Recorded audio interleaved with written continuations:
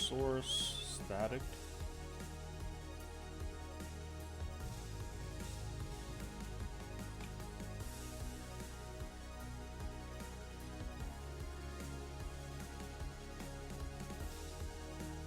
Static. Tag that JS. Perfect. So we'll use local host.io.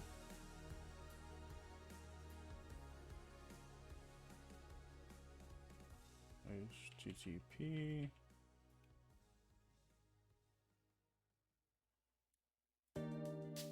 Interesting. 1, 2.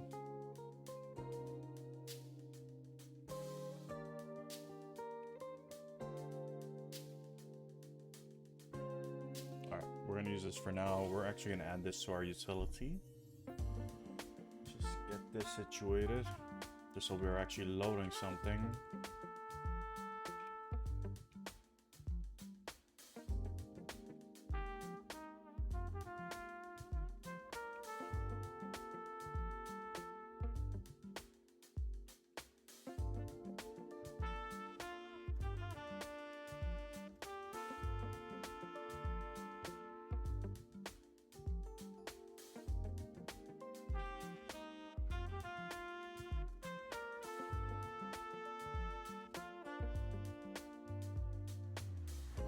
It's fine. For now, we'll do that.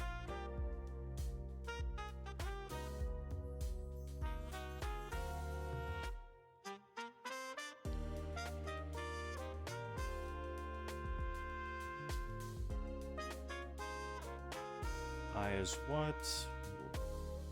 1, 2, 3, 4, 5.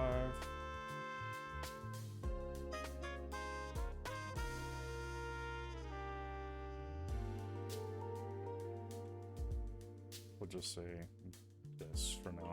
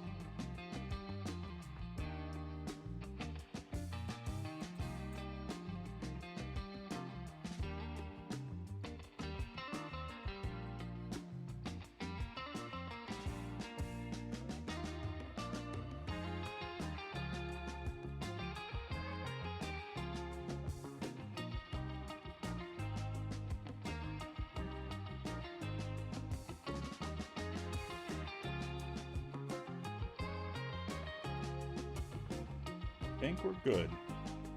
Let's just double check this. That's still not compiled yet. Should compile now.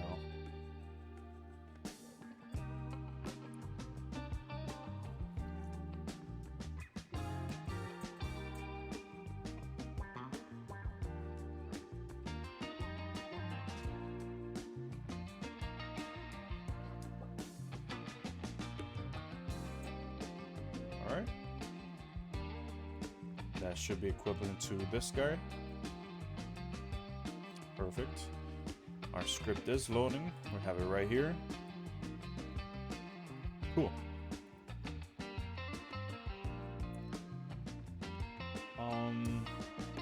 For testing purposes, let's actually set up our build script.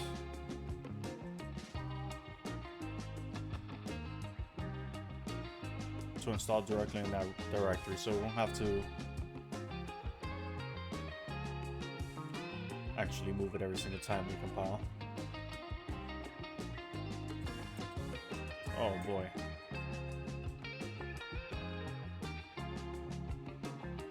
This is blinding as hell.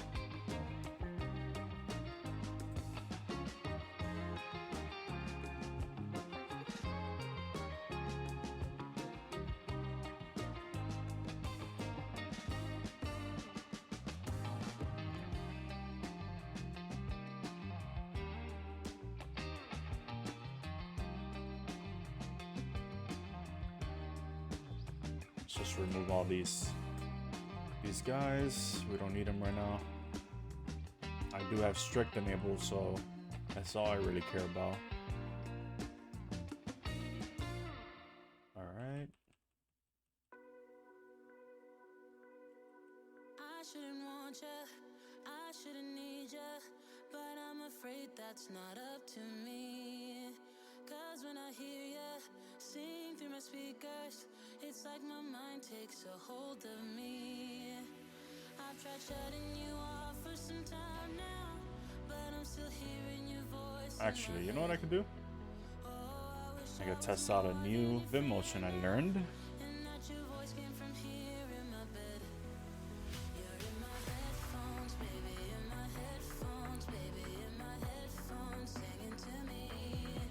You're in my headphones, baby, in my headphones, baby, in my headphones, making me bleed. You're in my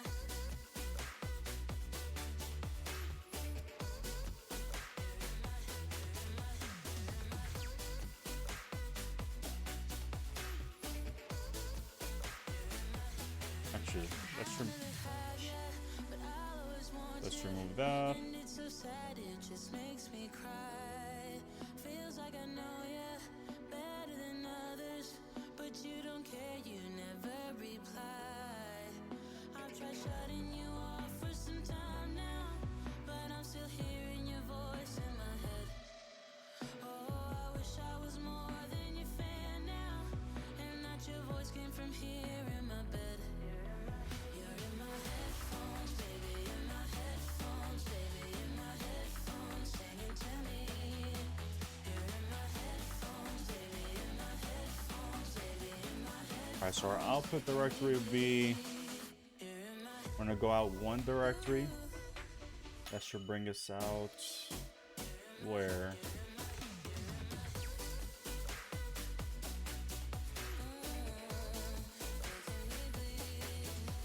I've tried shutting you off for some time now, but I'm still hearing your voice in my head.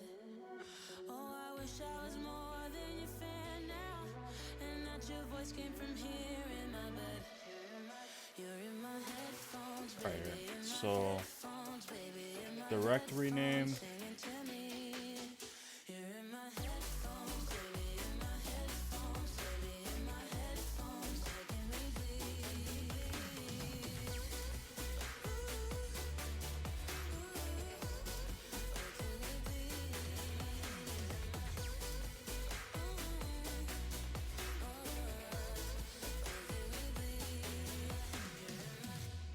So we could do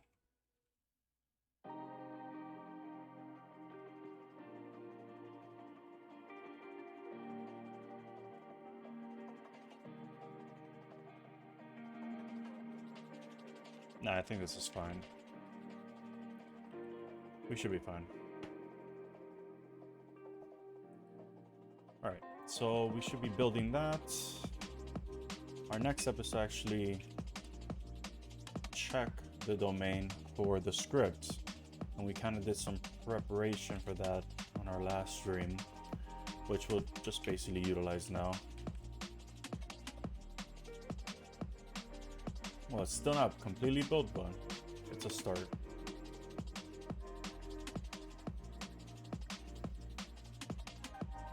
Alright, so verify website.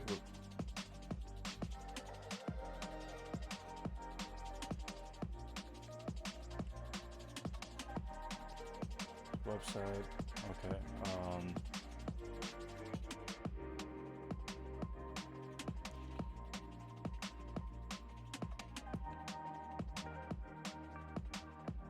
Alright, we got back the property ID right here, which is what we'll use to pull the domain.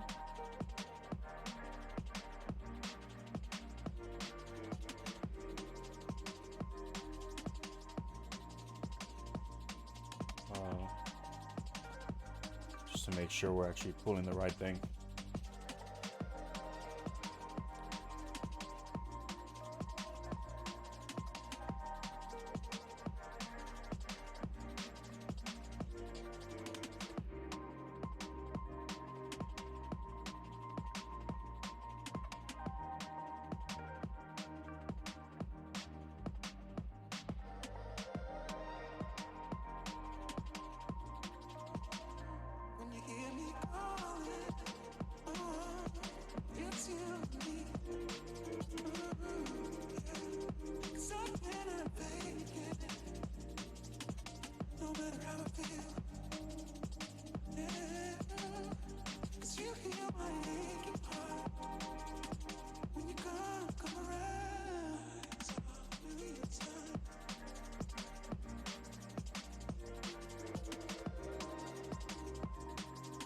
We want our account ID and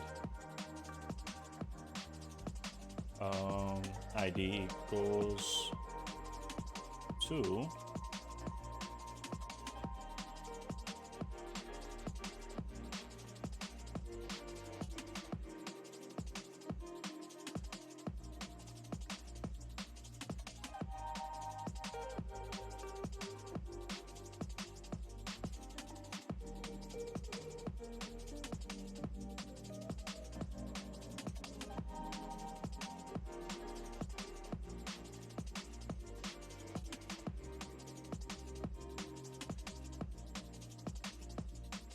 grabbing our settings.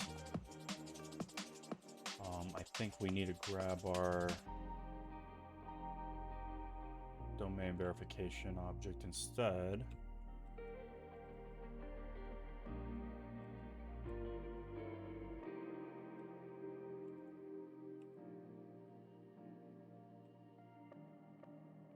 There. That's the settings. This will be domain. Yep.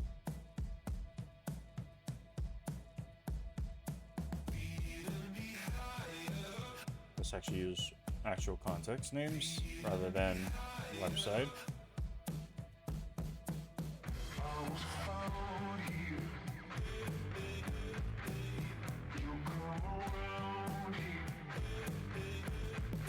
So over here, we're doing our request get for our domain. I shouldn't have to borrow it here. We're getting our request, and this is our HTTP. Fair enough. All right. So we need to trigger that when they click verify installation.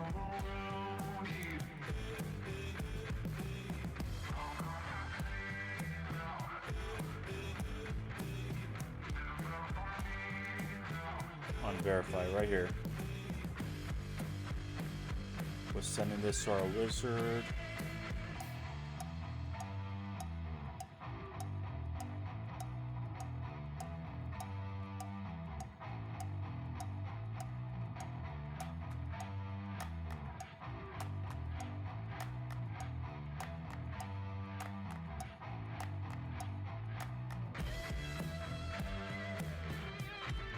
requests.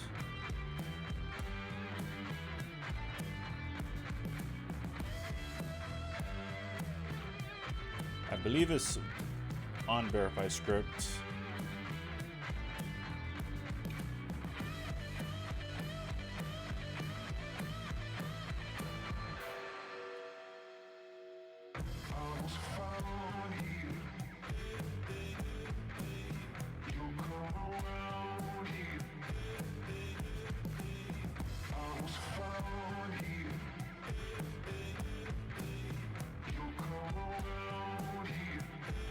Verify install script. Yep.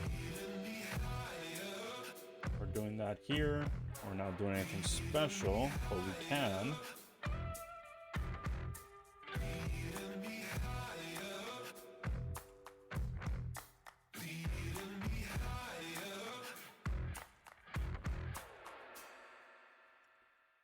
All right.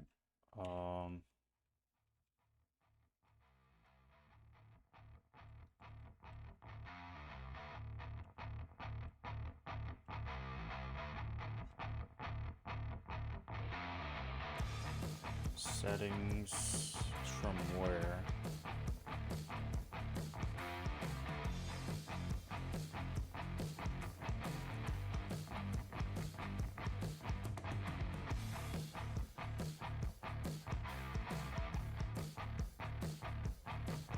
Verify.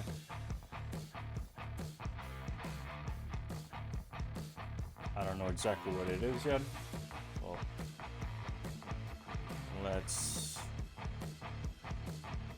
hold off on that real quick.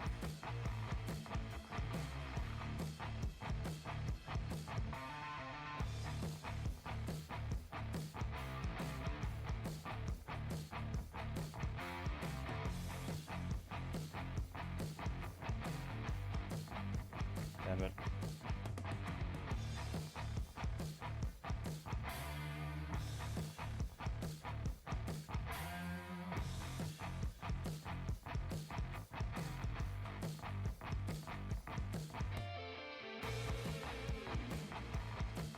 Actually, all we have to do is pass the UUID.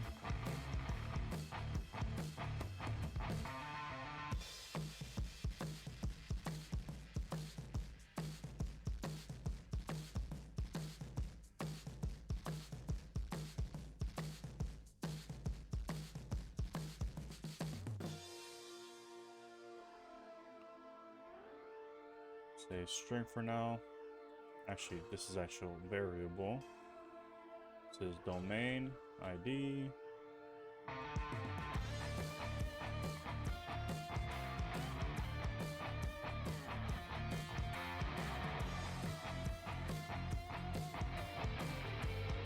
Verification code, which is our ID.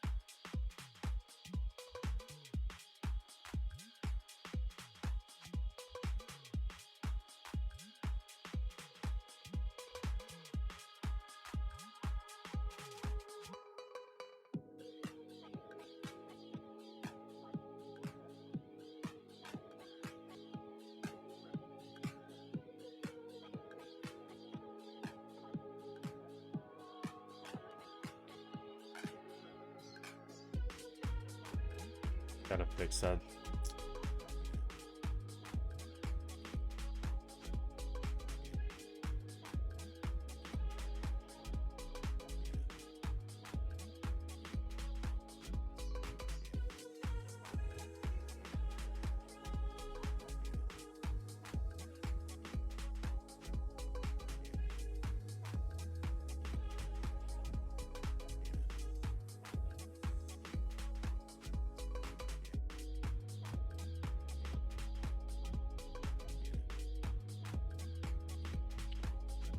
So we're getting that. We're passing it to this guy. This guy is getting it. So I think let's say, okay, verify domain ID. We're not using it right now, so we should use it now. This is a post.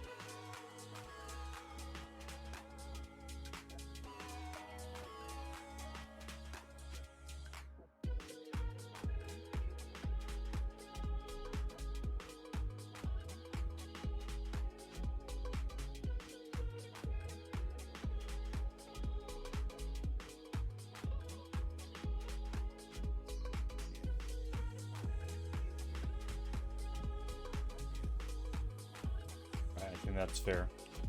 So we're good there.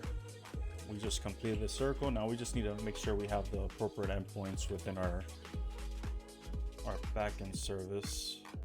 I don't think I have that just yet, but I will.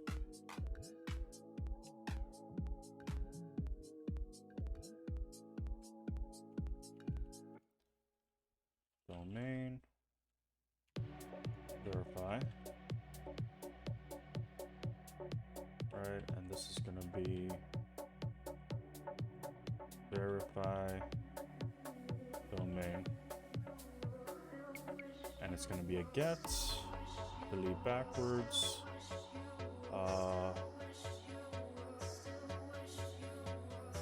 It has to be an authorized, yep.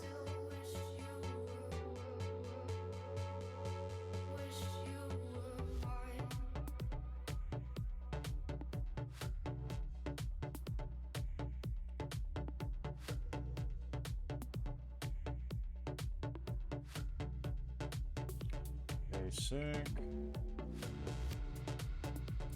function verify domain. This is going to be claims.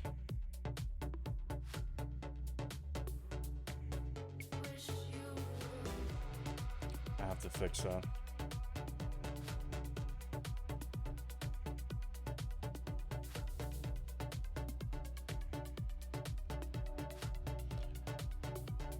Forget if it's path or query, data, or let's say domain ID, web. I don't know.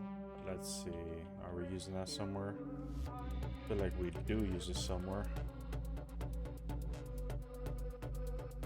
Controller.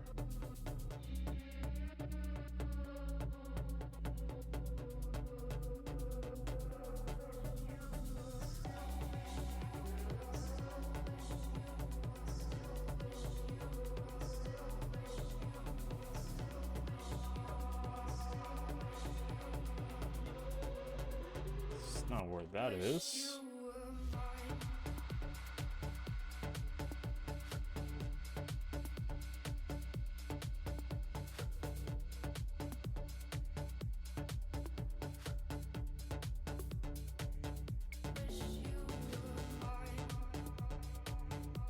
I gotta check Actix. Actix, Rust, documentation, URL params. Requests, that's body, that's payload, That's form data. Where's URL? Where it is URL? Oh, I know where they have it. I think I saw it here in server setup.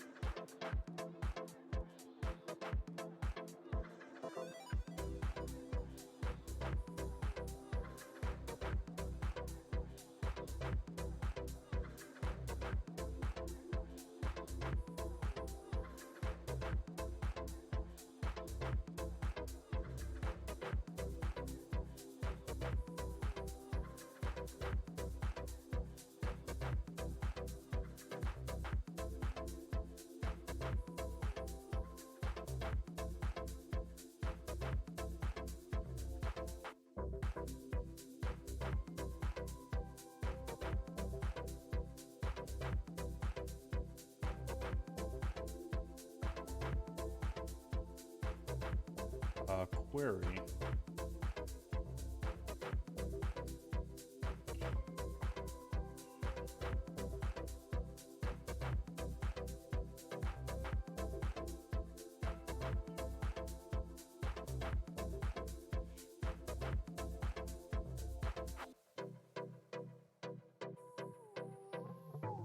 I mean, I know there's a better way of doing it.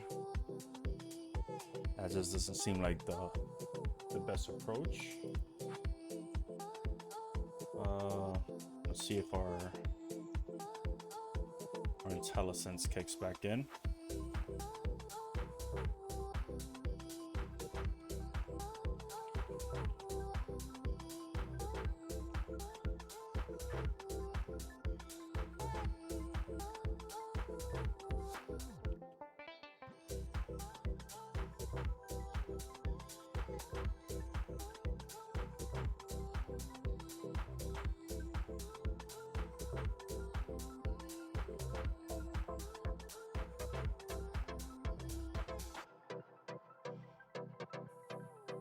What's up, Itsu?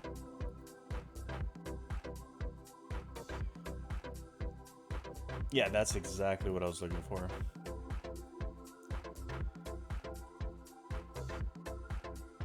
I looked everywhere but the homepage, right?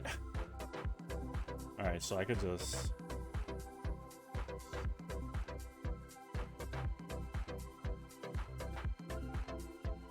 Appreciate that.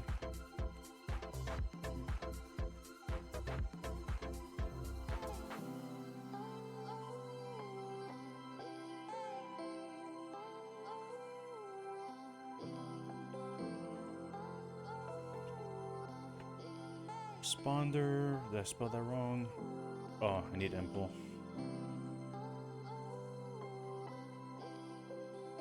Alright, we should be good there.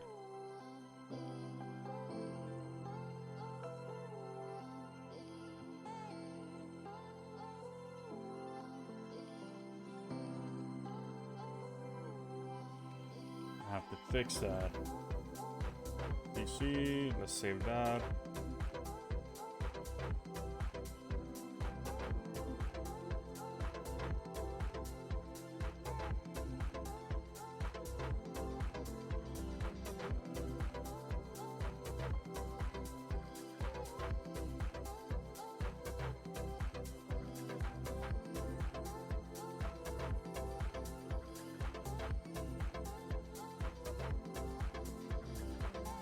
Verify domain.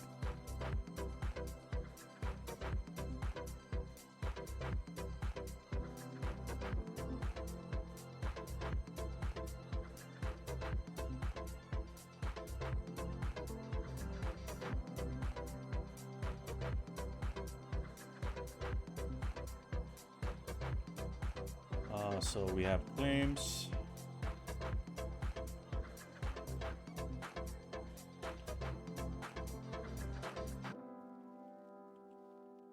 Right, and then we should have AID, and then domain ID.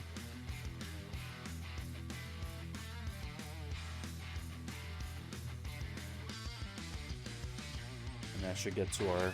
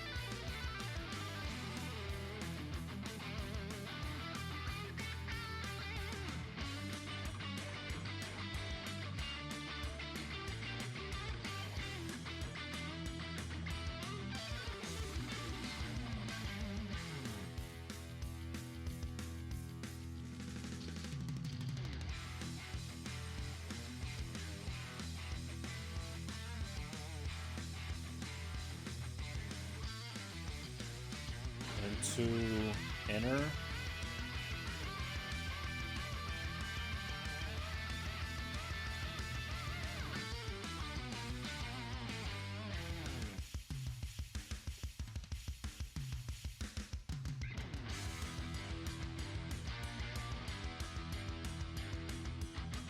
$44.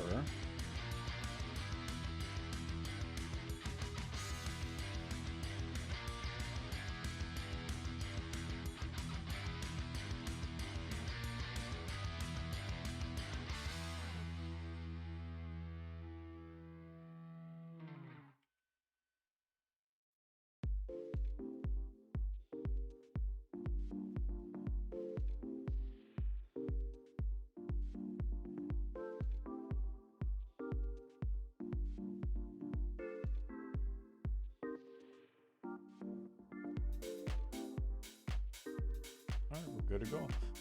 Alright, let's try this out. We shouldn't have to log in since we're already logged in.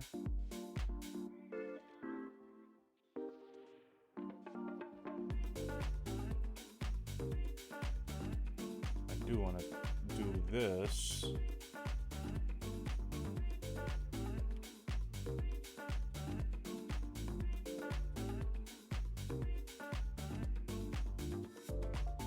Local host.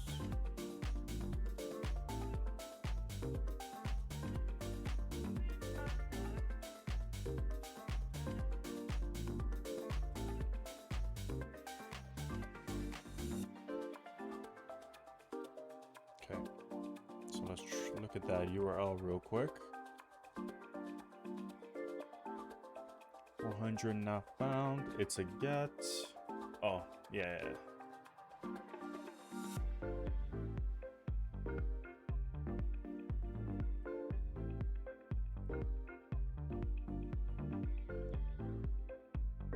Let's make sure I'm writing this right.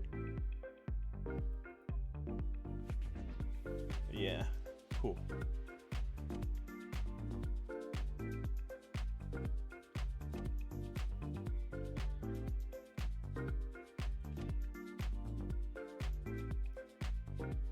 Let's do one more. I still haven't tied this in with the account settings, so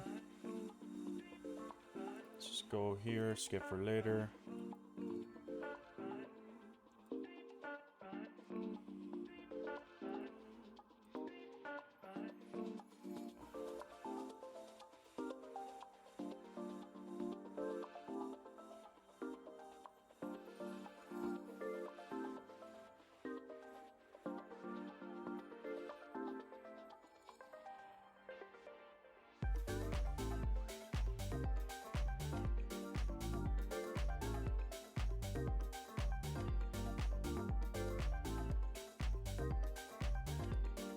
Let's preserve our logs and try that again.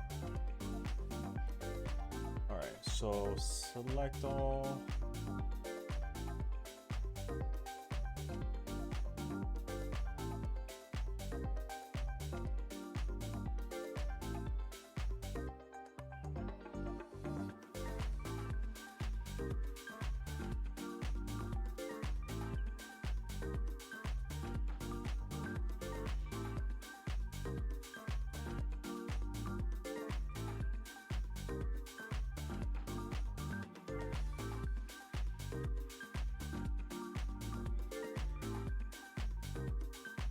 AID and our accounts, that should get triggered here. We're querying one within our account domains. Is that what we're doing?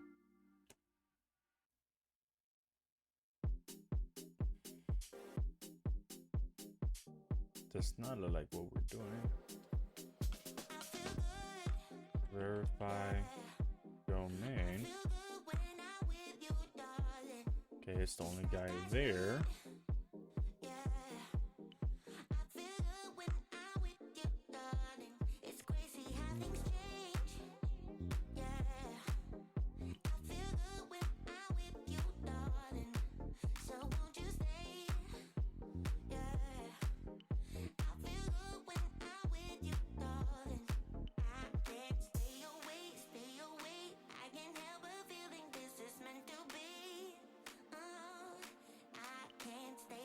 Account ID. Good. ID.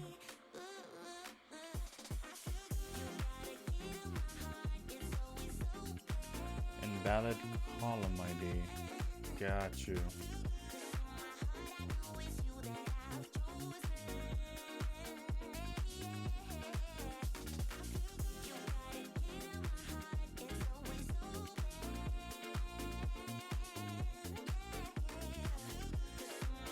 Yeah, ID is not an optional field, so I need to pass that.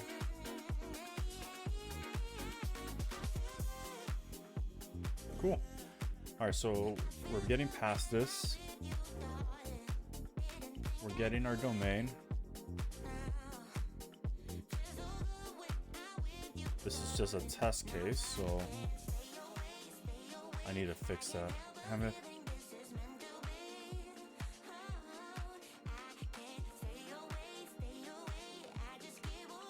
This is just for now.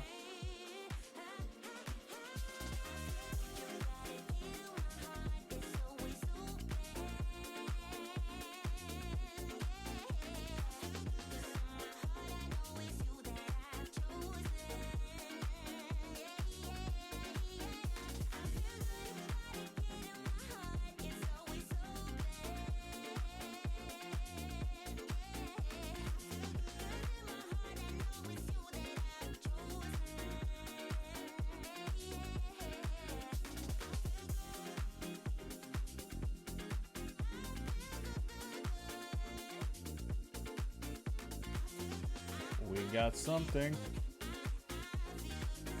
Perfect. So we got our output. That's great. That means this is passing properly. So it's a matter of parsing this guy.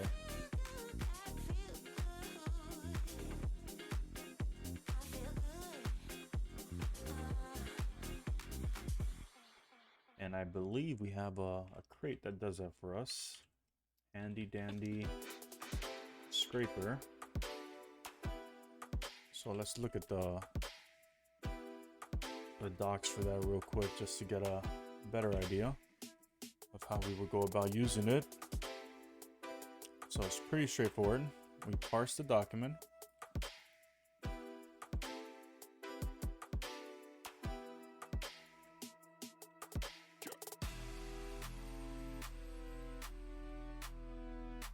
All right. Fair enough. We parse it.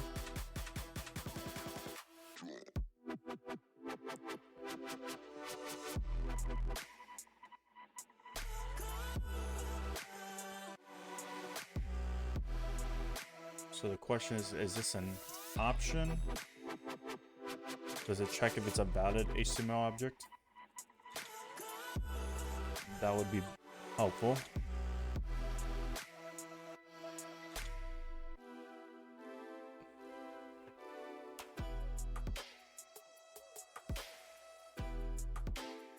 Okay.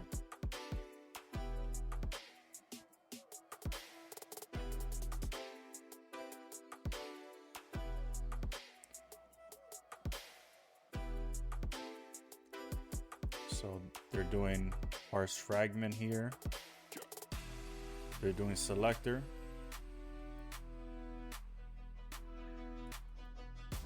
How is this tied with this though?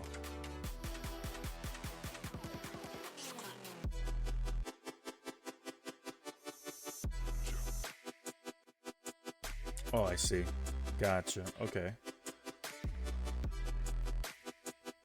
So we built our query using selector.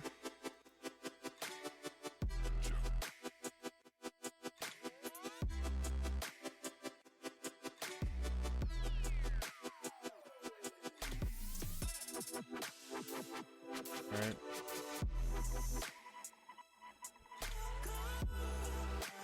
Parse. Our thing is going to be scripts, data, ID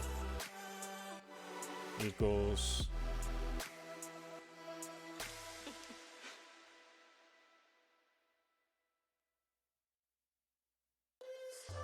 oh please CI. What does that mean?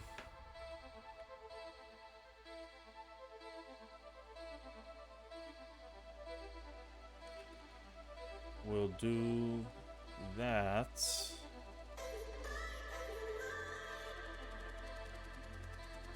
And then we have our ID here.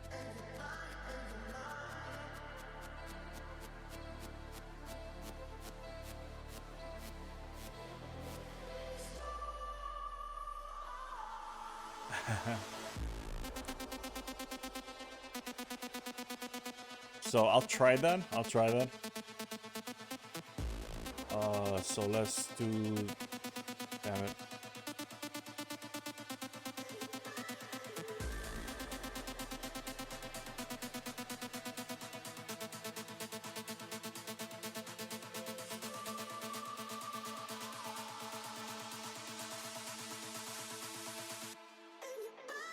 The more you know. So CI, whatever you're trying to find, I'm assuming. So CI bang, no, CI.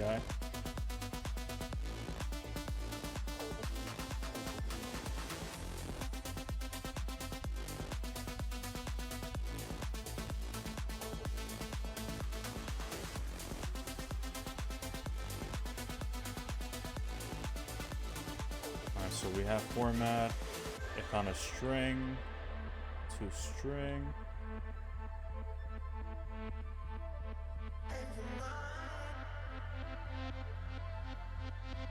Oh, I got you. CI brings you inside of it and it removes everything within the single quotes. Really helpful.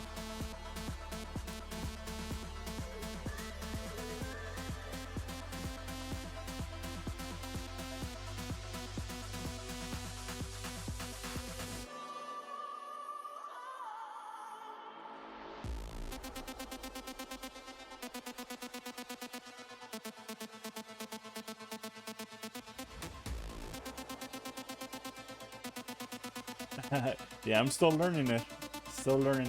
Like I recently just found out how to use visual mode, semicolon, this, to like basically find and replace like multiple occurrences and a block of the block you just selected.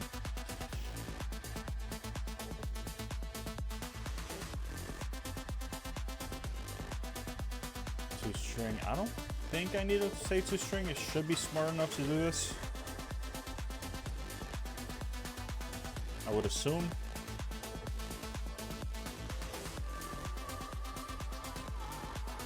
Perfect. So now it's saying elements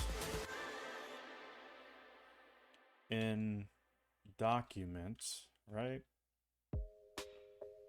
Select, and then we pass it our selector.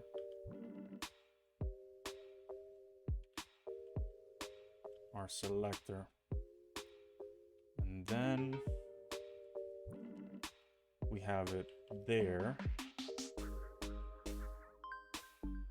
Negative. I'm using Windows 11.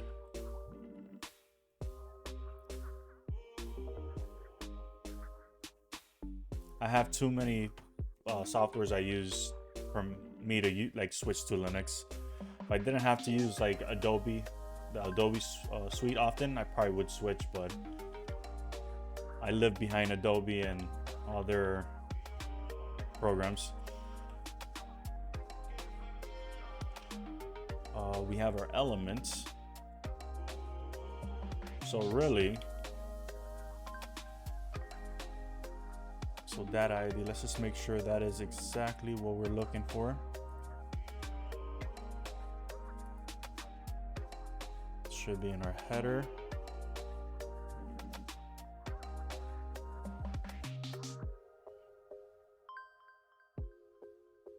For sure, for sure.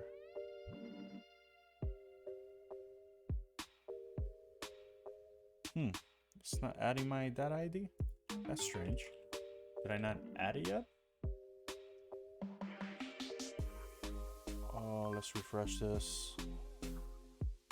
Let's copy this again. Could have sworn I added the...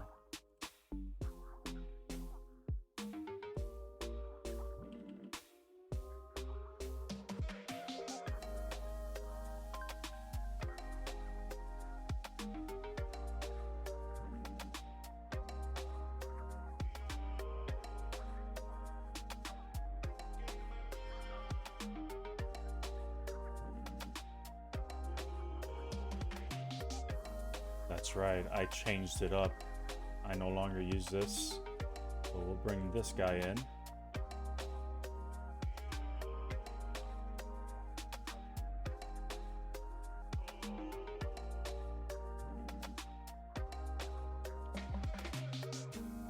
Alright, so this should be good. So this is our script. We have our data ID there. That's our property ID. Perfect. Alright.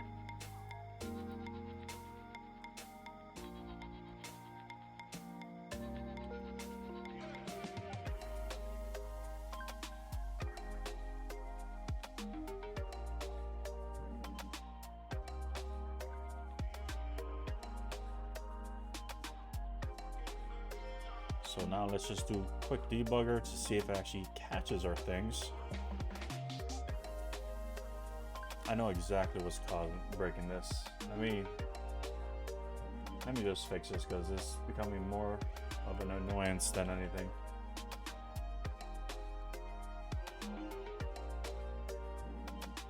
Local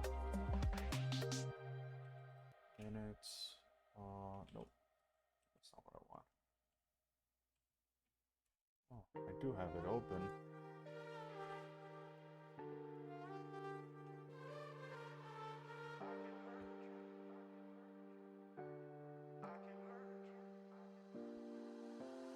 I can hurt you like you hurt me too, me too. We're letting go, Where are you? I can hurt you like you hurt me too, me too.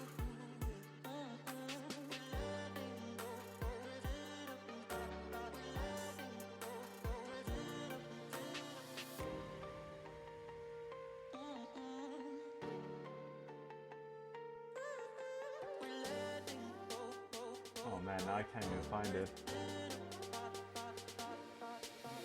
Oh, right here. Perfect. Alright, so we're gonna quit all.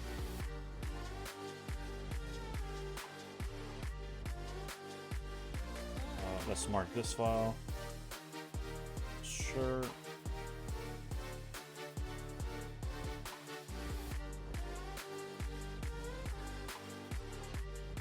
Hopefully that fixes that.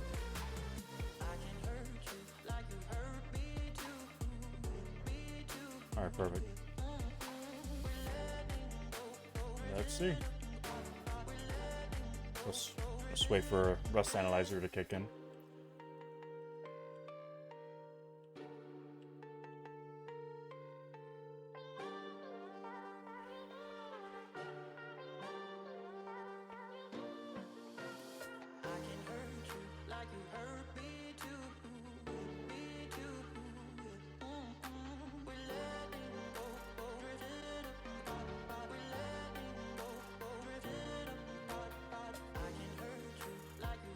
Still happens.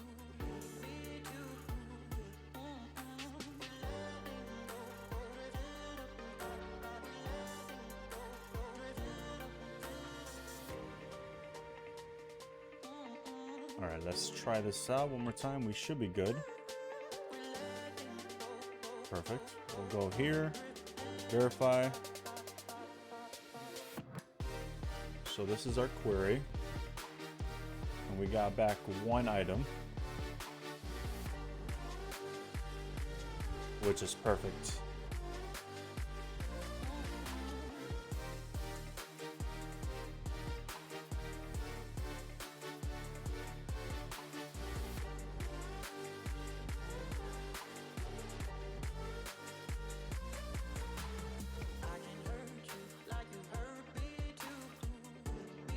All right.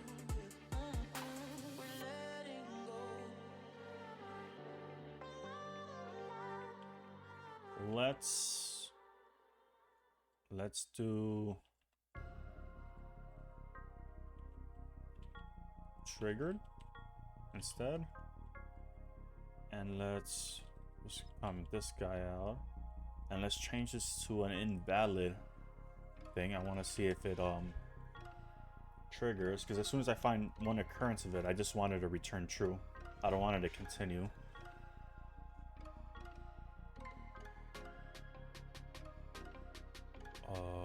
All right.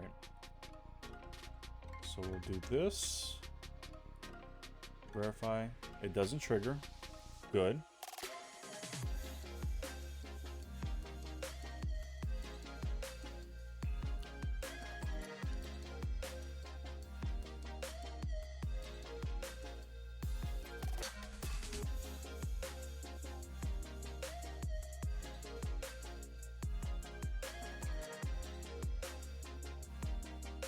Triggered. Perfect.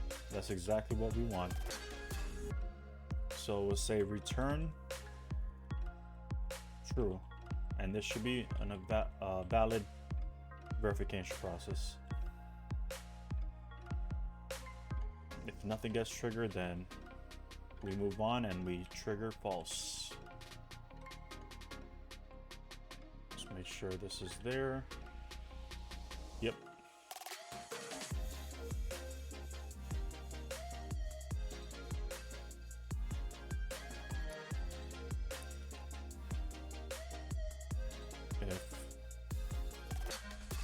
Can I do unwrap? Actually, I think I could price.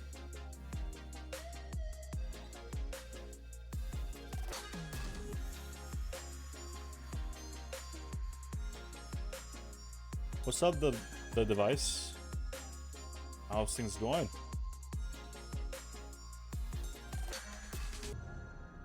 That's exactly what I was about to do. Itsu, I was about to do exactly that.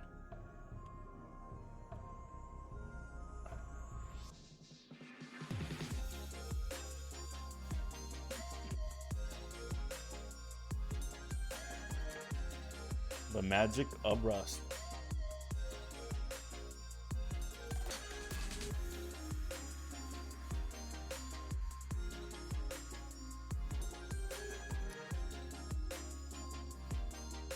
Got you.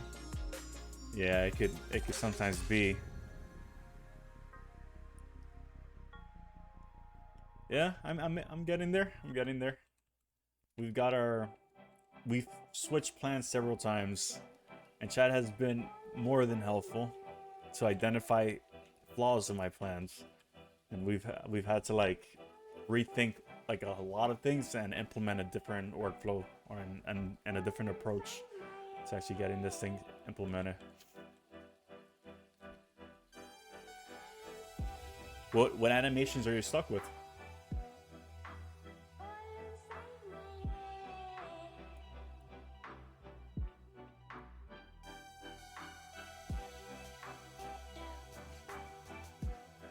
For sure.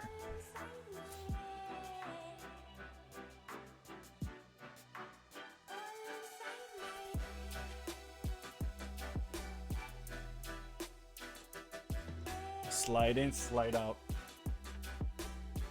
How are you? Is the second page already on the page that you're loading?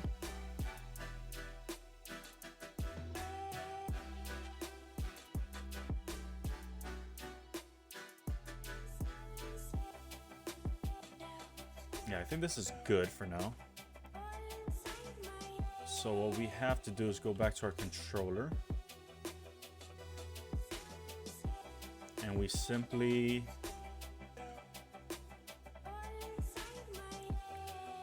if true,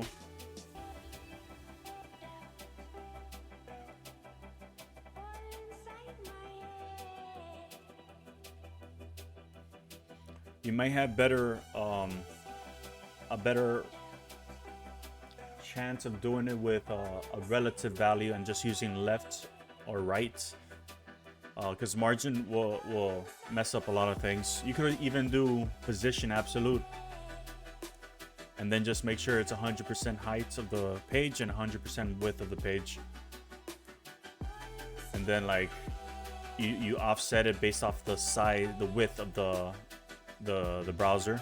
You offset each slide as it progresses through the system.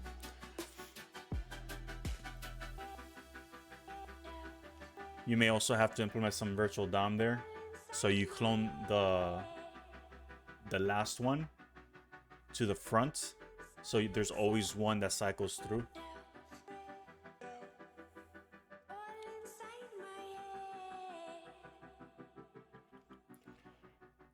So if this, so we could do our messaging now, and I'm just gonna just use standard.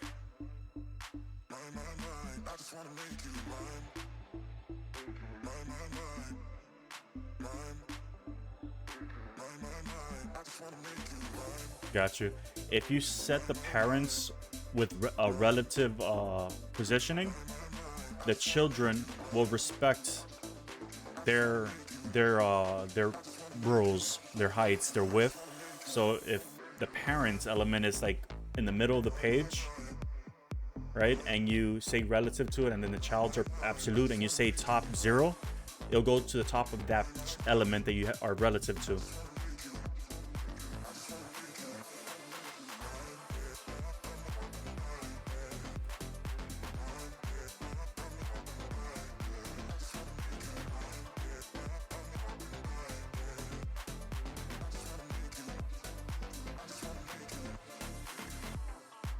I get that. Yeah.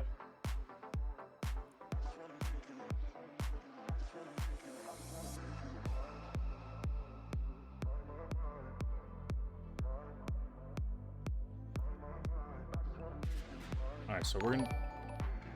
Thanks for the follow, Akeem Dev. Welcome to the stream.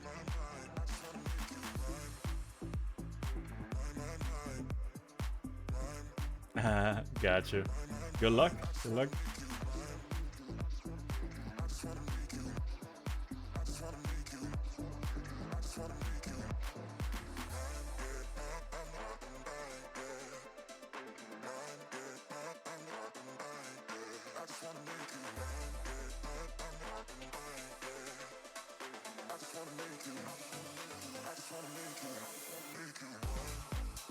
Unable to verify site domain at this time.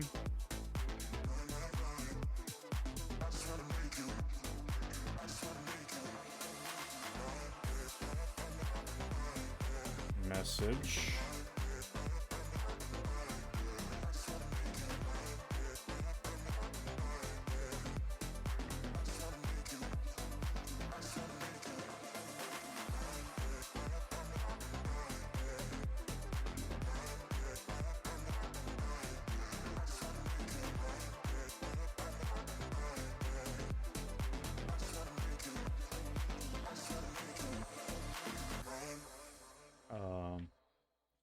So this is going to be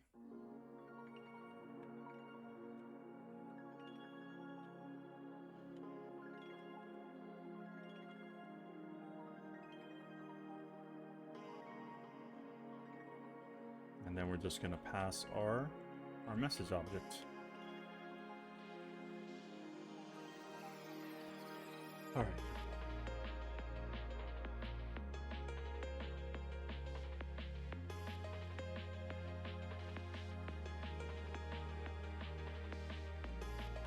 And at this point, we actually have to update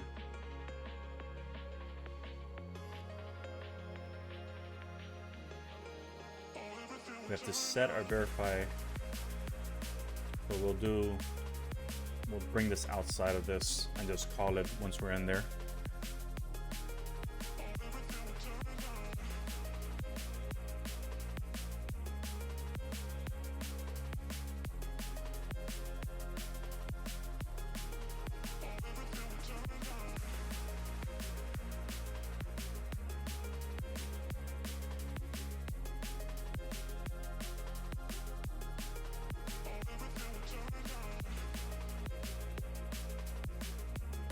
Set domain verification.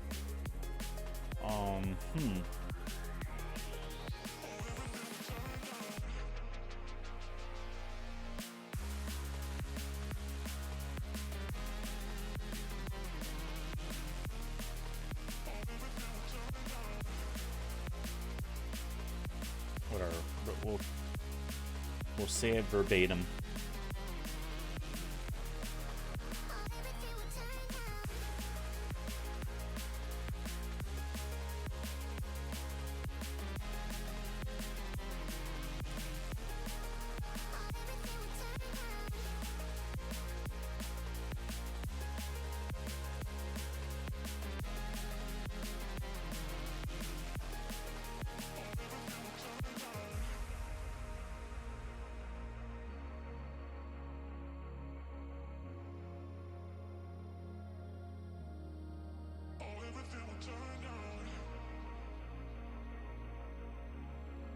I mean, whatever I did worked because...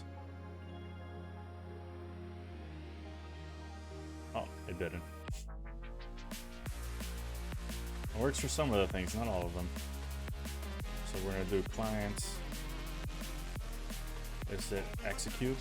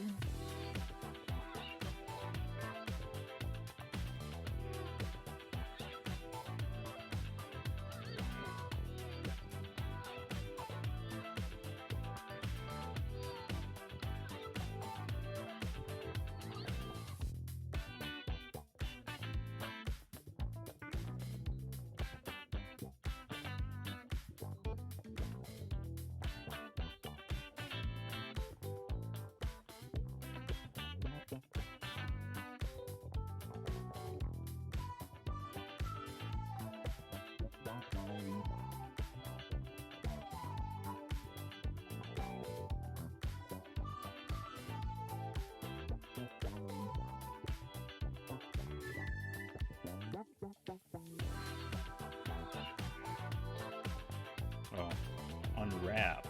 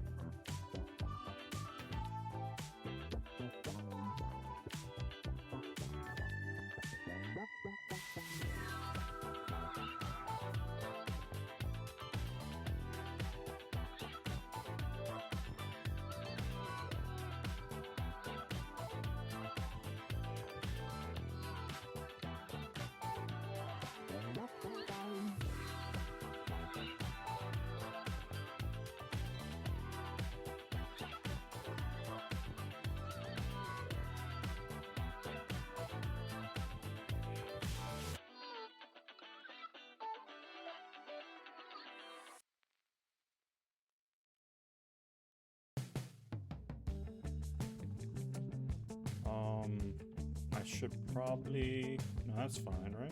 Yeah. Wait. We kept letting it go for too long. It was time to react. You can run, you can hide, but the music will stop. It's a fact. You want something else? I agree. Well, that's where you belong. No point bending backwards for me. I'm just shifting along. There's no use holding on. If you love it, you set it free. Just let it go, move along. That's how it's got to be. Breaking slowly for a while. Breaking is easy. Take your time. Don't just lay on the line. Make it right. I'll be lonely. Actually, we'll remove this. Happens all in good time. Unwrap. I don't know, c'est la vie, said the old folks down at the bar. And our old friends bowed it up, wondering where you are. You want something else, I agree, but that's where you belong.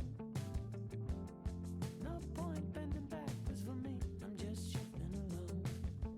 There's no use holding on. If you love it, you set it free.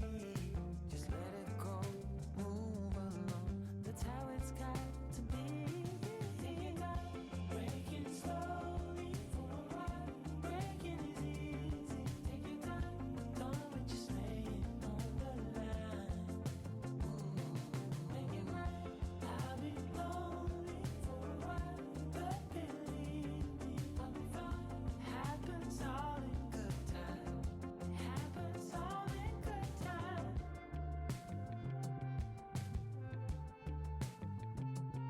Oh, you win some, you lose some, fall down, you get up. No matter what you do, remember all in good time. Oh, the wind will change, the storm will calm down. You win some, lose some, all in good time. Breaking slowly for a while. Breaking is easy. Take your time. Don't just lay it on the line. Why don't we just lay it on the line? I'll be lonely for a while, but believe me, I'll be Shorter version. happens all in good Try. happens all Oh, okay. breaking slowly for a while.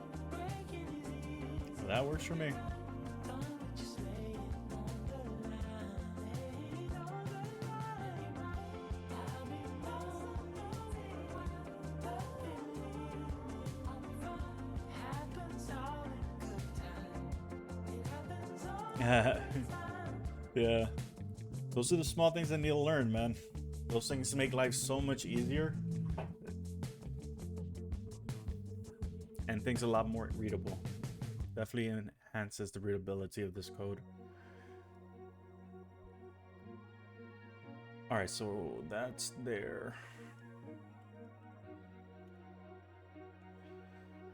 So now we have this situated. We're passing this. Now we just have to handle this messaging on our front end. I'm intentionally gonna fail one of the tests just to see how that looks.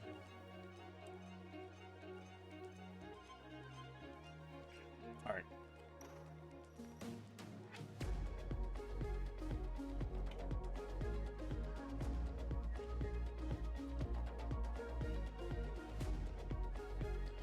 So now we're sending that.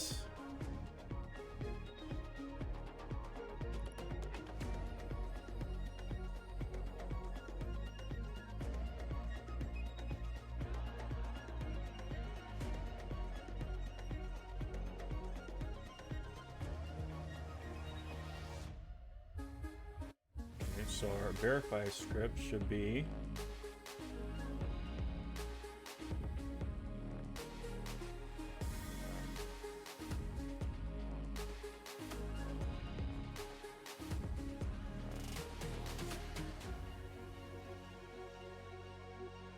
oh man, that's freaking awesome. Yeah, it suggests that to me all the freaking time, like to actually use option.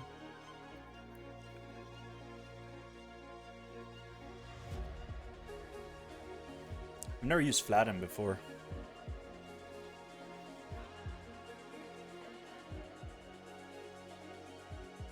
And I'm assuming option and then is and if there is something, right? Like if there is a value that has been passed by an option. Run X function.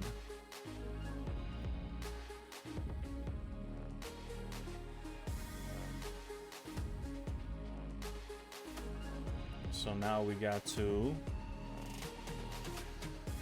make sure we're passing our context in here.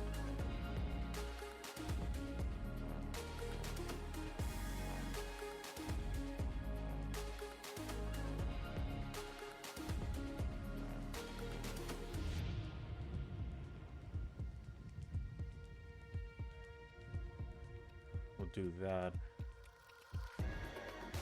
I probably shouldn't have to unwrap it. I could probably just pass it as a string and then we handle it afterwards.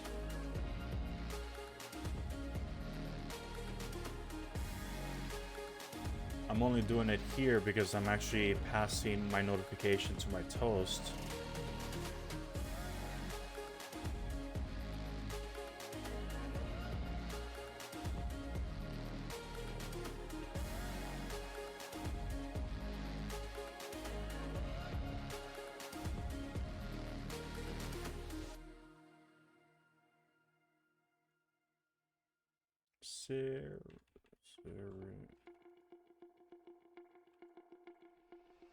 We serialize.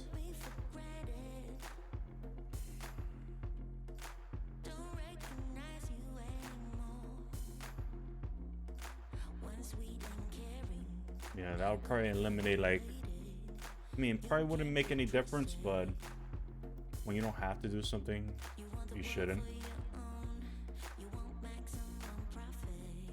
So now we're passing that back.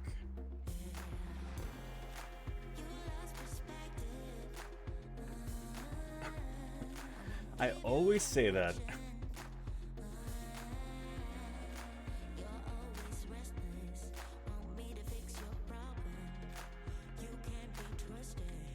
So, all right. Verify script. All right, so we're getting it here. So we kind of have to do our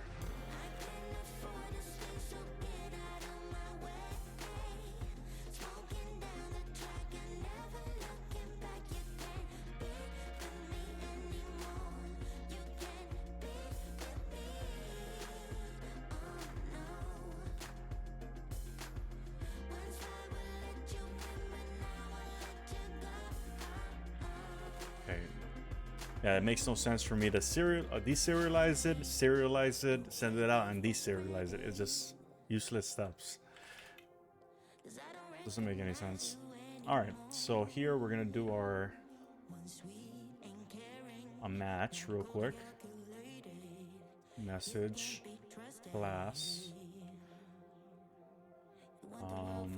We'll do this just so we're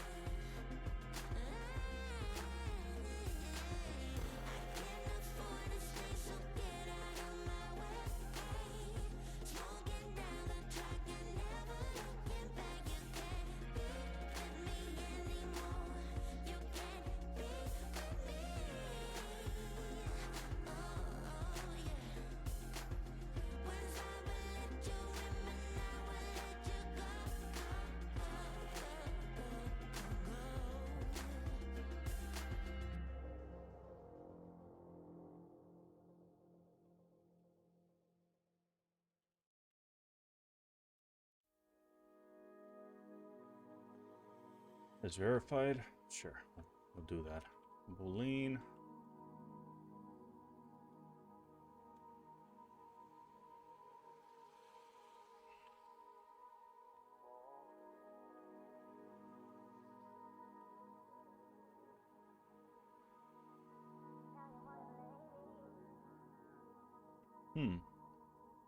We are using errors, so I could probably just use that. Yeah, let's use that instead.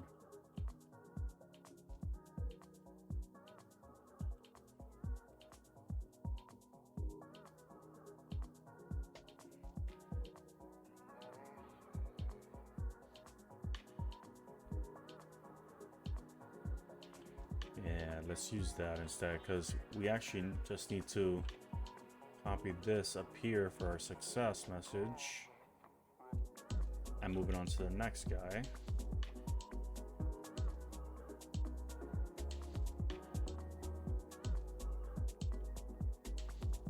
That's fine. And then here is where we'll self errors push message data.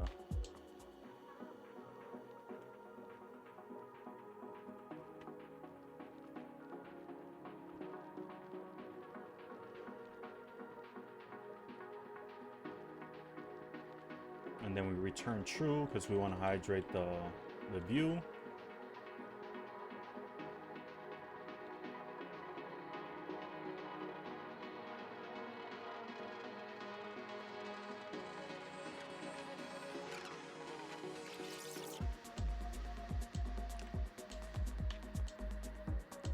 I mean, at this point, I should just probably have a message string because I'm not even utilizing anything more than one. Whatevs. I think I did that way so I could just simply do this instead of having to check.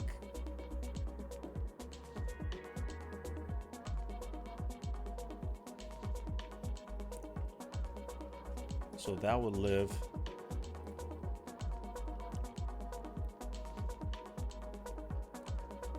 So you know what we'll do? We'll do exactly the same thing.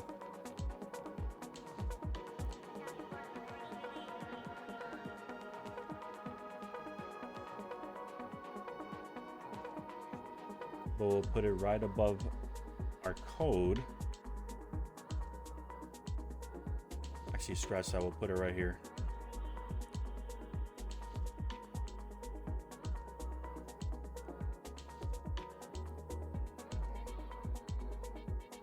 and then our message will output right here properly. Yeah. All right. So it should work now, but let's force it to fail. Yeah.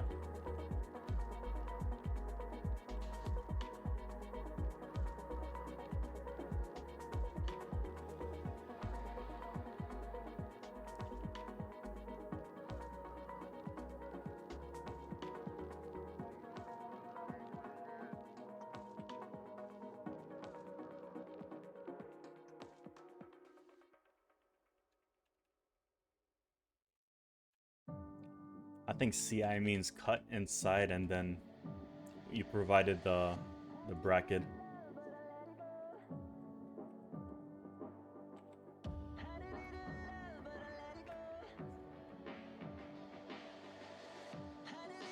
Alright, so this should fail.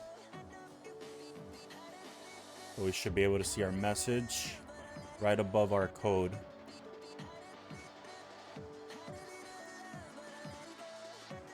And since we're using the same class, we don't have to really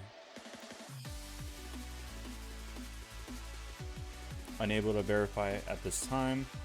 Perfect. So magic.com, domain already validated by another account.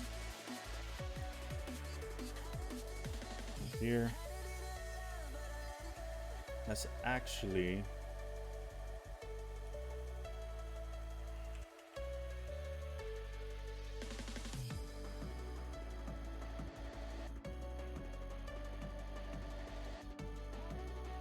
I know for a fact it works, so we don't have to worry about that right now.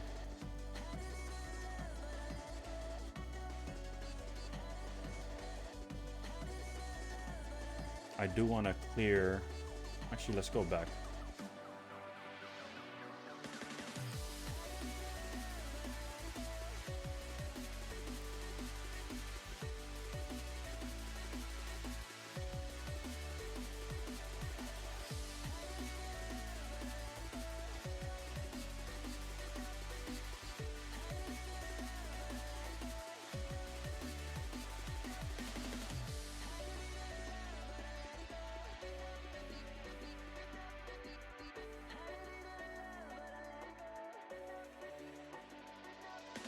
And this is just so when we...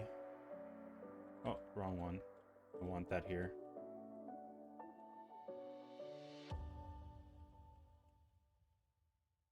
What? Oh, oops.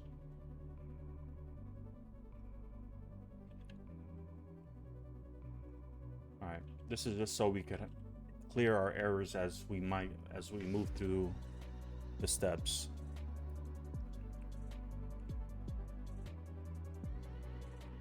So magic.com. Oh, that's no bueno. What?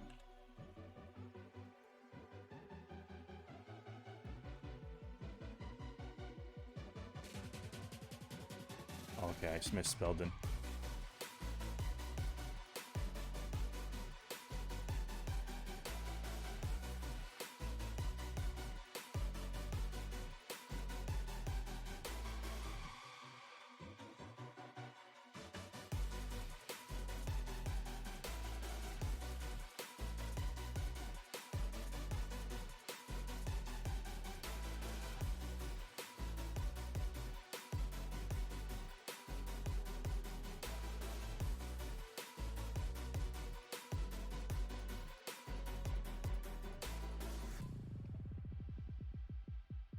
All right.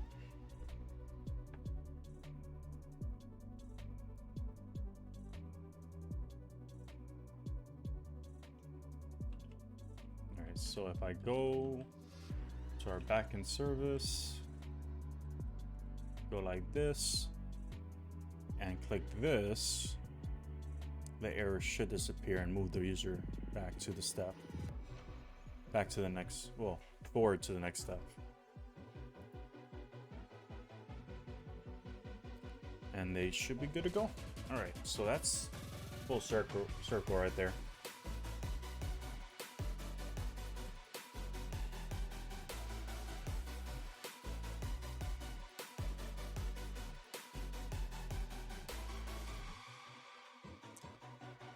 All right, so now, since we redid the entire process, we kind of have to provide the end user the ability to add additional domains, and we also have to update the registration process so it accommodates the new domain handling structure.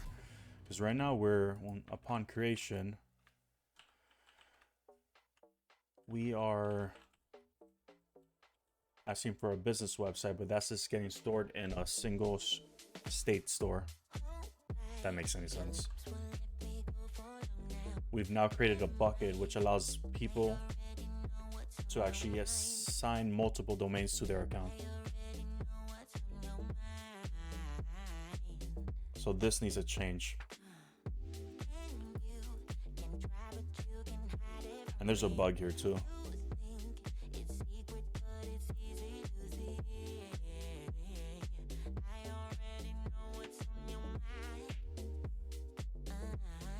Covers the text behind. What do you mean? Let's put the error back. So it covers the text behind.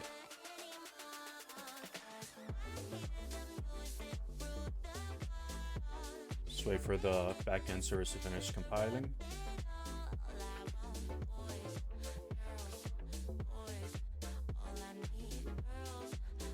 Oh, you mean just full width?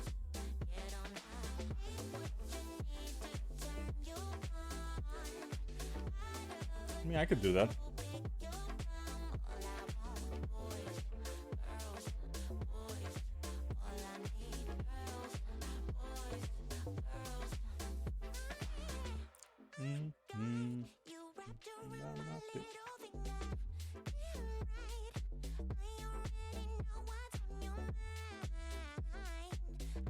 Yeah, right now I have 80%. I mean, I could probably go to 85.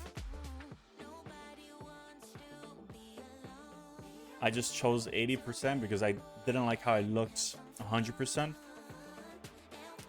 I could probably even do 82.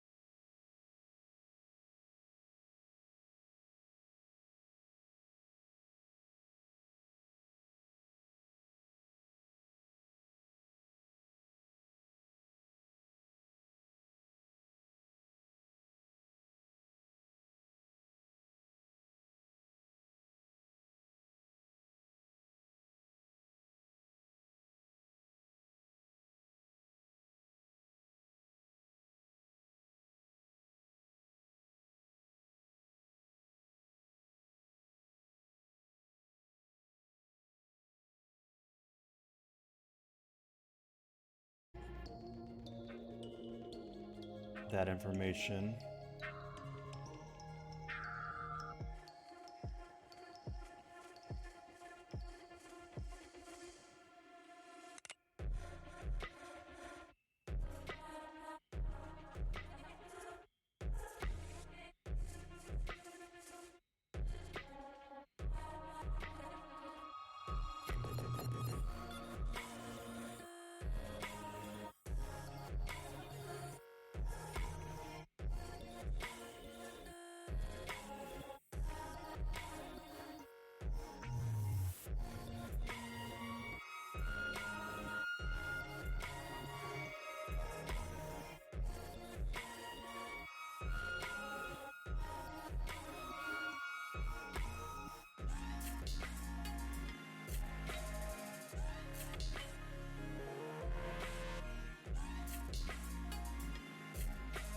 So we're doing that here. We're adding their accounts.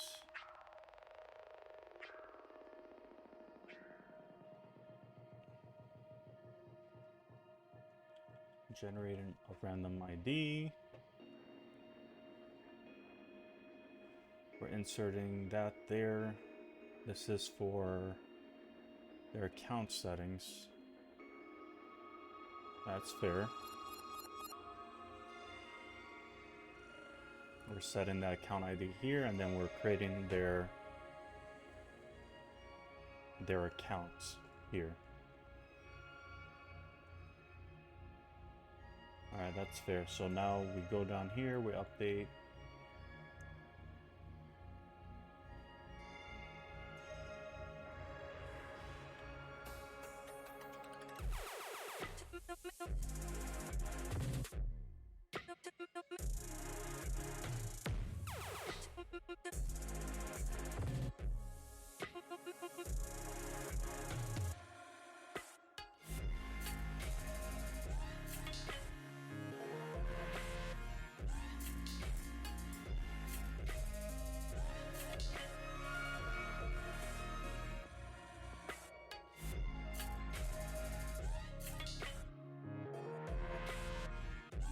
So this is where we're gonna update our business website. But I know I have a method here that allows me to update their business info.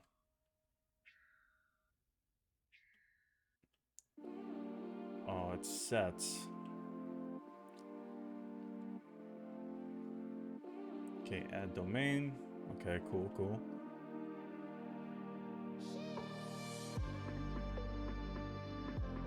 So we're adding domain.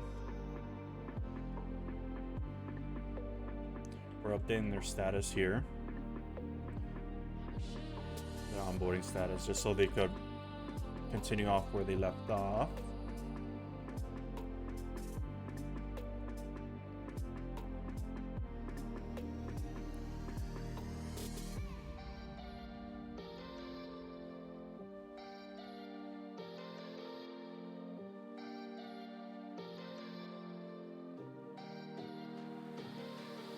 Yeah, I think that's fair. I think I already have the functionality in place.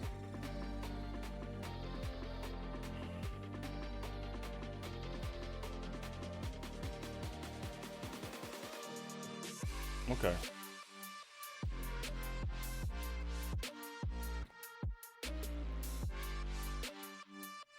So let's go ahead and finish this account process.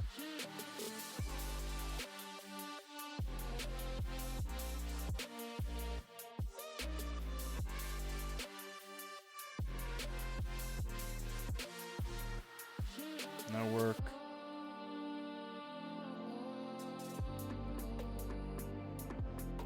Onboarding. Preview.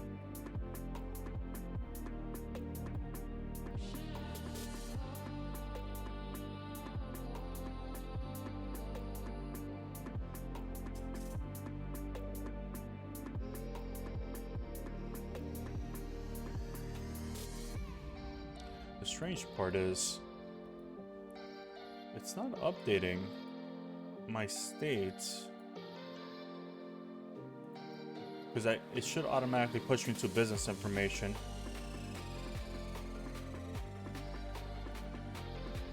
So there's something off with my login process.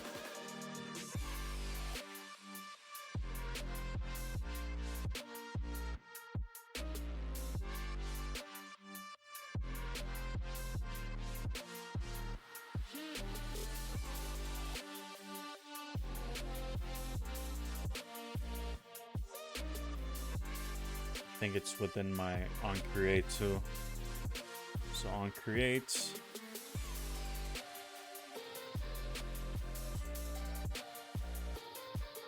we're requesting our onboarding status, which is right here. Yep.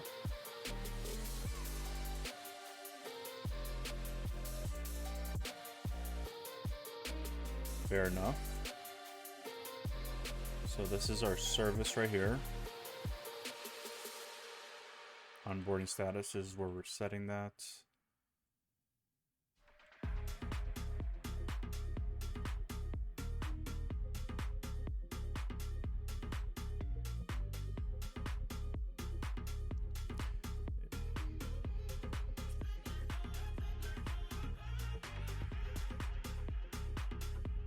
Oh, wait.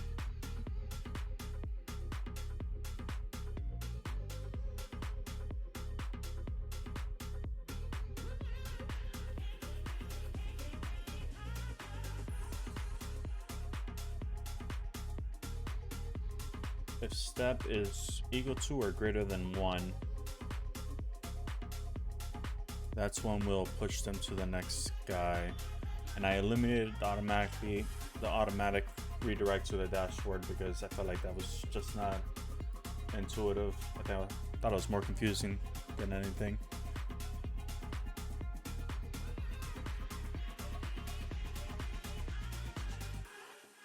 Did it finish compiling? Yep. All right, so let's create another account. So this is gonna be Magic Me. Magic at me.com. Let's just use our traditional password. Test123.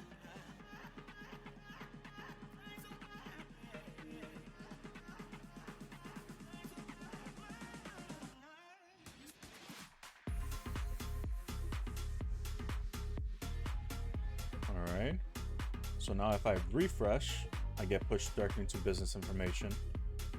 Perfect. Alright. So let's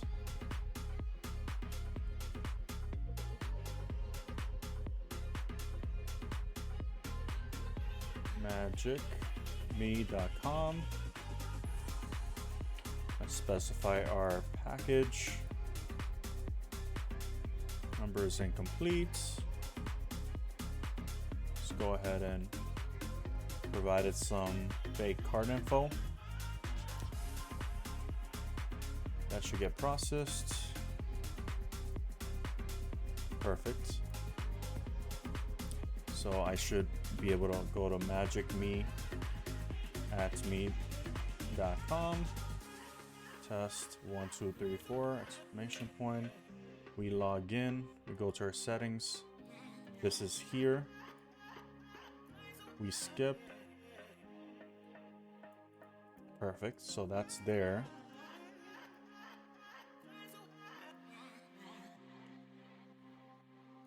So what I'm gonna do is add a link here. We're gonna have to display some sort of verification needed here.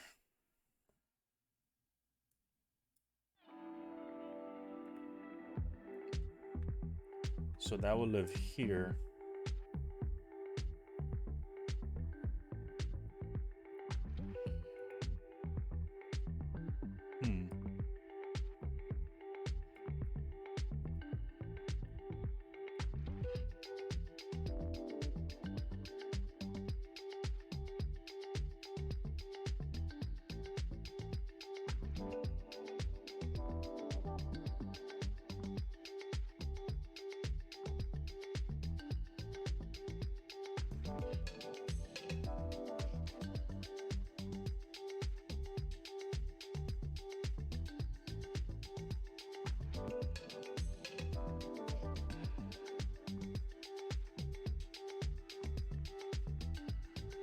Be right back.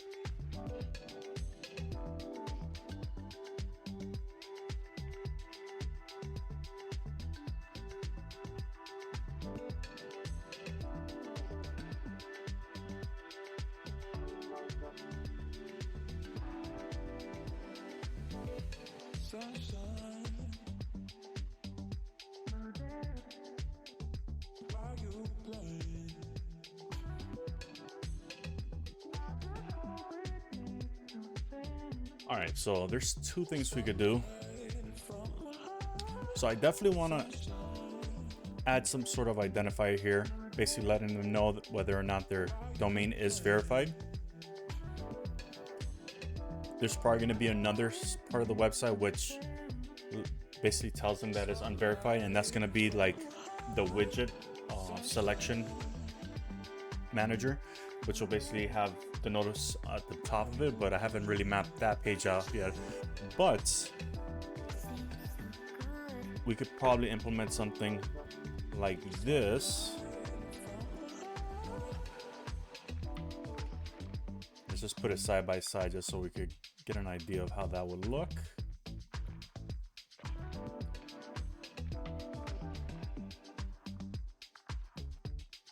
And this will just say not verified.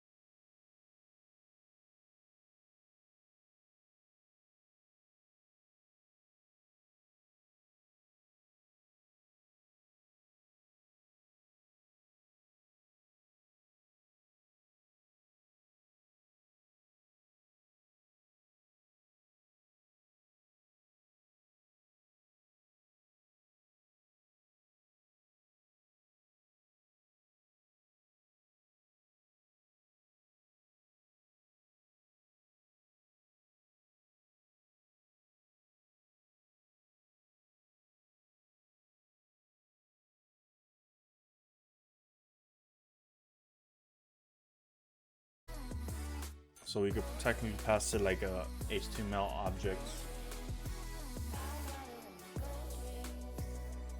Yeah, all right.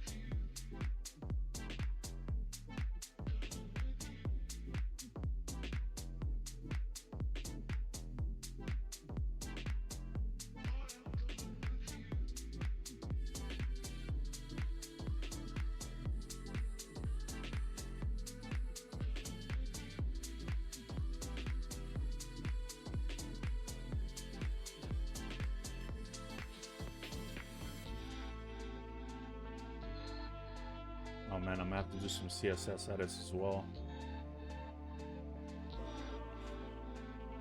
Let's see if we could do it without making any CSS adjustments, which I doubt, but it's a good challenge.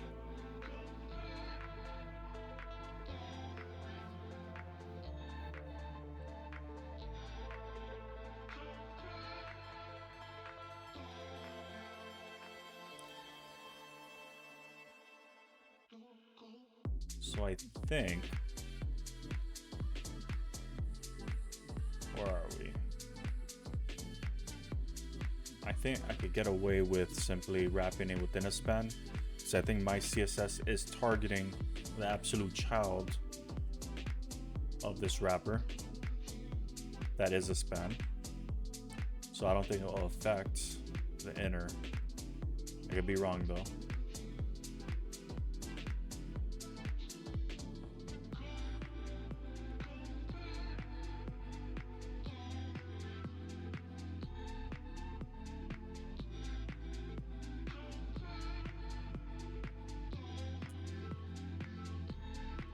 Let's try that out.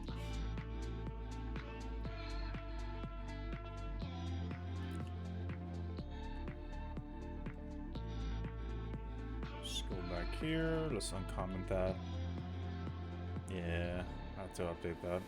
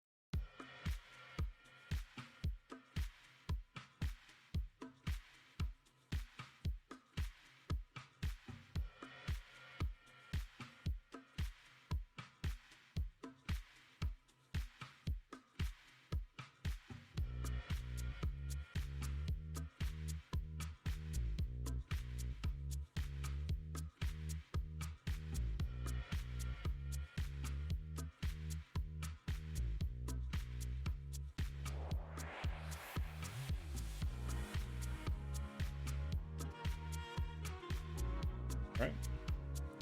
We'll enter visual block mode.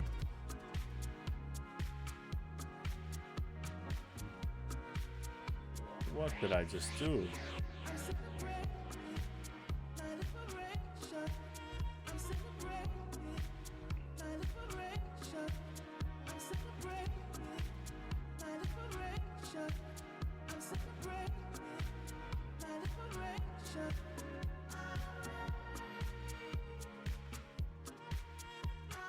Icon, label, to do.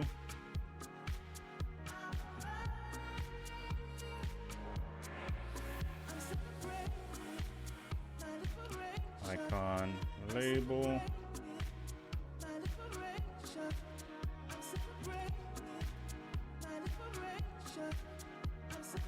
Oh no.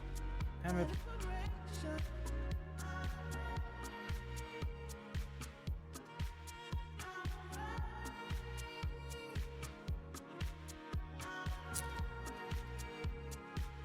S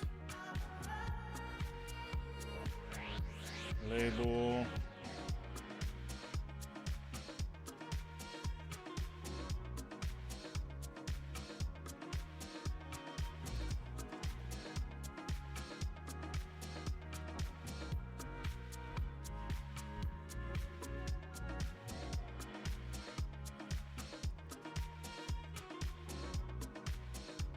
Alright, so the one I do need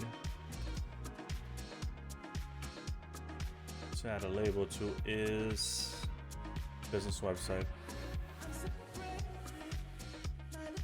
Onboarding verification. True. Okay, I need to let me mark this file. Let's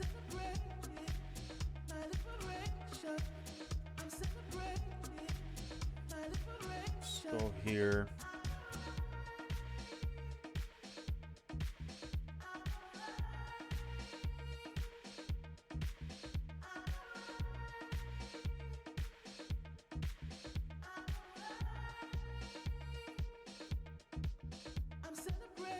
So this will basically get updated on page load.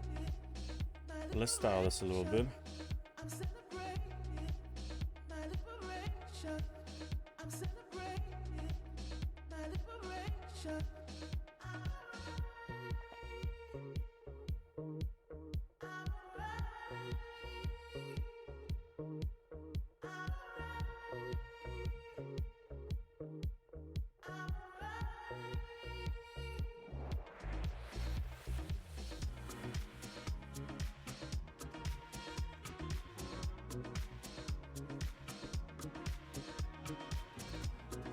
Perfect. All right. So with that situated, it looks like the icons still work and they're still positioned where they're supposed to be positioned. So maybe I could get away with just saying label.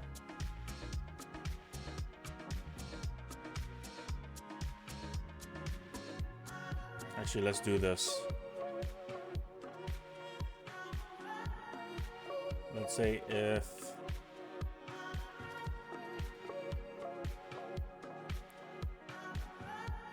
value.get icon label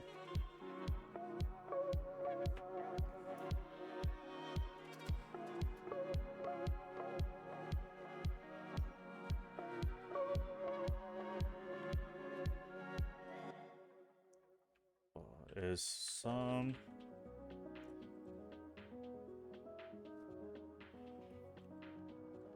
else. Well, it's always going to be some, because we're required to add something that I think is empty. Sure.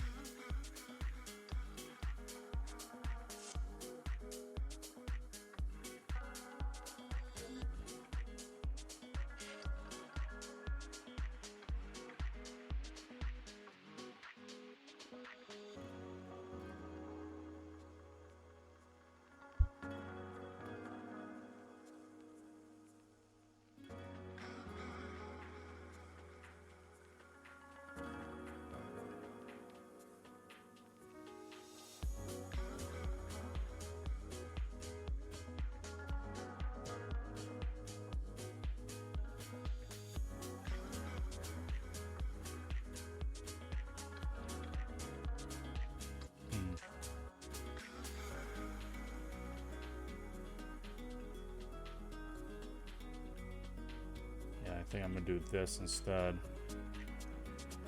because I don't want to have to instantiate this multiple times if I don't have to.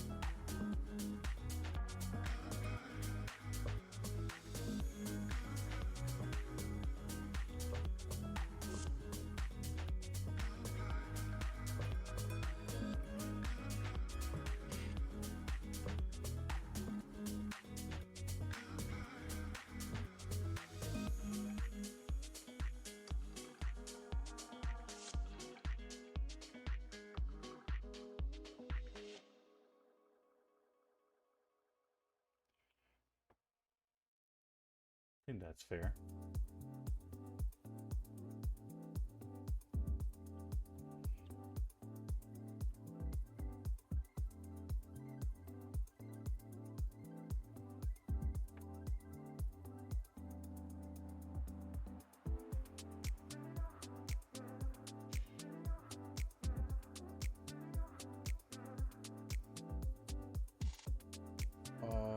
Structs.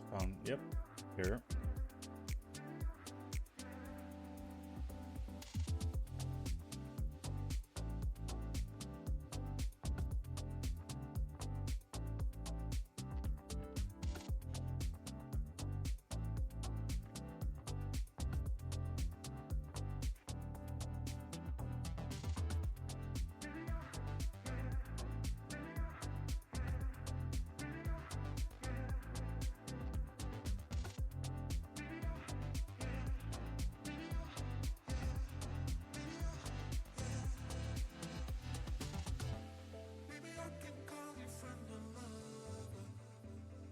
I broke something.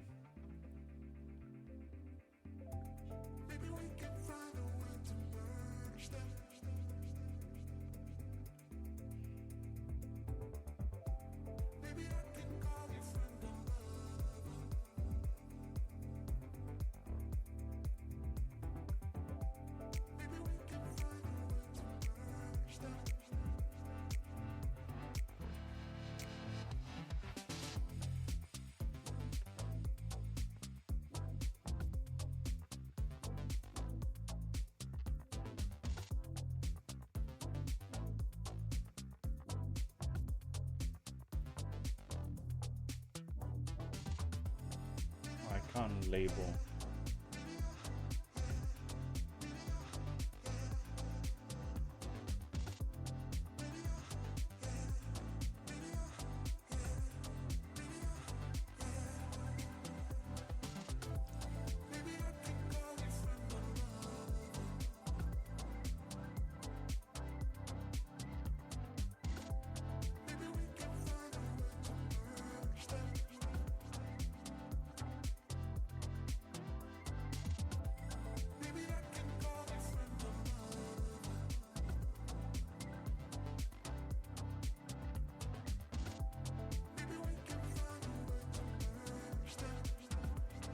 Honestly, this should be fine.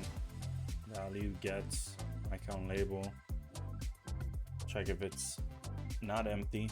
If it's not empty, we output this.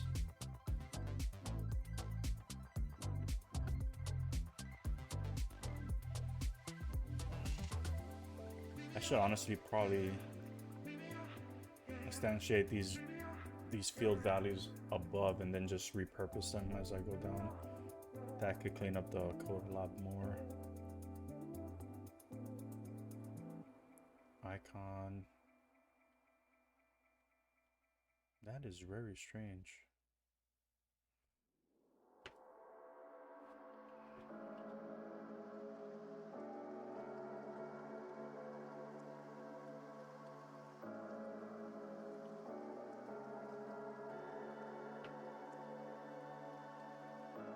Unwrap. or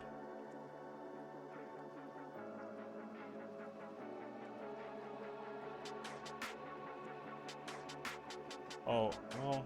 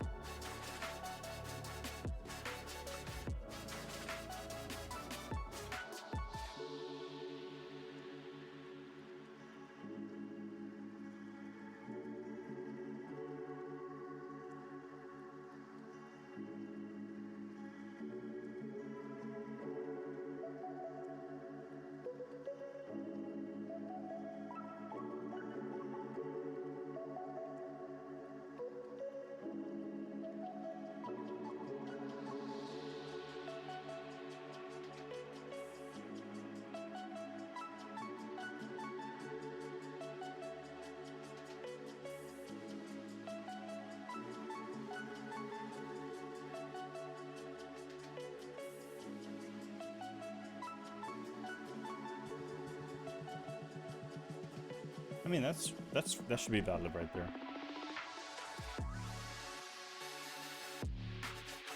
Mismatch type, really. Expected string.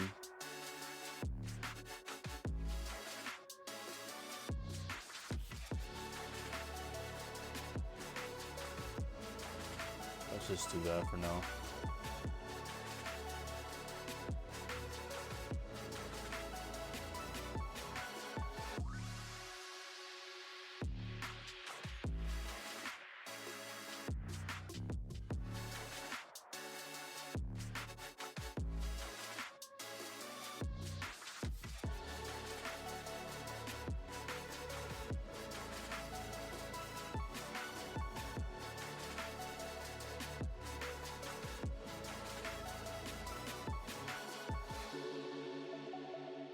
Strange part is, it should exist.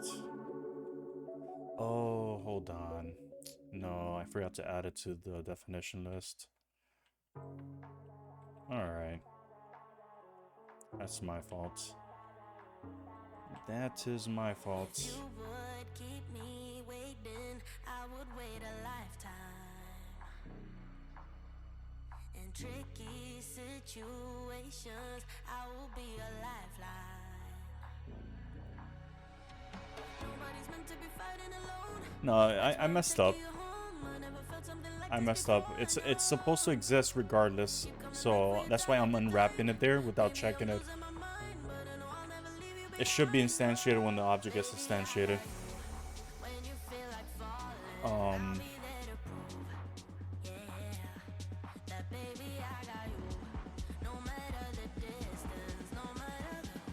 Icon label.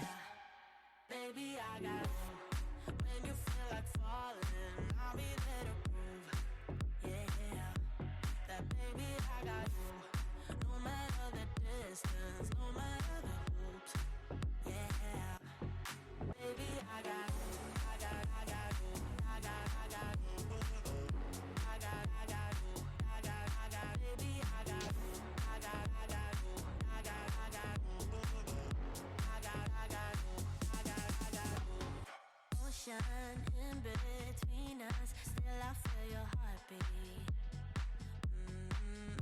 There's something about you, baby, that makes me feel complete. Nobody's meant to be fighting alone. That's why I'm taking you home. I never felt something like this before. No, coming back for your time at the time. Maybe I'm losing my mind, but I know I'll never leave you behind. No, baby, I got you.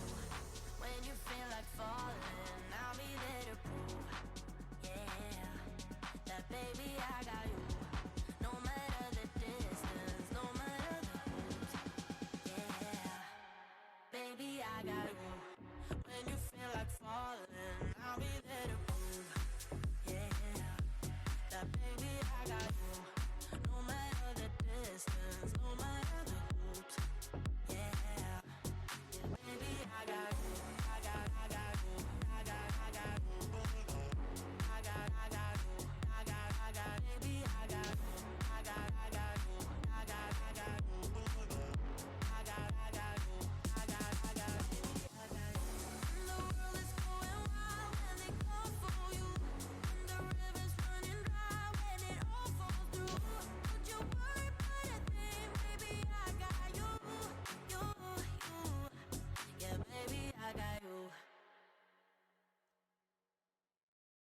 That's fair. So what we'll do here is we'll just do flex,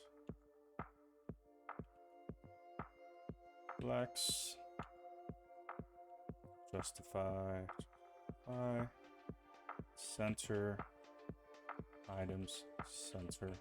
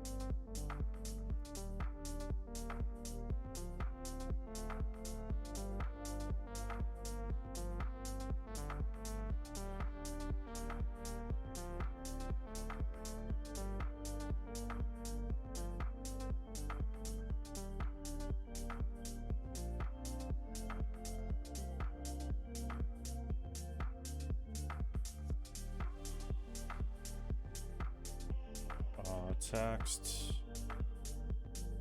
pixels, font, bold.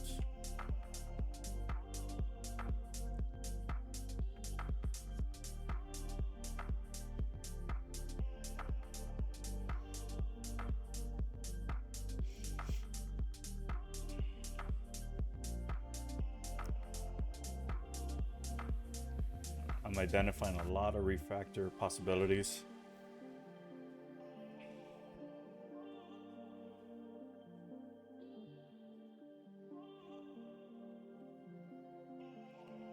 Alright, so that's there. So there's probably another option I could add to this. I'm just building onto this as much as possible.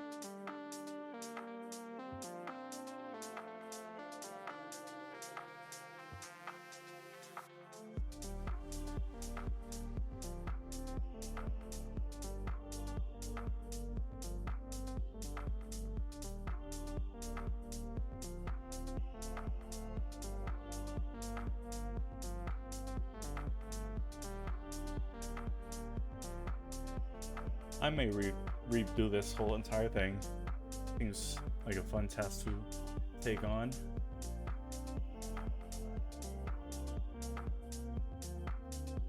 Since I know a little bit more now, I think I can see so many opportunities.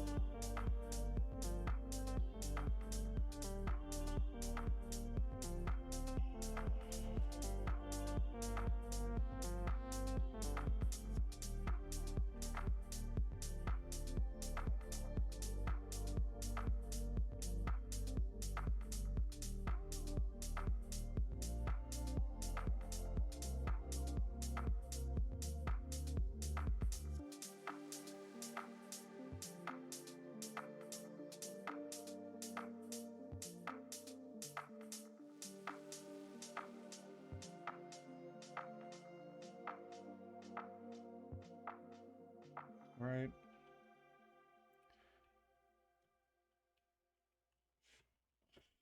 Okay. Let's just make sure we also add it down here.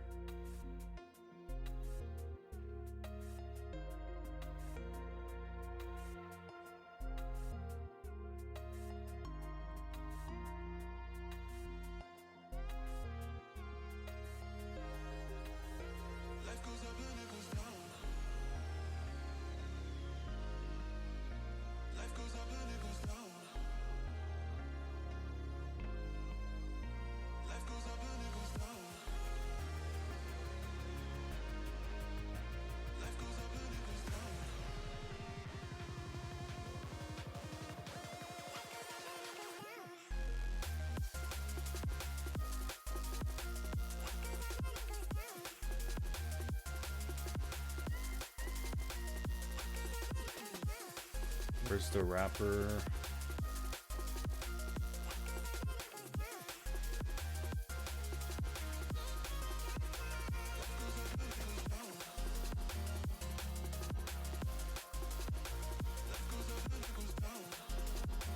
Field output push.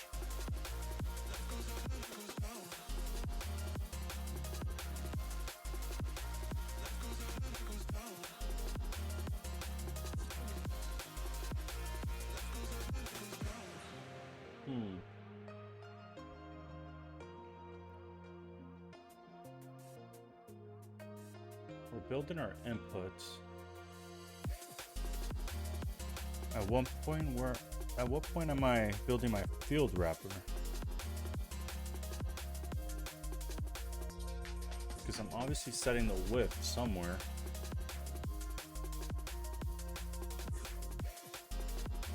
Here.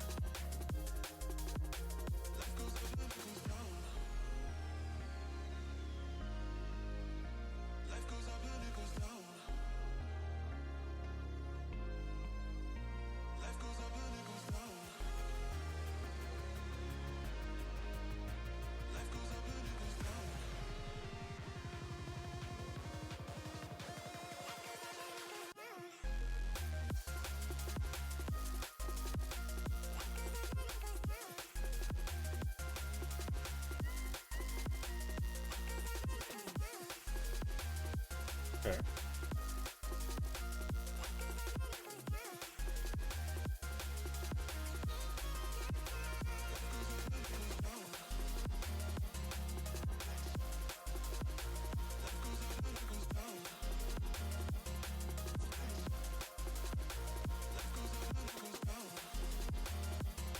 Do you take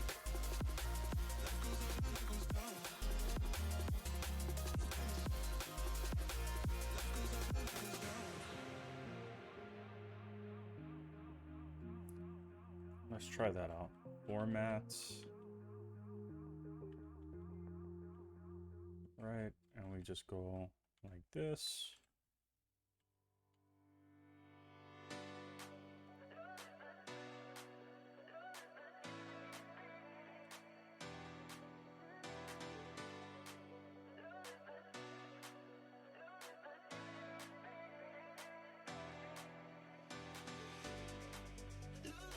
Value.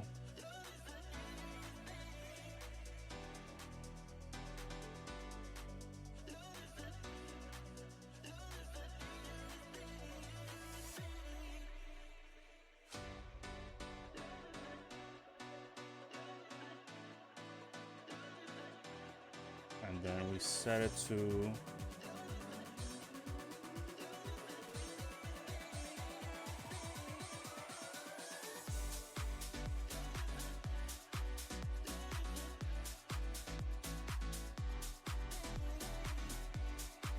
I have a feeling it's gonna identify that I'm trying to add multiple facets there. And I think it's gonna scream at me. But let's go to our settings page because we're gonna have to add this to all these guys as well.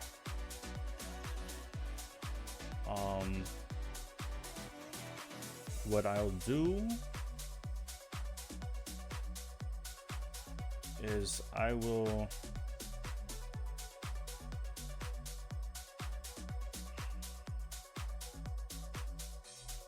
go to visual mode, verified, that's fine.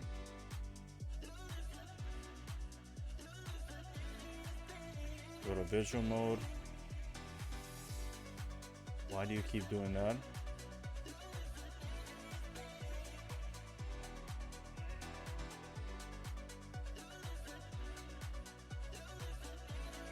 Oh, I see. I'm pushing the wrong key. So what I'll do is I'll do that. We'll do icon label.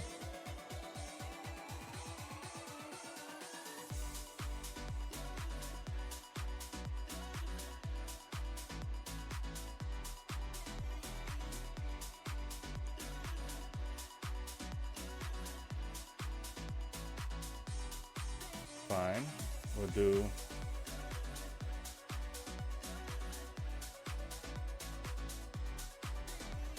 on label.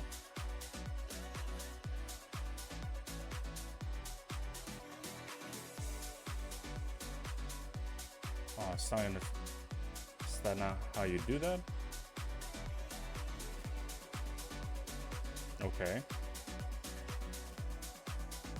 We're gonna do classes.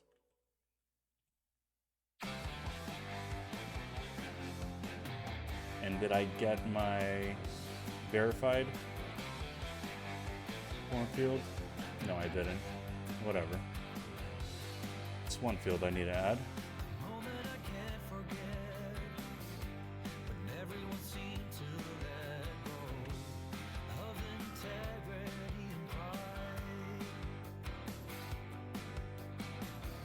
I just need to learn how to do a line break when I'm in that menu.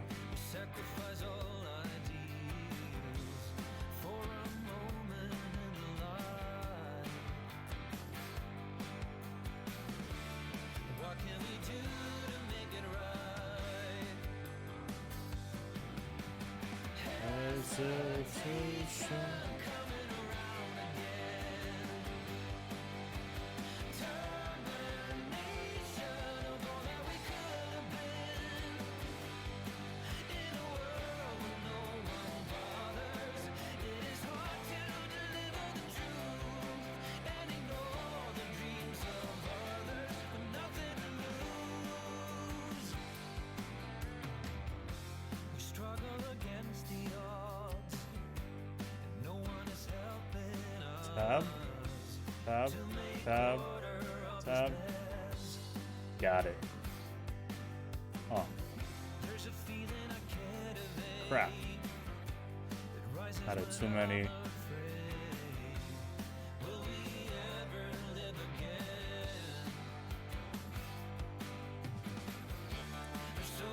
Let's try that once again.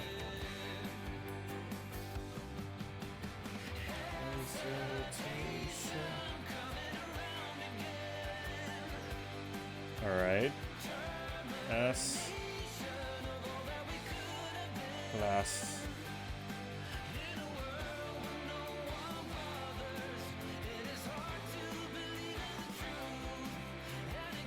break R tab tab tab tab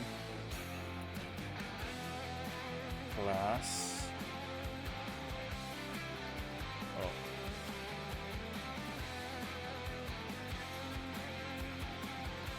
Comma. Nice. All right. That was fun.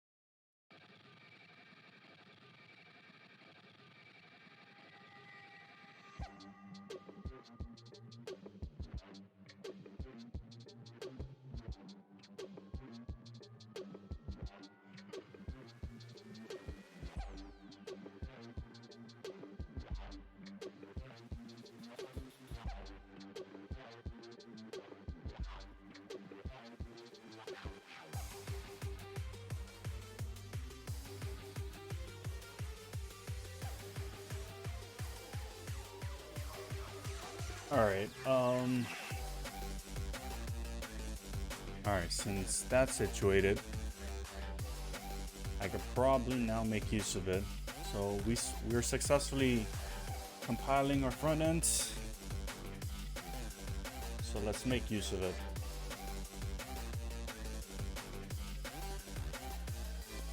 So in business, we kind of need to pass an error or verified class to this. Let's just say green.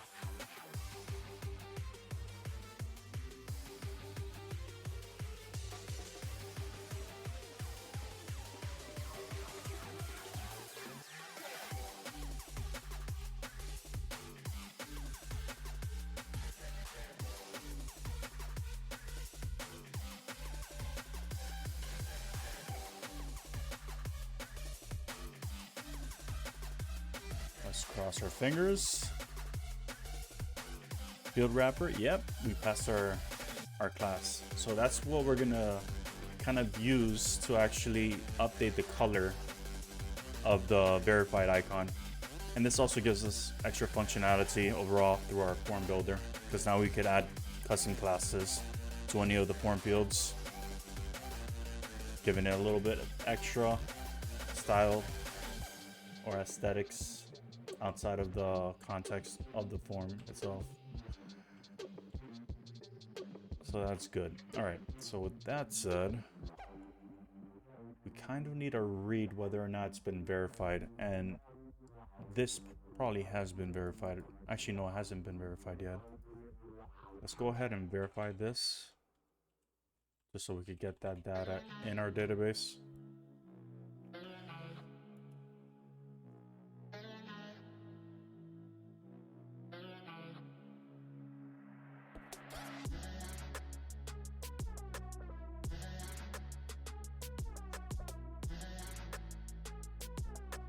Let me get something to drink. 1 second.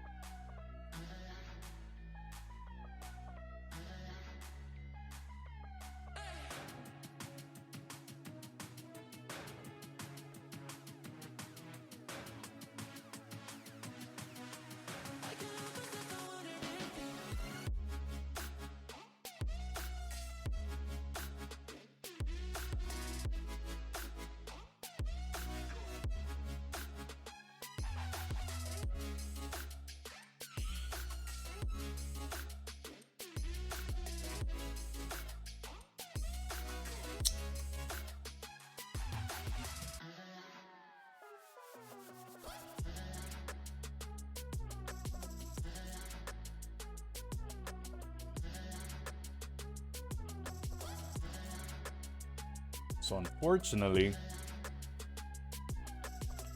so what's my opinion on carbon? I have no opinion for carbon, about carbon. I've never used it. I know it's fairly new. I probably would wait a little bit until it fleshes out a little bit more, but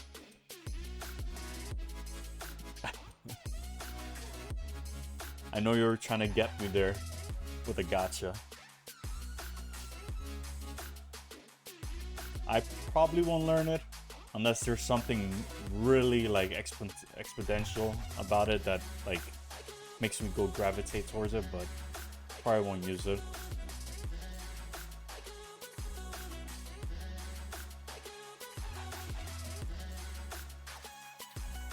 Alright, so let's actually add this domain to our host file so we can actually query our marketing website from it. How we're gonna do this? We're gonna open up this in administrator mode.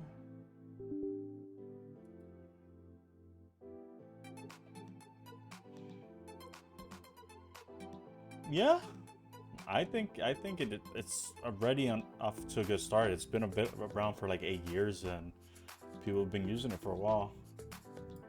And now with like the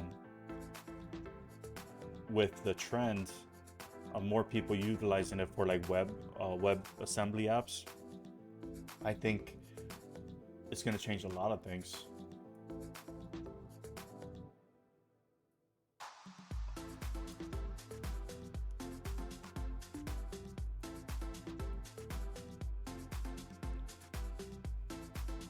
I think the most attracting thing about it is how it feels to write. I enjoy writing it, even though like I might stumble here and there, and I might not know all like the paradigms of the language. I have a lot of fun writing it. It's such a strange feeling, but I do enjoy it. We're gonna add magicme.com to my host file. Hopefully we don't have to clear our DNS.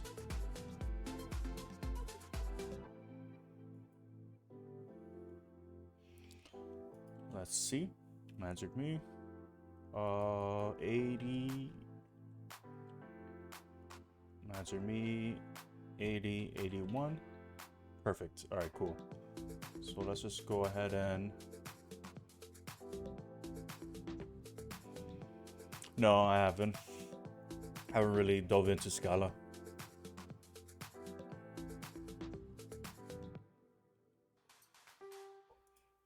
Have you?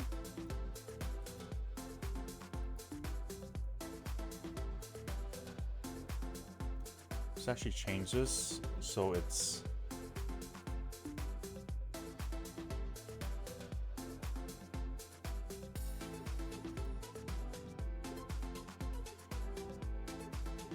give me a second.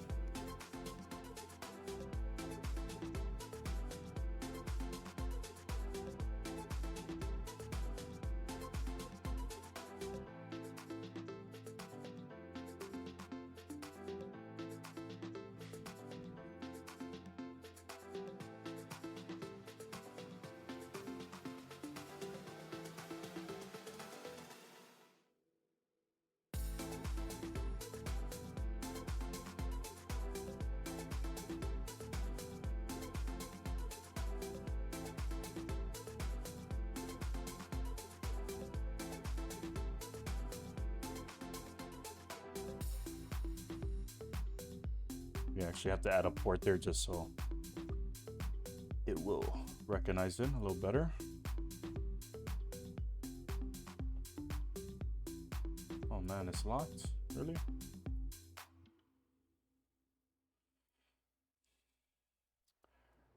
Where are we?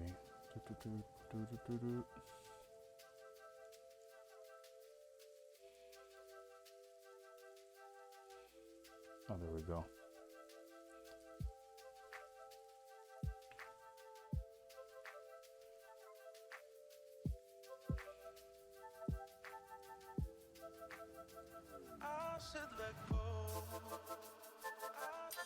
Perfect. All right, so we should be able to load this properly. Yep. All right. So with that said, let's go ahead and verify this. Let's just copy the ID because that's all we really need, honestly. Marketing right here.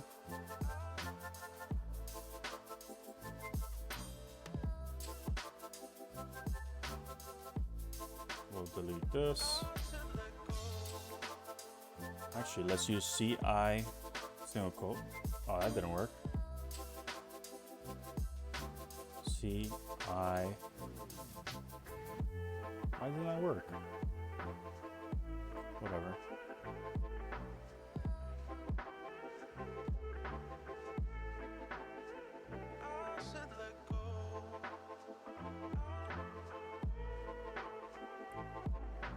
Just make sure that's actually loading the right tag.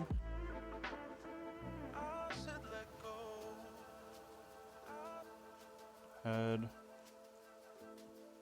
Yep, it is loading the right tag. So we should be able to successfully validate it. That's good. So now if we check our database, we should have a verified date. Oh, wrong table.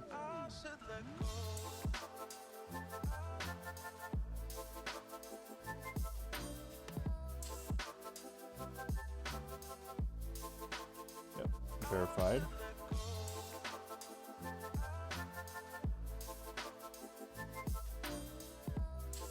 Oh, I found a bug.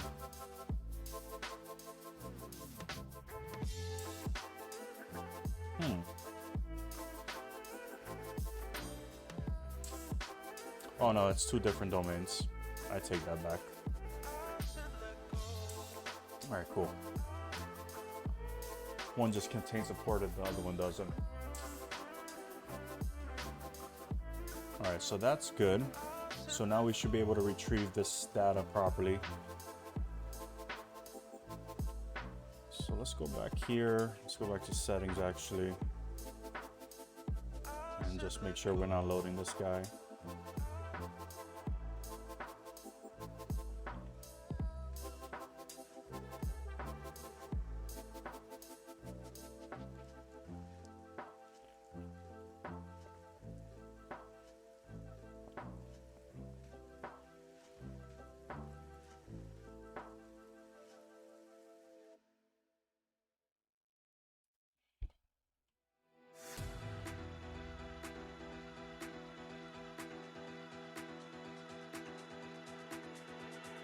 Cool.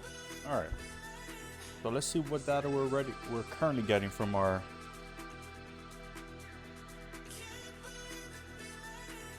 account settings.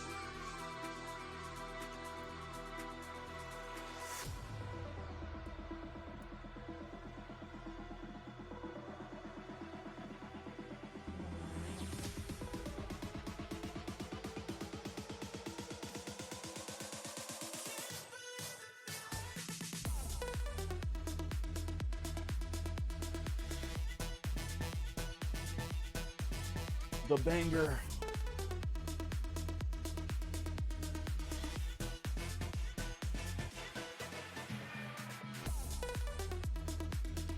So maybe we just, instead of querying multiple, instead of like requesting multiple things, let's just pass it with our current settings data.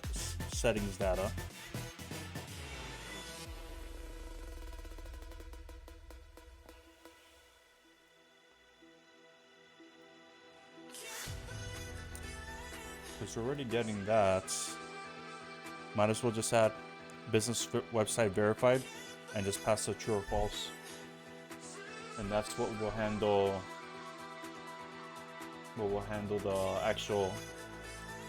the toggling between verified and not verified icon and labeling. So backend services.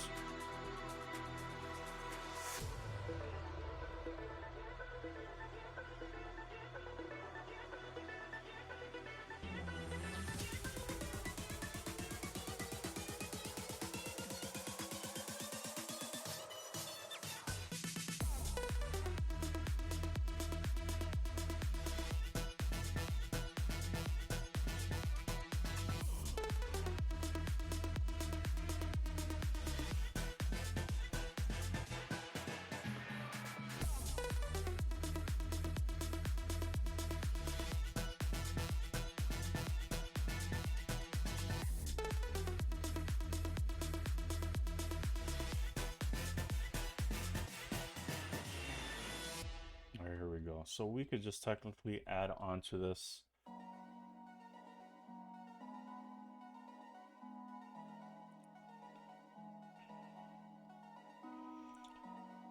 We'll do this. We'll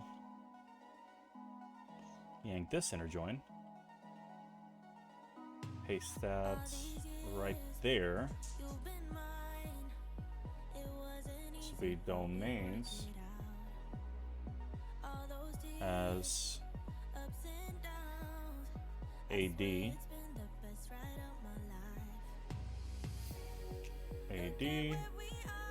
goes A, where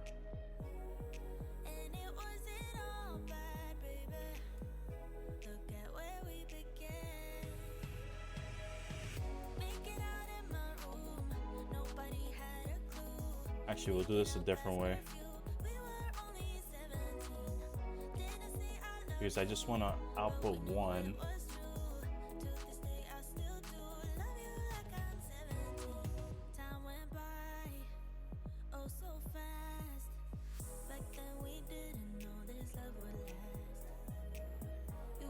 It's probably not the best way of doing this, but as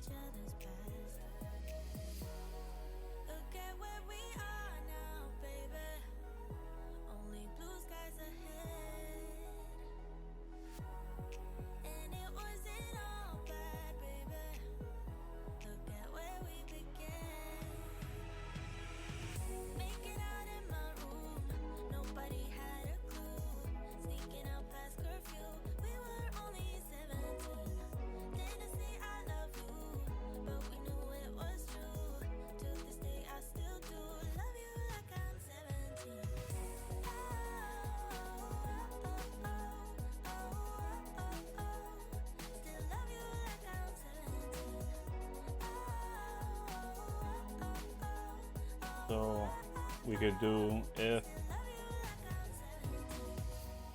Caught up in the memories of you and your blue jeans. You still make me feel like you used to back then. I'm feeling our history so close I can touch it. I just can't stop thinking about us way back when. Making out in my room, nobody had a clue. Sneaking out past curfew, we were only 17. Didn't say I love you, but we knew it was true. To this day I still do love you like I'm 17. Oh, oh, oh, oh, oh, oh, oh, oh. Still love you like I'm 17. Oh, oh, oh, oh, oh, oh, oh. Still love you like I'm 17. let's do this real quick.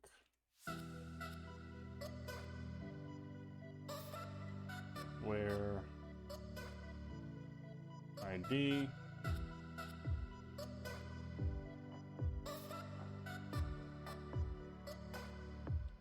one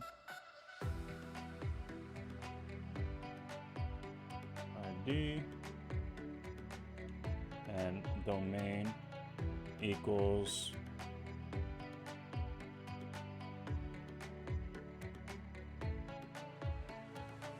S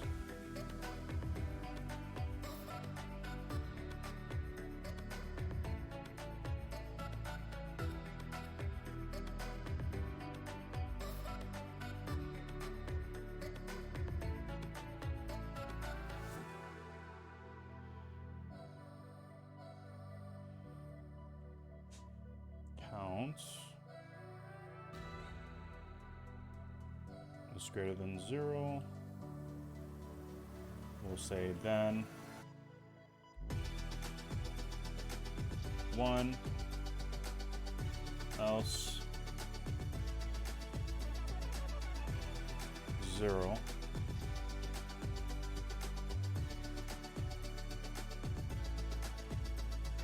I'm assuming this is gonna work.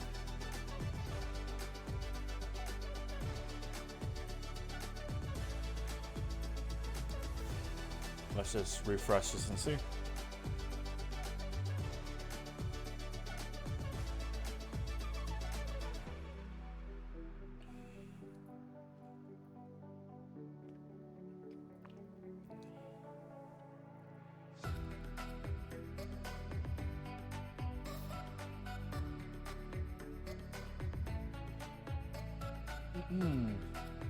Where?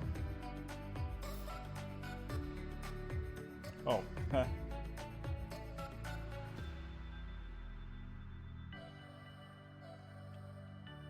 that's funny. From then accounts ID where, okay.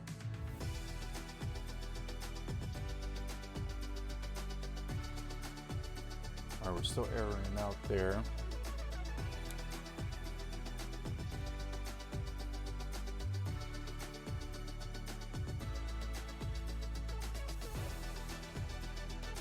I mean, I could also do this. Thanks for the follow, Reman.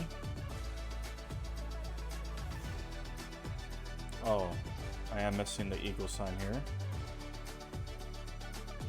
But I could probably do this ID.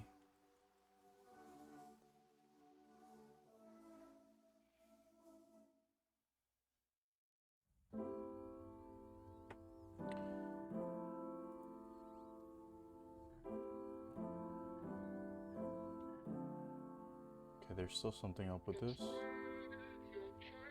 Then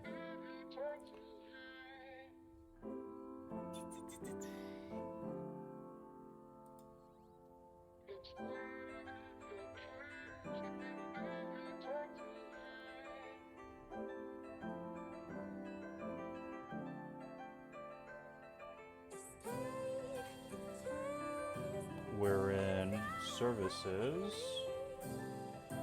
accounts,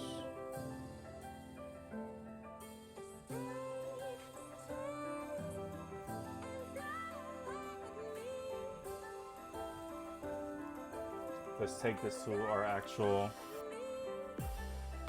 to the actual admin panel. And let's fill this in with some actual data.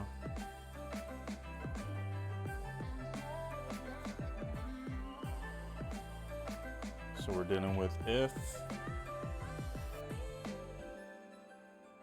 count ID. Let's bring down this where.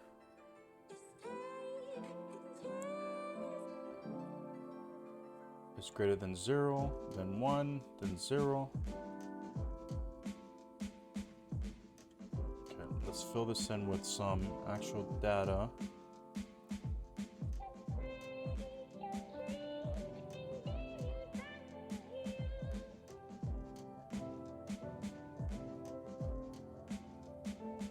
I could probably even do this.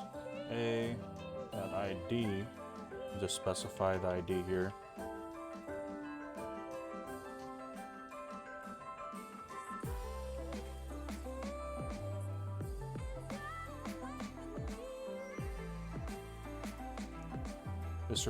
This will give us a better idea of what's going on.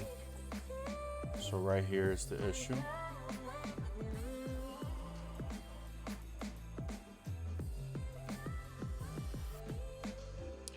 Do I have to add end here?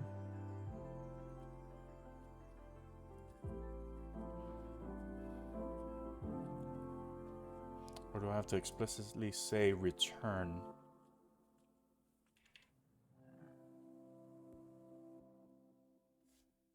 Let's see. Oh, it's a case. What am I doing? Yeah, it's a case. So let's do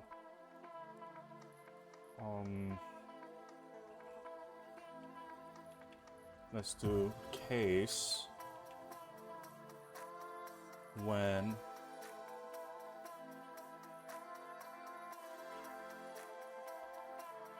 then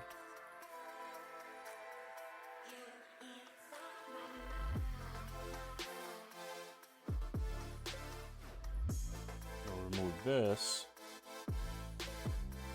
That's for that one, yeah. And then we do end.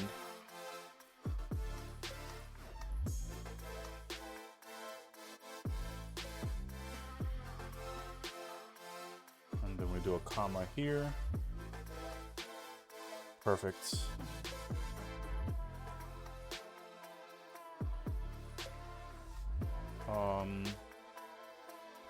Let's cast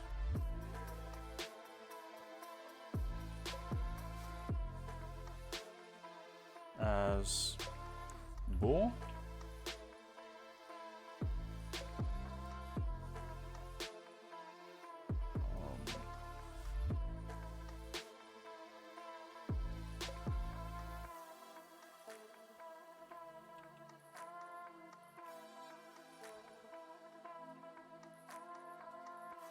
Perfect. All right. So that's the idea. That's what we're going to do right there. Just gotta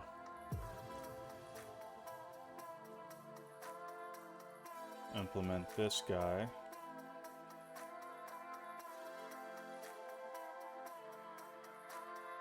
We'll do that. We'll paste that there.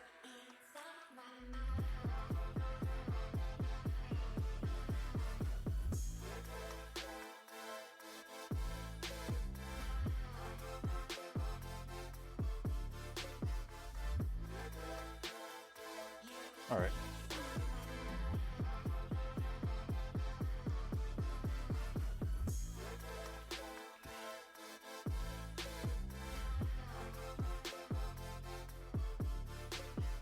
So now we should have that outputting. We just have to adjust our count settings to accommodate that new fields. And we should be good. We'll just yank this here.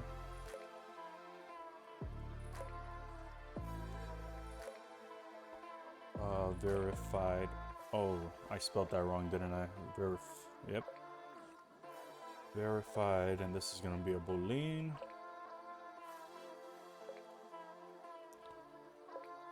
Okay, there's something going on. Oh, I'm stuck in.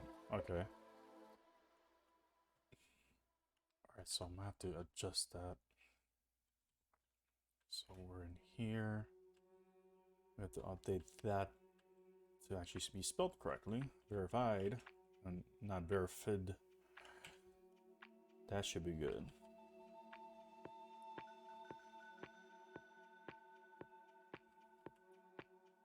Cool. Alright. That works. So now we should have that included, and we shouldn't have to adjust anything else. Account model 233. Oh, I see. It's asking me to.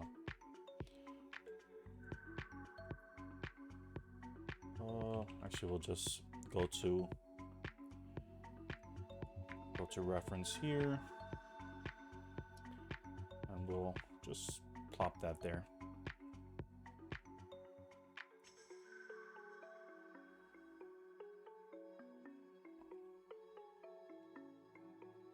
Cool.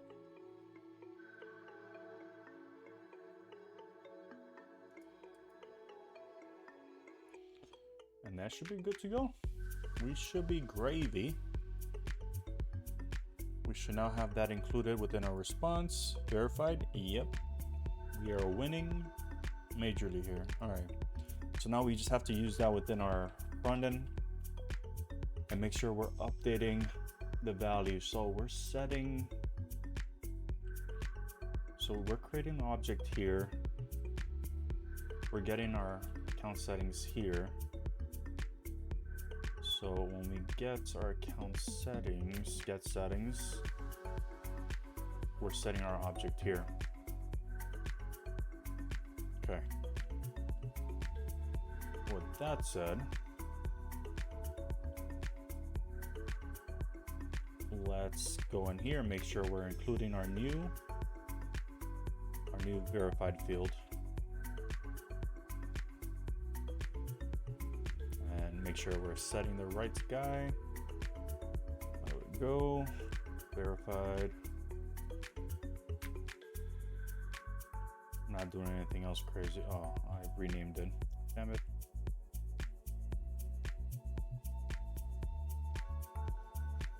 Oh, hold on. Let's go back. Let me try that CI command. CI. Cool.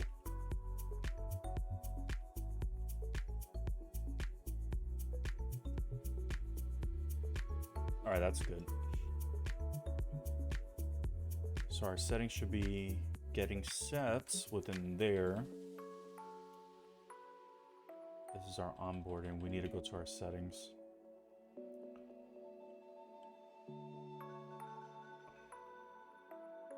So on create.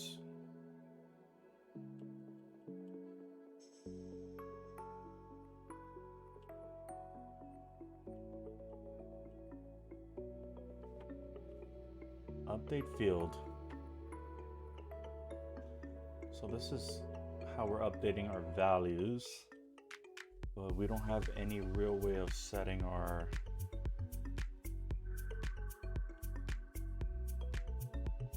labels or our classes.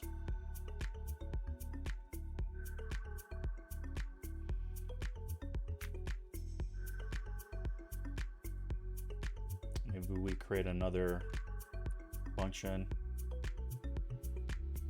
for that. Let's see, what are we doing here? Update key.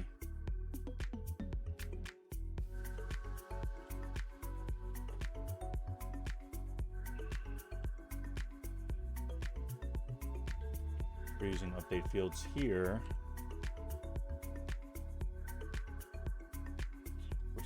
All right, so we're gonna do this. We're gonna say function update field option.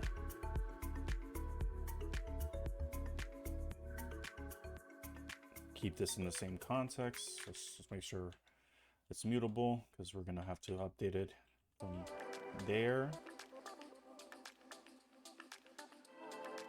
Okay, we're gonna say value.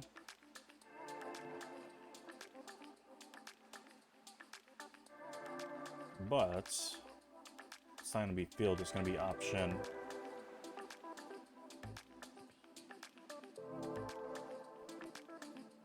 Okay. And we're literally just gonna yank this guy right here because it's exactly the same functionality.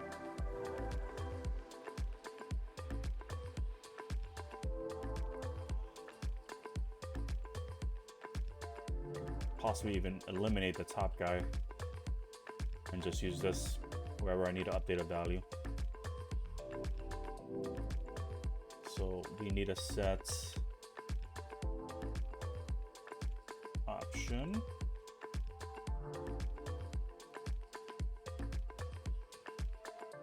Cool. All right.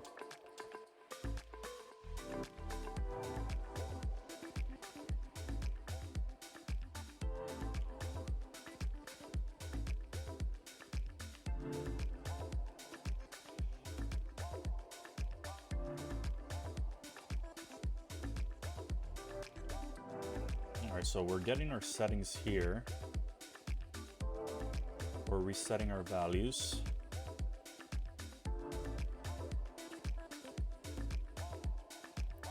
Actually, we get our settings here and we're setting our state here. So we'll do this.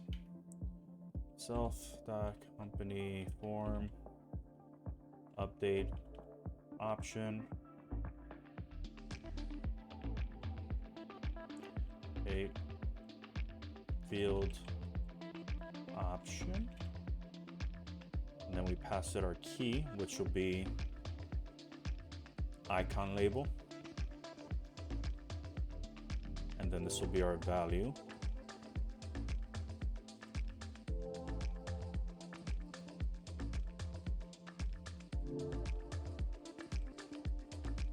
Then next will be icon.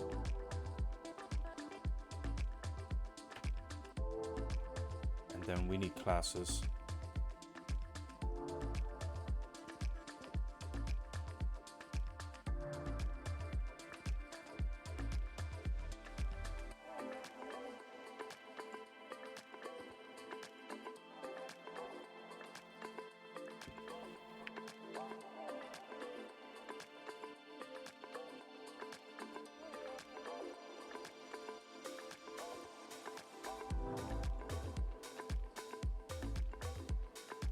So this is going to be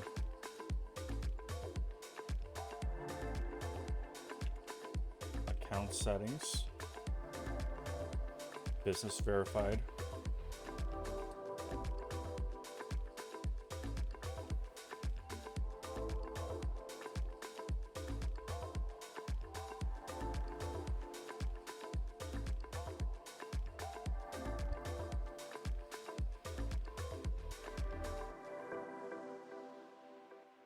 I could probably make it shorter, but let's just keep it verbatim just so we could visually see how we're making those changes.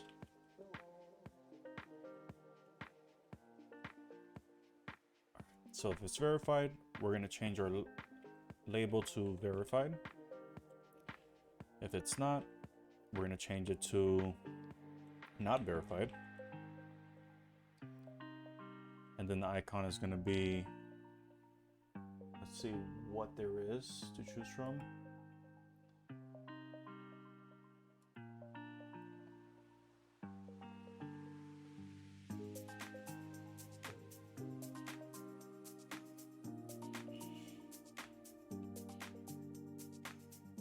I'm gonna do check circle, and then let's see if there's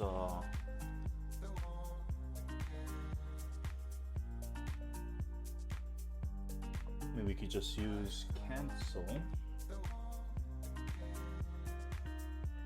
Oh, hold on a second. I think this is just for field options. I mean, that works still. Cancel will be brand red.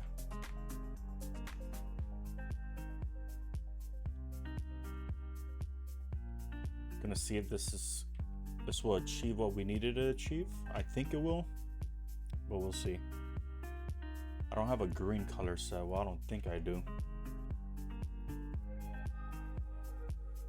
Let's verify that.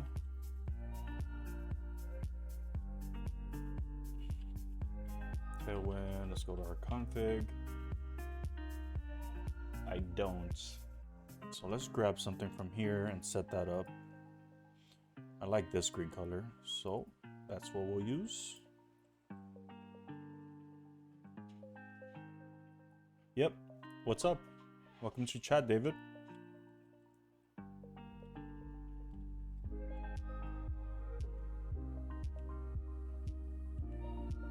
Green. And then we'll just go ahead and delete that. Paste that there. Let's make sure we're actually compiling that.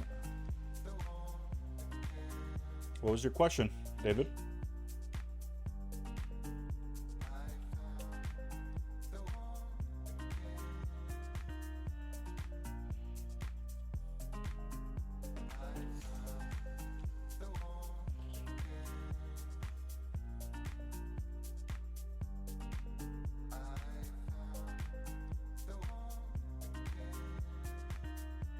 Not sure. I know there's some people that stream that use C, but I don't think they use it for all their projects.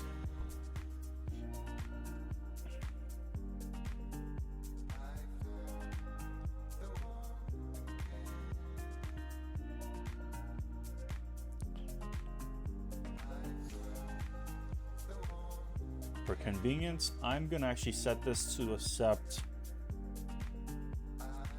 static string. String literal.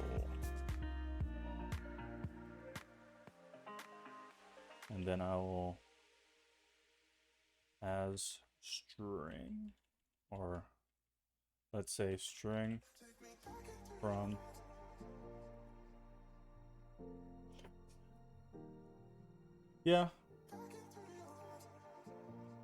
it's the new thing that everyone's trying to learn. There's a lot of interest in it because it's fun to write, and there's a lot of like performance and like typing like things that make sense about it. Field. Oh, this is option.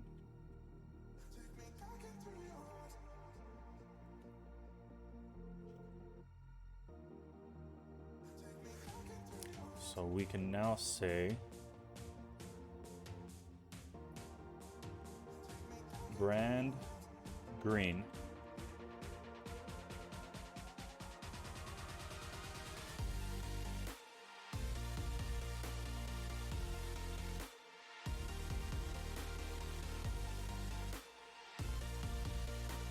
I also think there's just in general just a lot of interest behind Rust.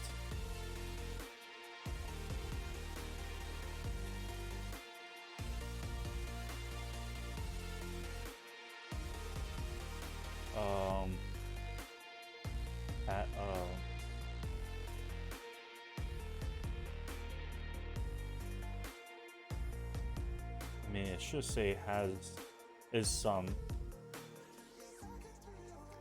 That should be valid, right?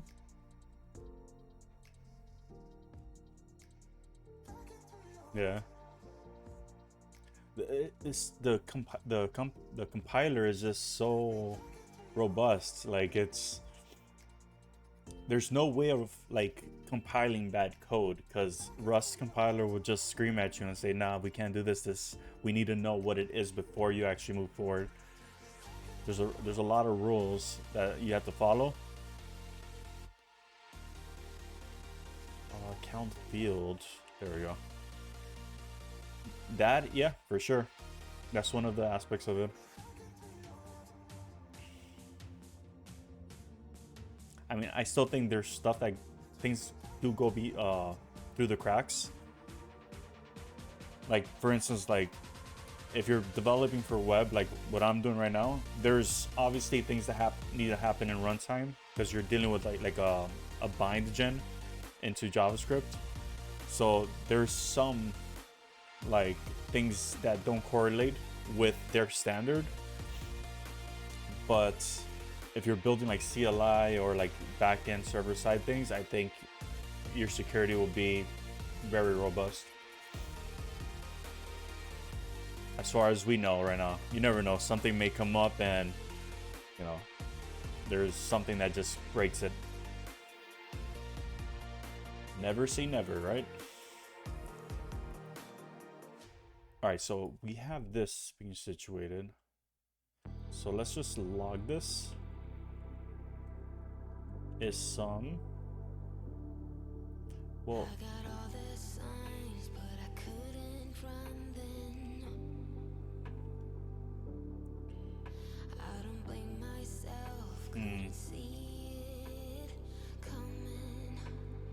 let's do a let if. I think that's if let.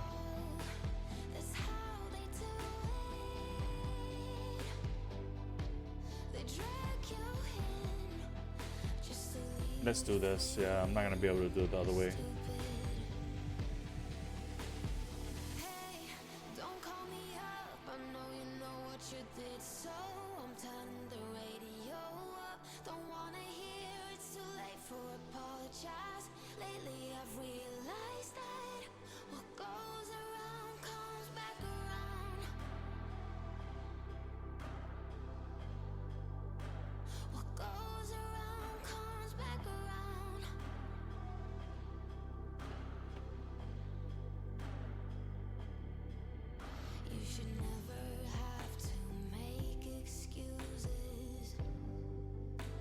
Alright, let's see if this is actually passing through. Because we are updating. I'm working on basically I created an onboarding process that verifies the user's domain because they need to install a script on it. To be able to actually use the script, you need to make sure the domain you're applying the script on is verified on my web service. And then I'm currently building out this little checkbox item right here where it says verified. This will basically allow us to verify the website. Well, will basically allow the user to know whether or not their website is verified. I'm trying to get it to look something like this.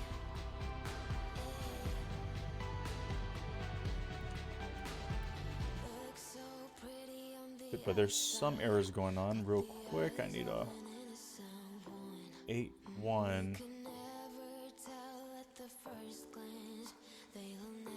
81. Did I not save this?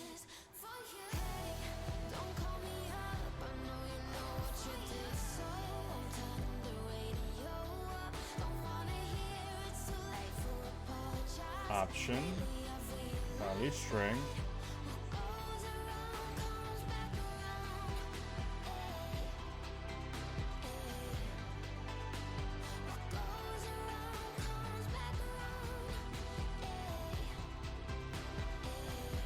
$81.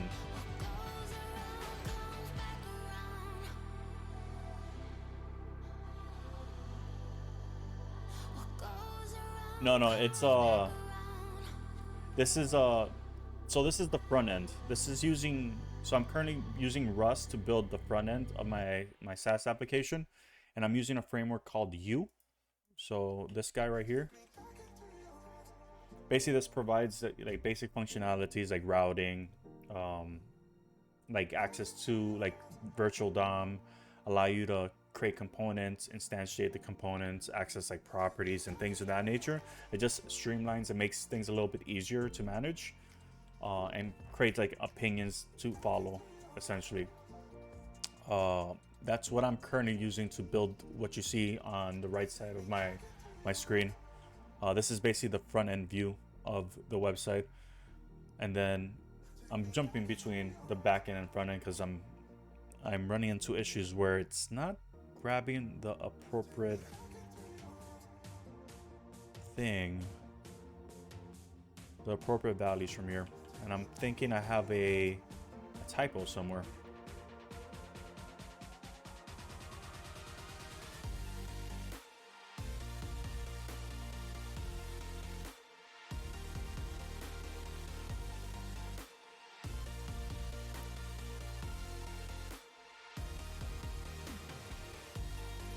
There's definitely something going on here, to say the least.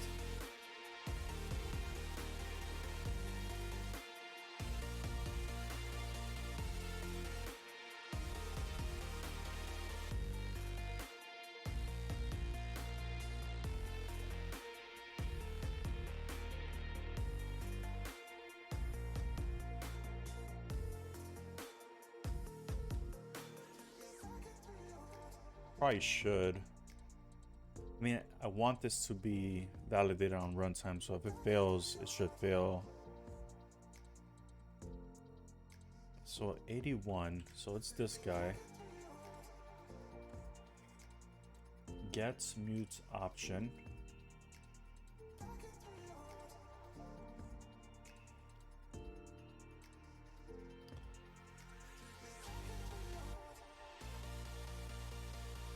Oh, hold on, no, this is, I need to do fields,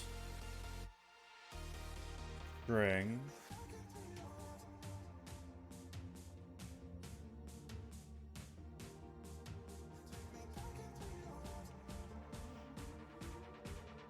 and we're gonna do fields.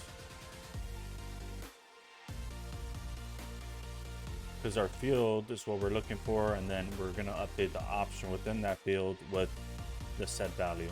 So that's a bit better. Okay, that's exactly what it was. So with that said,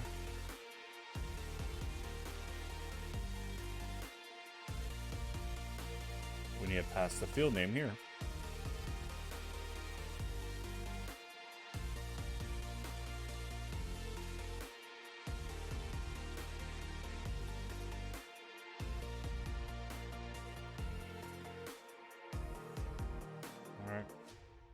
So we'll just go like this. We'll do that.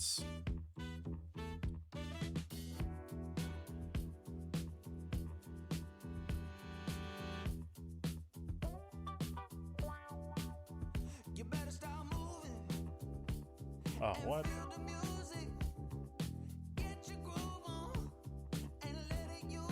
Go for it.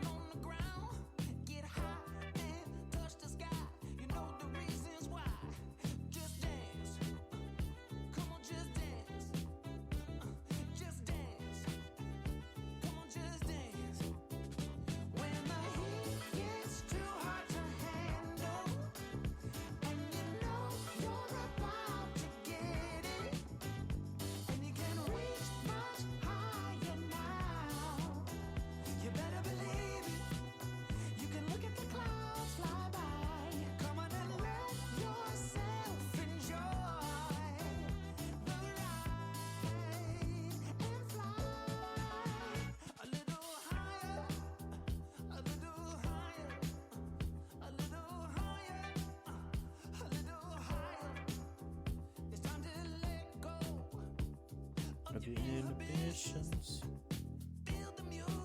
Perfect. I don't know about, I mean, I'm not against it. It's making everything green.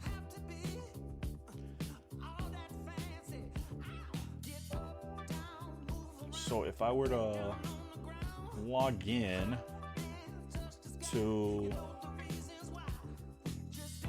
test@me.com.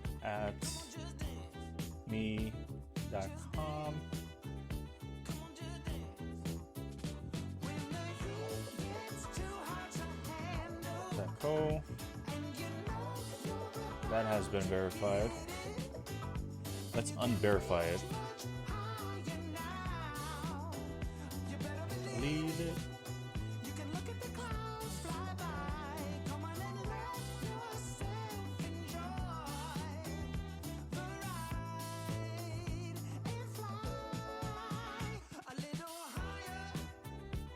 Little higher.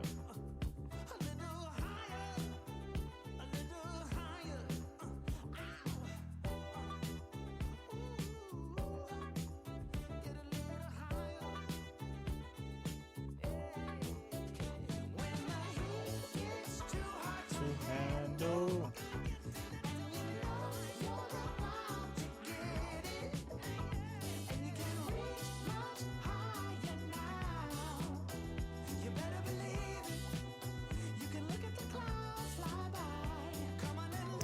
I wonder why. What's the difference between the other one and this one? It's because it's a partial query? I wonder what causes that.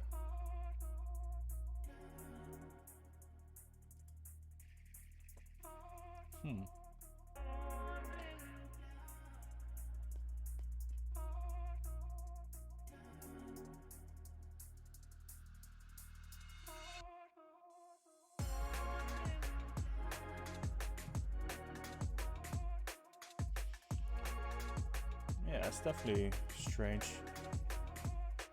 Let's try this from scratch. Let's say script, select all.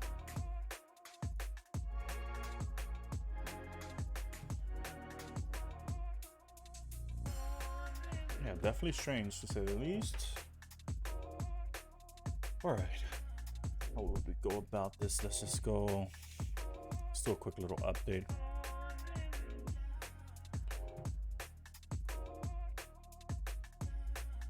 Where validated on, set to null.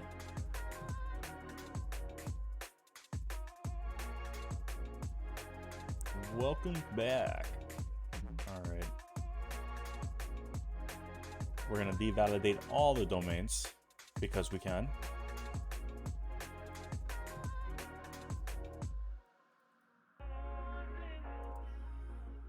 Oh, that's funny. I queried the domains and I just counted if they're there. Huh. Yeah, it may make sense to actually say where that is that and verified at is not null.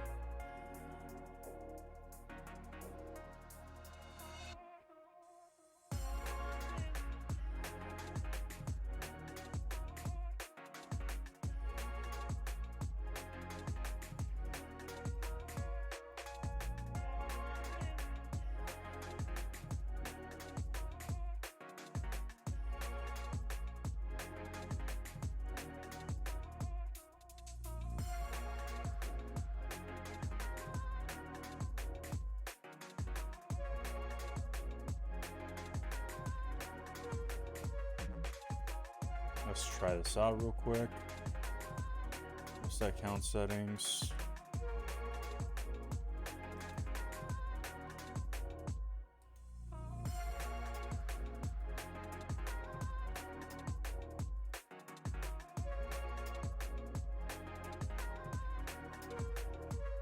I'm at this account, so let's just grab this guy.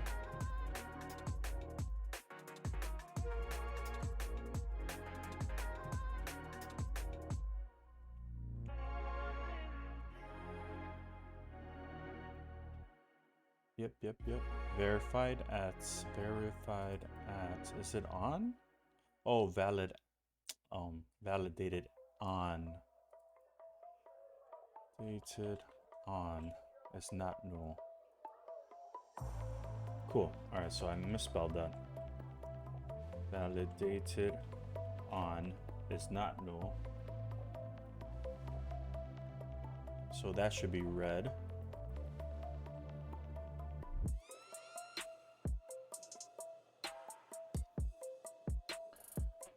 Wait for our backend service to become available, and then we should be good. Not verified. Perfect. And then we'll provide a link at the bottom right corner, allowing them to verify their domain.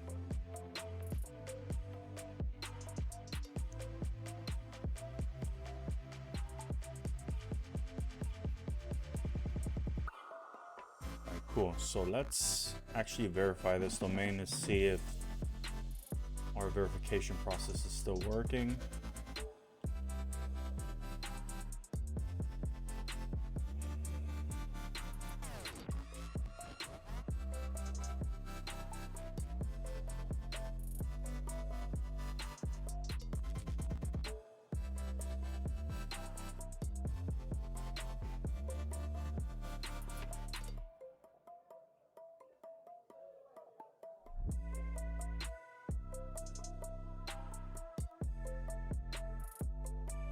Our domain ID for this guy is this. So let's go ahead and make sure we're updating that as well.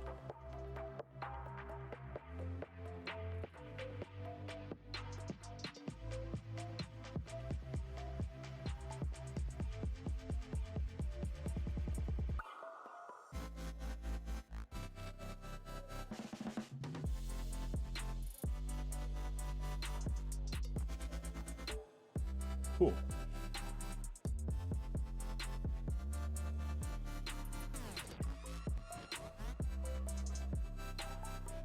Verified. Perfect. Success. Then we've refreshed this. Let's go back and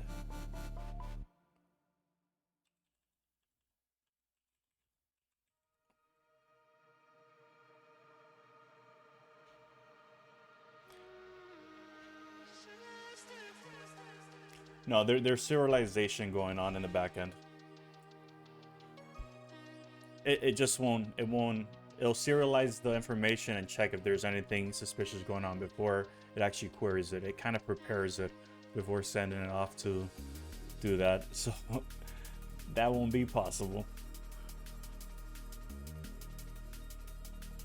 So now we're verified. Cool.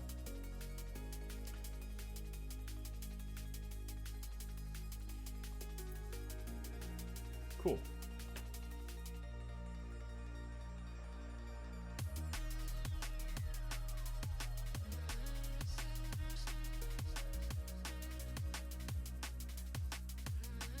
Verified. Margin right.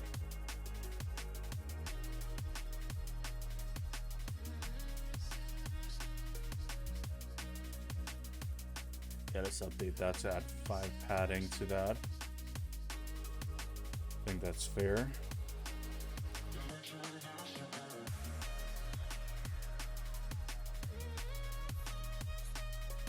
Margin right. 5 pixels.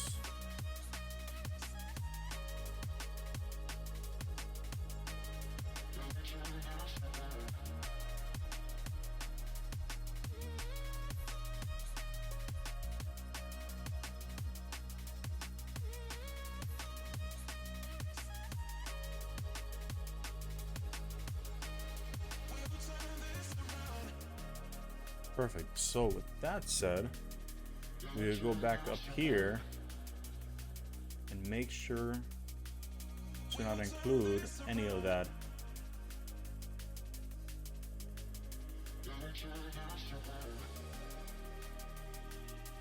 So we're missing only one piece, and that's to add a description to fields.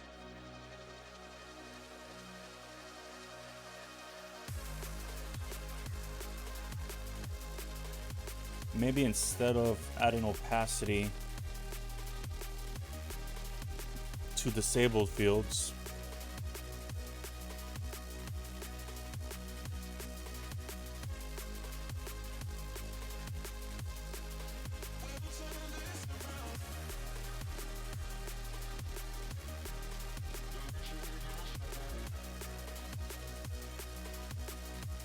disabled.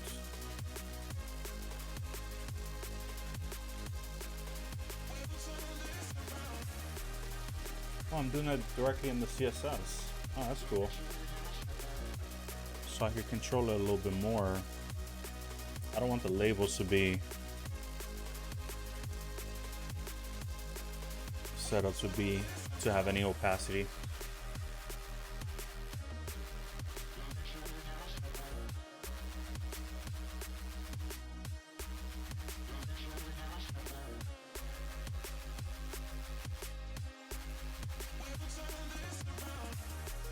Yeah, let's do that.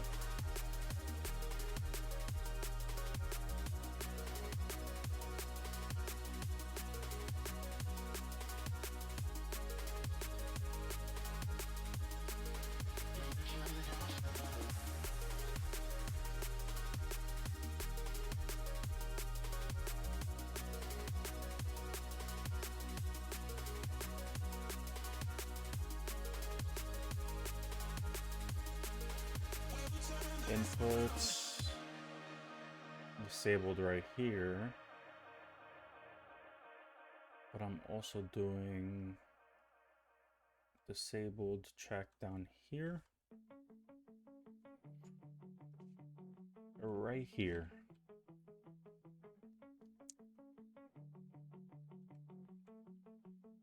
Let's comment that out.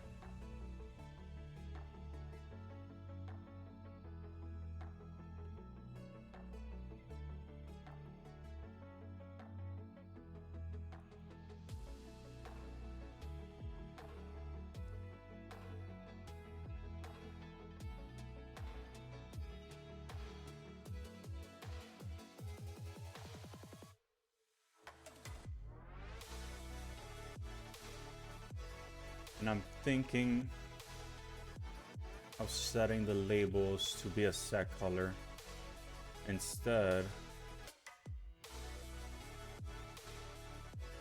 That's fine. Checkboxes stay like that.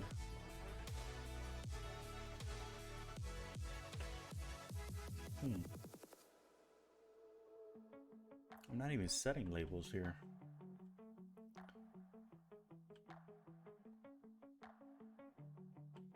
Oh, actually, yeah. So we'll do. What's the color we're using here?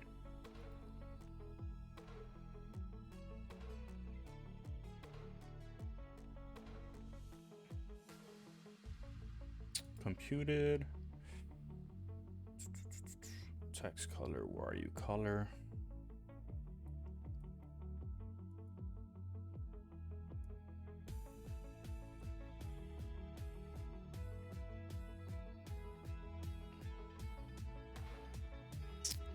That's strange. It should be here.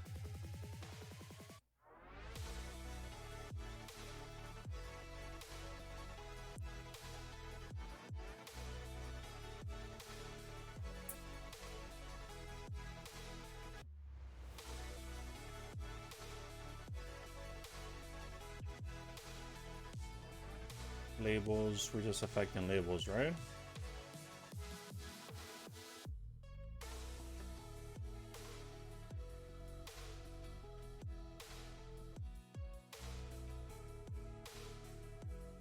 Text black, and let's make that absolute real quick. Let's see how that looks.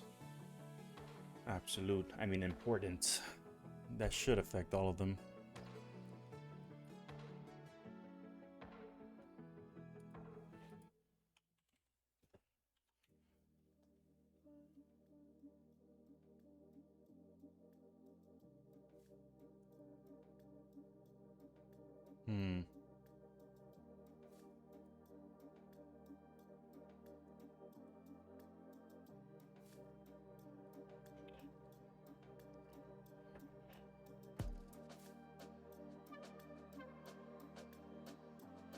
Color. Yeah, I'm trying to determine how I want to present these labels.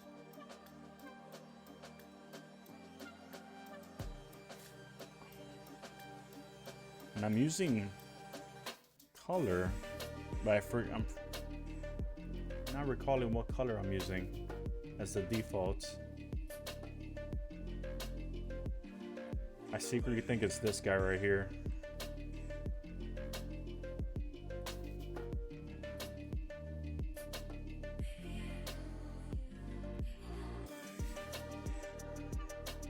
I am the design guy.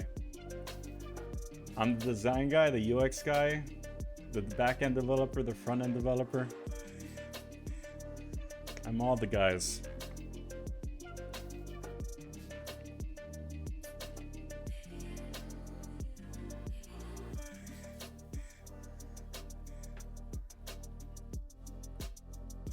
It's true. Well, for this project.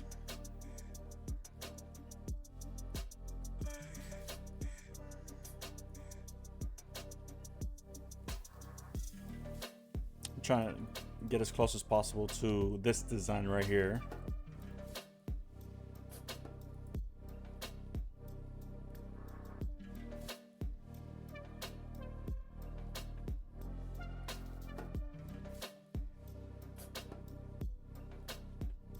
Let's try that out one more time.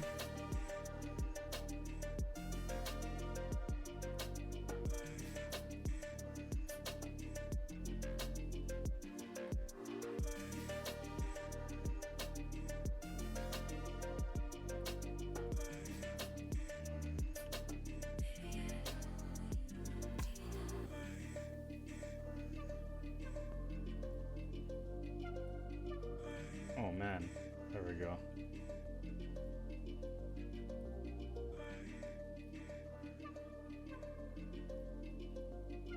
Yeah.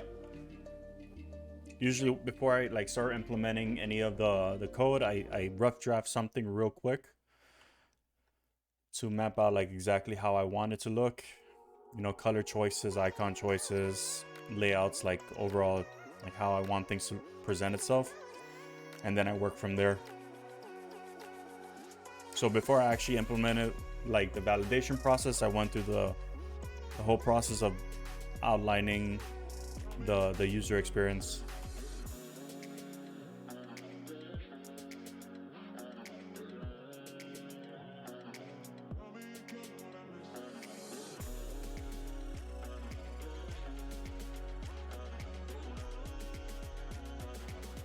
So it's still off. Should really be this, but it's not capturing it unless I'm super cached.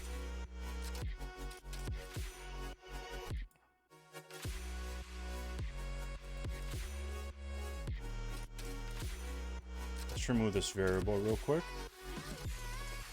Let's change this to hex. Should be this.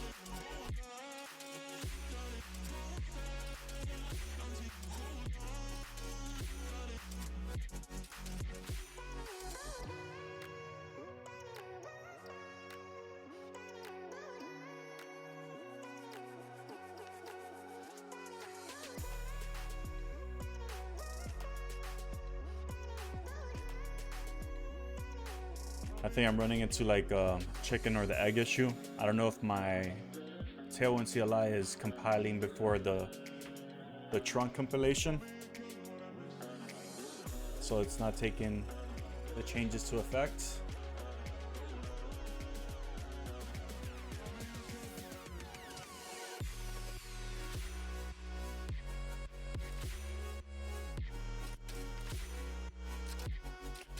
All right. Well, this is good for now. This is exactly what we want. We'll keep it like that. I want the label not to be slightly opaque. I just want the input to kind of look a bit faded out.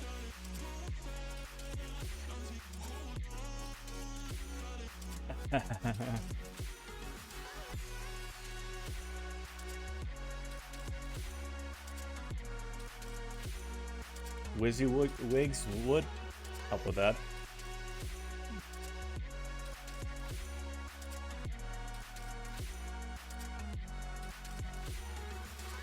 Sometimes you just need a little finesse, you know, with the style sheet. All right, so we got this. So now we need to implement a description, a field description. I just don't know how that's gonna look when the field input is actually populated, because now it shares the same space. So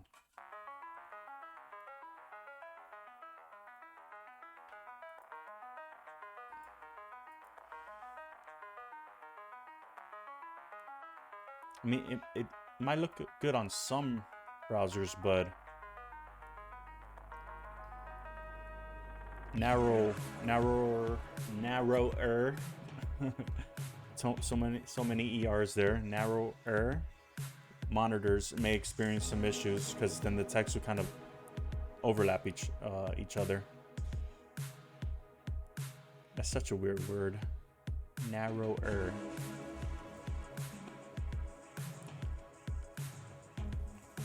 Might run into like something like this if I do that.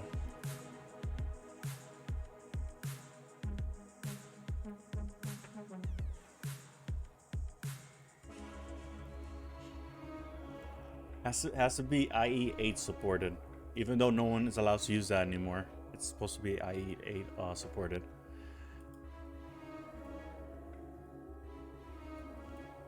The dashboard won't even load. I don't believe IE8 has any WebAssembly support. I guess those people are screwed.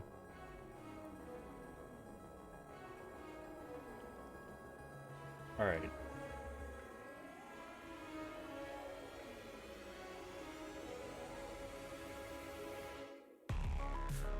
I guess I'll implement it. There's really only one use case for it, but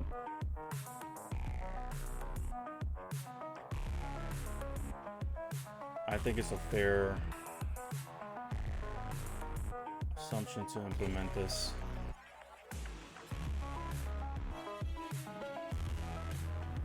So it'll live here.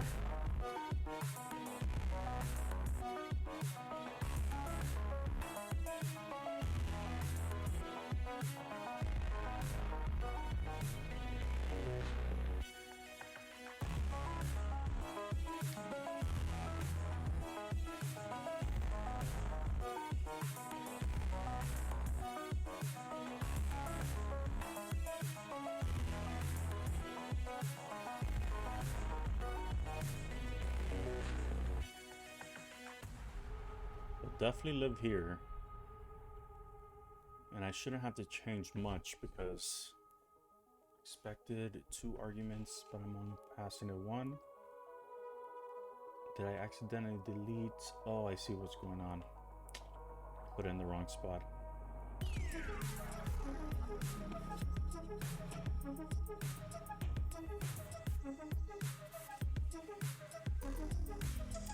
All right.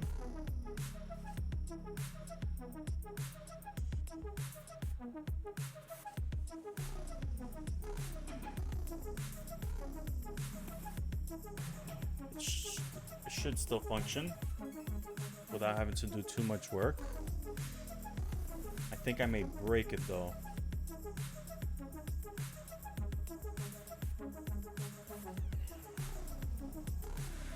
Because now the label isn't the immediate child of it. So I think all these guys are gonna break now.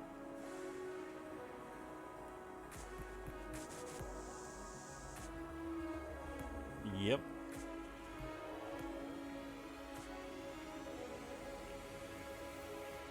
All right. Let's mark this file.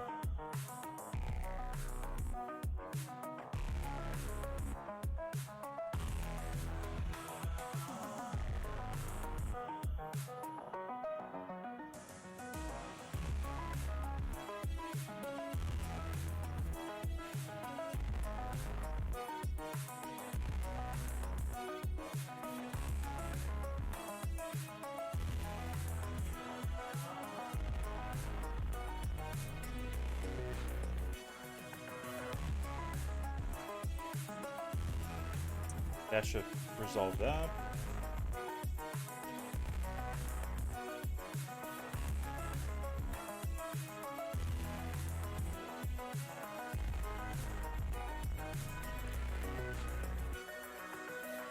Yep, that resolved that. So let's see how that looks. Cool. Works for me.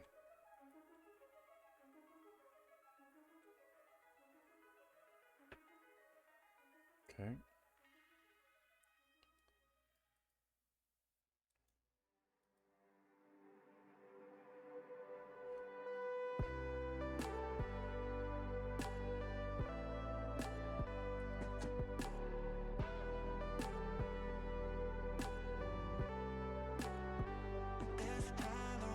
So I kind of need to output a V node here.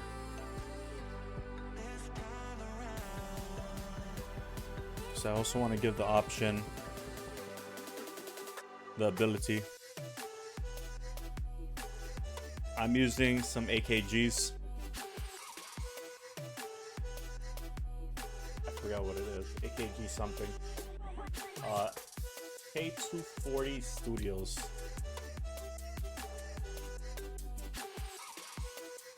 I think they're Pro. Studio Pros.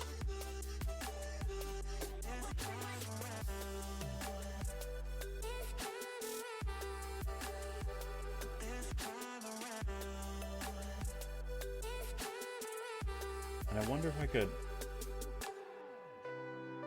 grab the outer of the V node. Alright, let's try that out. This is going to introduce a new type to it. I think the way I'll approach it is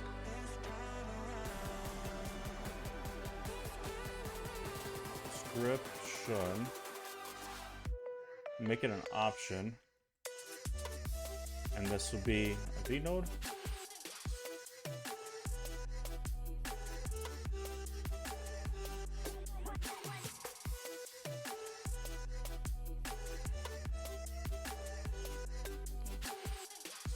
We'll do description.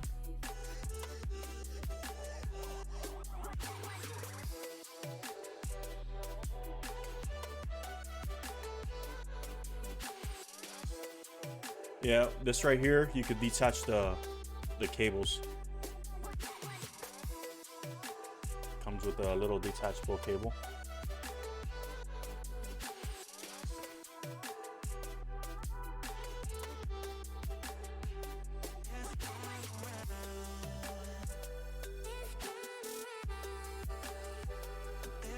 They're pretty good headphones.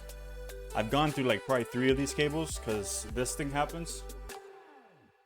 Like they split at random edges. So I constantly have to replace these, but the cable is way cheaper than rebuying the headphone.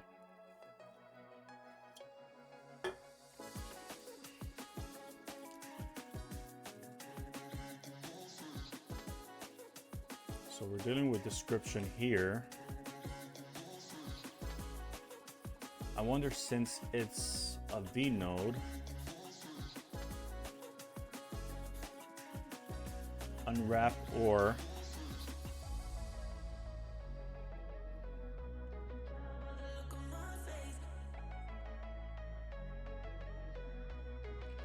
I don't know. I think it stopped happening, but I think it was happening because it kept. I used to have it under my desk. Now I have it like across my desk, and I think what happens is it gets attached to your chair wheel, and then it just, as you constantly do it, it keeps going over it and strips it. But it stopped since I've put my wire over my desk.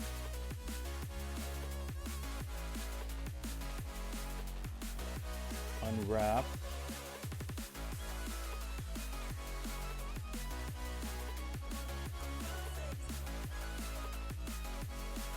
Let's see if I can do something real quick.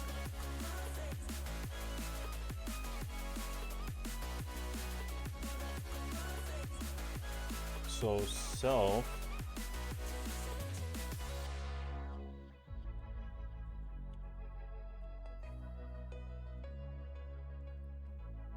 description.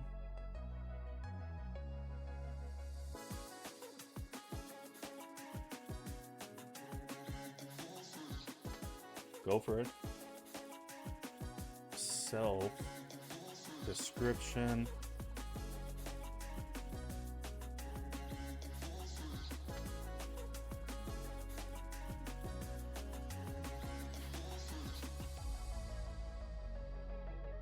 Unwrap.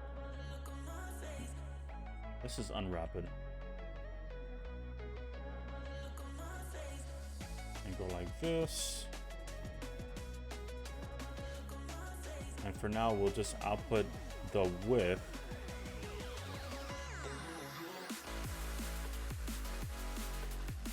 So what I want to do is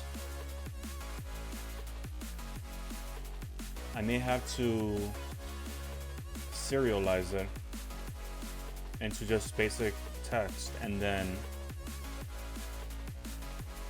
I append it to the field description section within my form.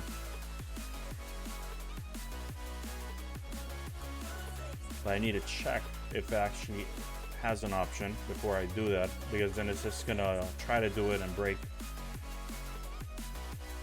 So I may provide like a blank value if it doesn't exist.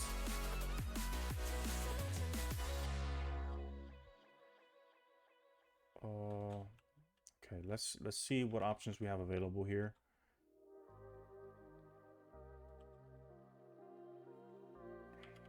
Dyn.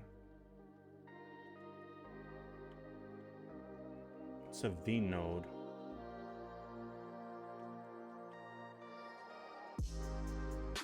What if I were to... I see it's gonna scream at me because of that. What if I use HTML?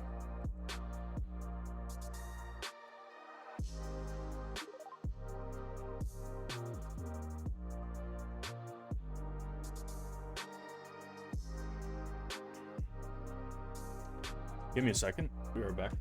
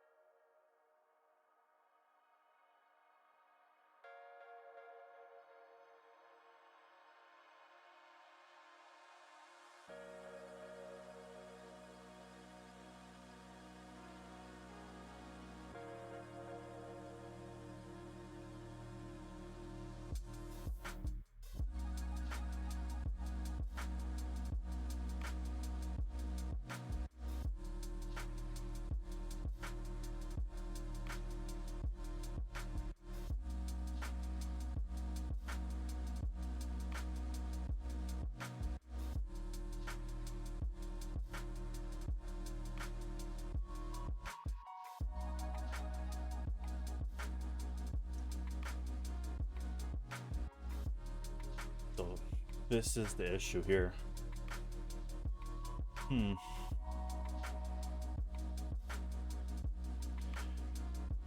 It's not satisfied.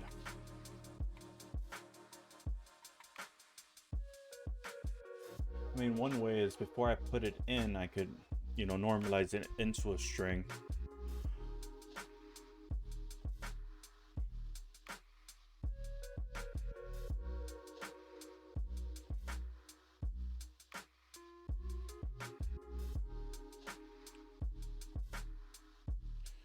Not implementing a deserialization here either.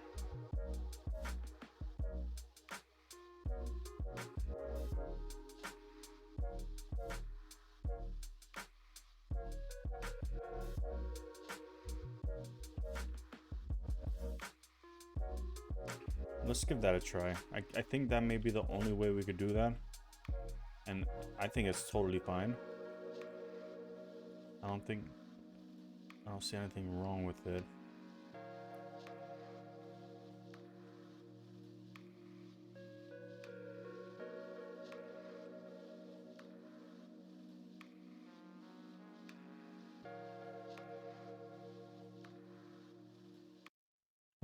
Just make sure we're adding it here.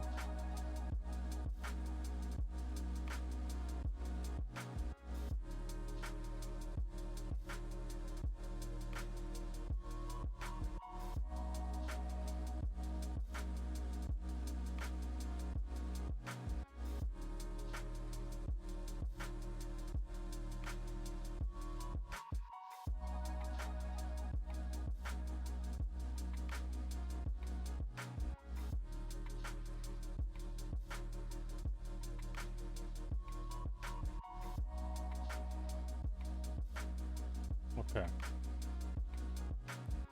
We'll do the same thing here, but we'll use the Vim magic to do it.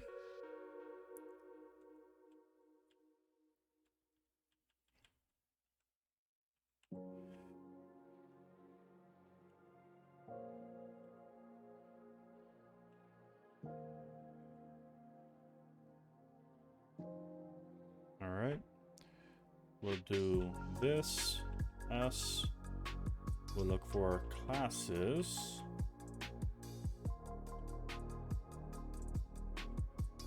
Right. We'll do star that.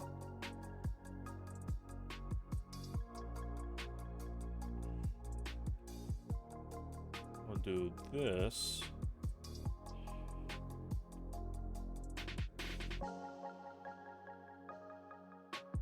Okay, we'll do the same thing.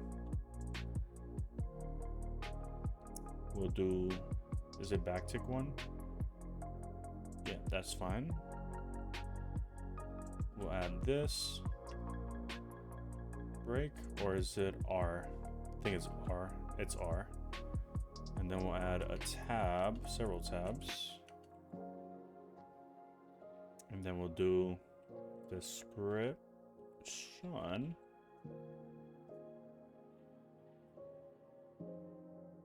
And then just for convenience, we're going to do that just so we could get it faster next time if we need to add another field. Look at that magic.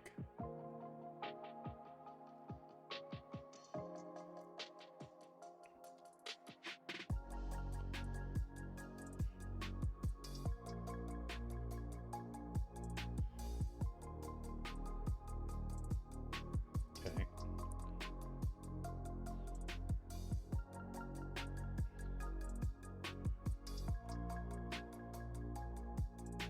See, the issue here is I want to add like actions to whatever component I'm embedding. And that's why like an HTML object is like awesome, or a virtual node, because I could just like put a component in there.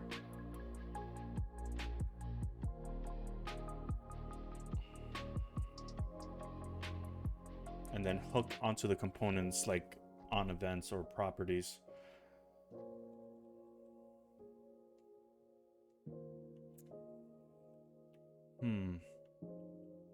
Options, options, options.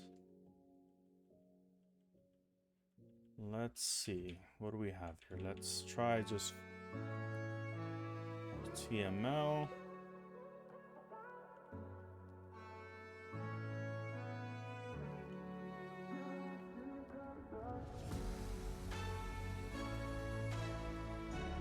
I mean, it has to be an option.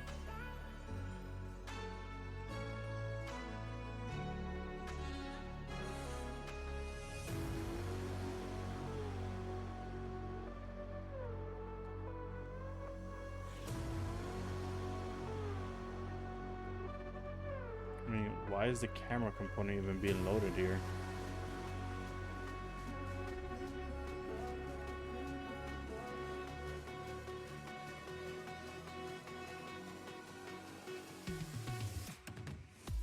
That doesn't make any sense.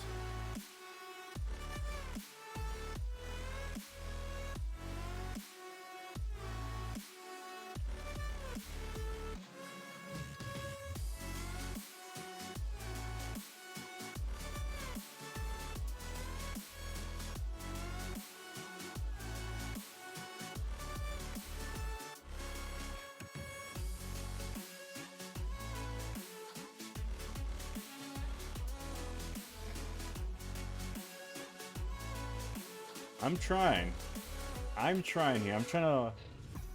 It's not really an issue, it's just a compatibility issue with you and that component.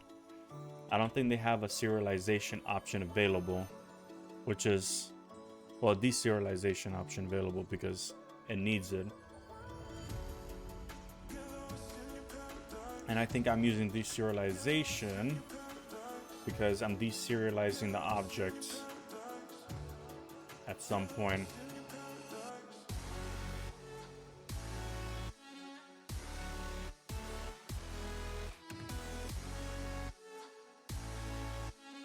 I mean, maybe I don't even need it. Maybe that was remnants of old code.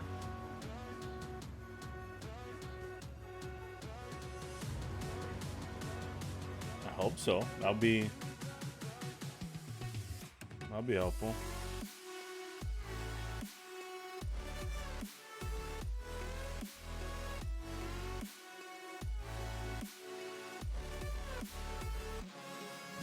I think I may be good.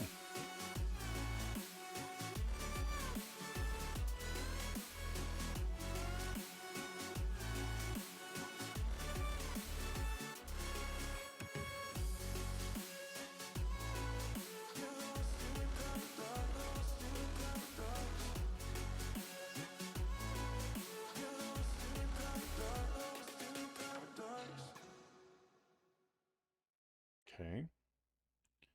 Let's go back down here.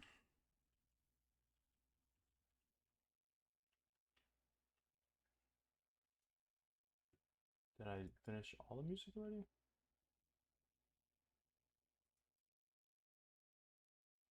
I think I did. Let's play the next playlist.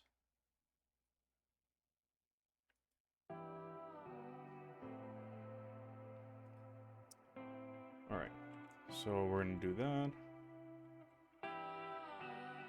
Go like this.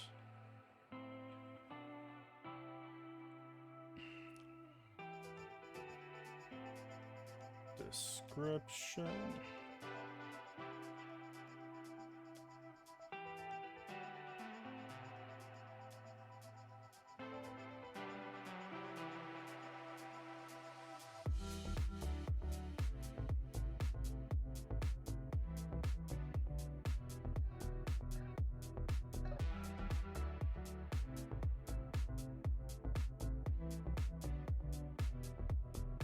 See, if that's the case, I'm gonna make all these guys options and then check it before actually utilizing them.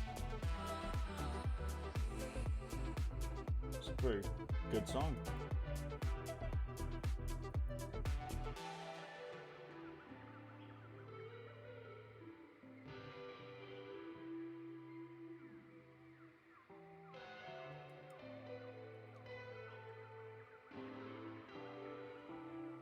There's still, oh yeah, we're missing this guy. Cool. So I guess in our serializer, we can then check if there is an option, and if there is, we pass it a string. Well, we always should be passing it a string, right?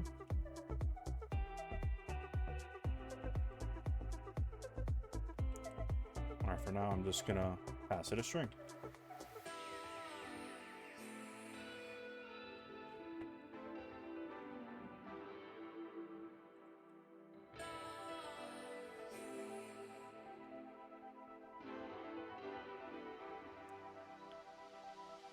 As key.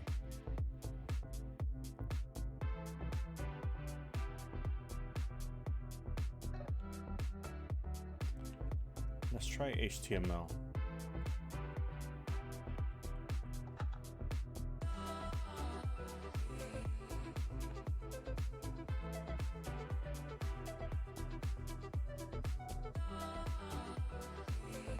Oh, I already passed the issue. This is a new issue. I'm right now. Before, what's going on is I was actually using a derive of deserialization, and I'm currently not even using it. It was like a remnant of my previous code. Because I was deserializing the entire object just to dynamically pull like the values and normalize it. But since I'm not using it anymore, I'm using static strings. I basically don't need it, so.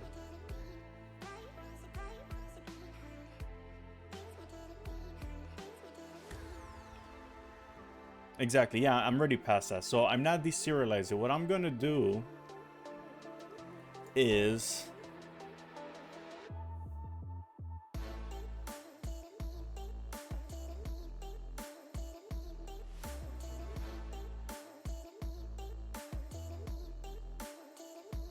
oh, well, I mean, you can't deserialize an HTML object because U hasn't implemented a deserialization property or trait for it.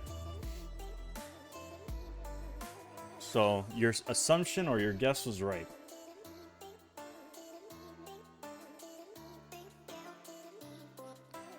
Yeah, I mean, everyone knows that. Why aren't you here, though?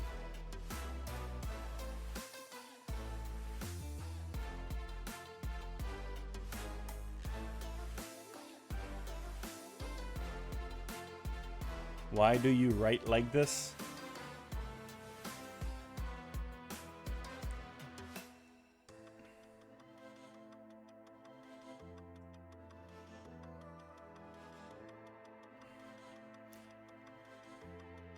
I don't know what you mean.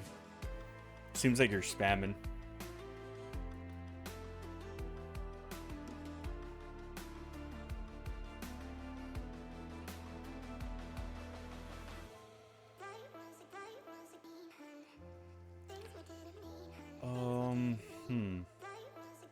Let me see what U has in their documentation. U Rust.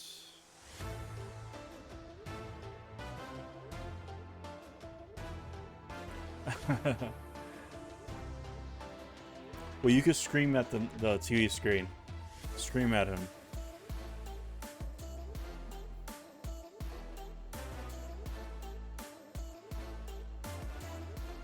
So, I mean, I could technically pass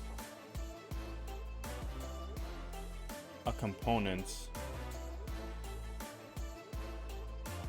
and attach an event to that component and just output that, but this form function, this form method doesn't work in that way.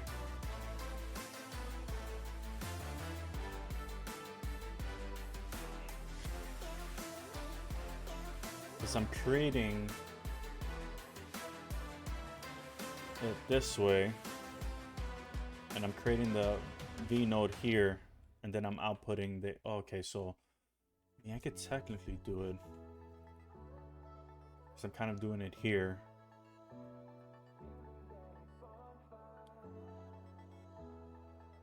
That's a problem for future me. I'm not going to worry too much about on events, on external components.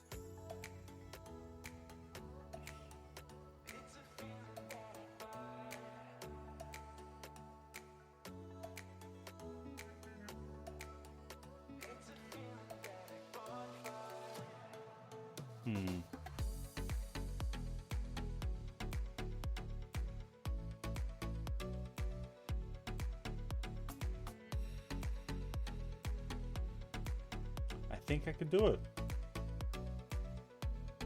I think I can.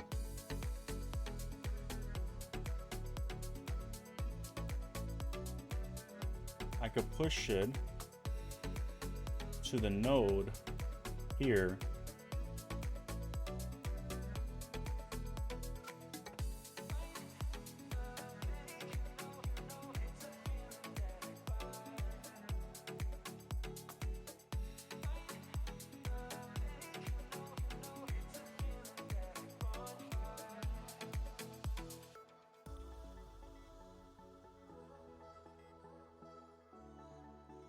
Yeah, I think I could do it.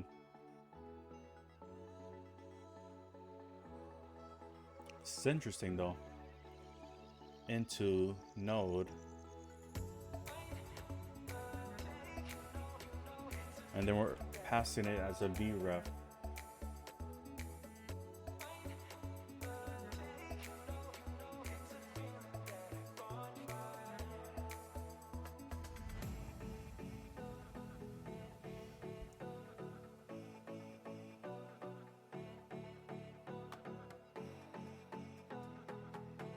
So it leaves me with the question, can I append a V node as a child, and will any references to any added like on events, hooks or triggers, will those get passed with it?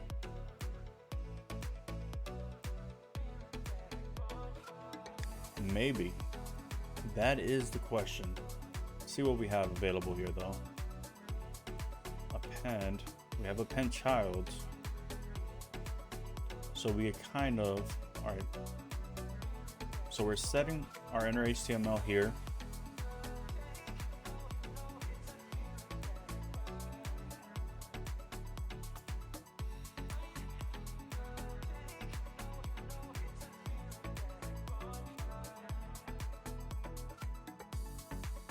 Okay, so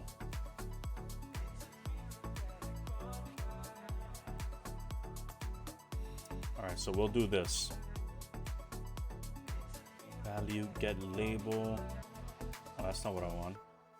Why are you going? Oh no, that's exactly what I want. We'll put the description here.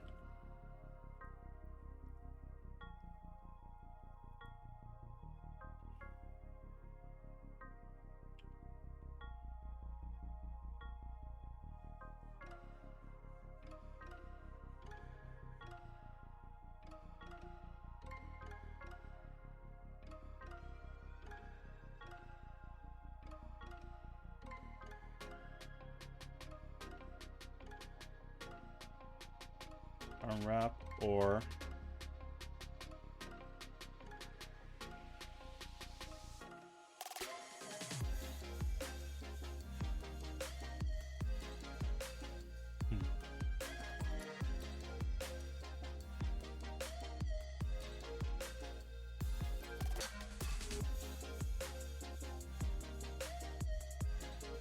unwrap, or is this what I want? Or should I check it? All right, let's actually do this. Let's description, value, get description. Let's do that so we don't have to type it multiple times. And we'll do description is some.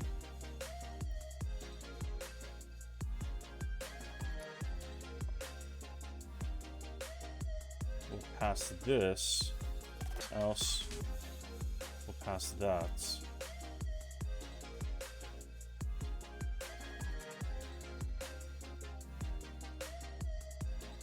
And then we'll just pass that.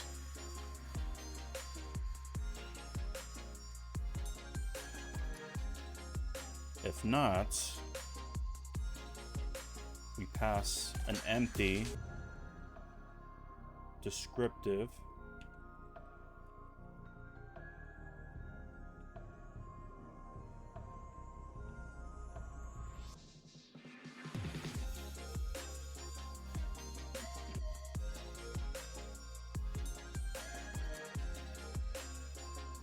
we'll pass that.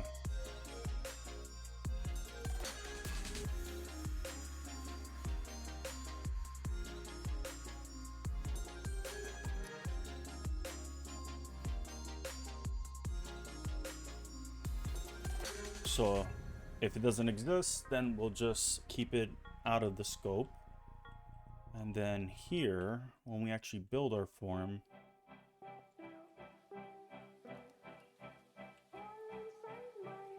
right here,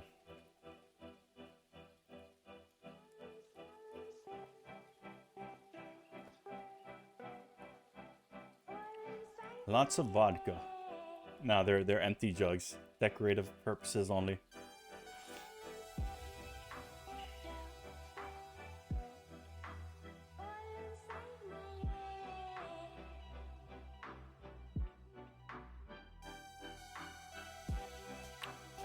Okay, since we're doing this, we've created the element already, so we could technically pass the component to the description div container after we inserted it. So after we've inserted our input, we have to first check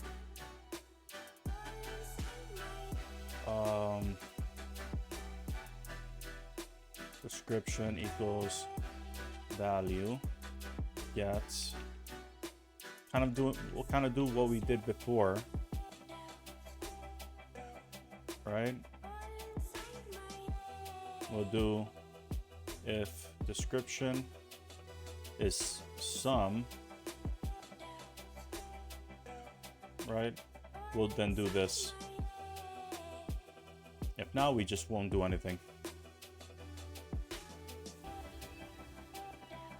So since it's a virtual node, we just plop it there, is what I'm thinking.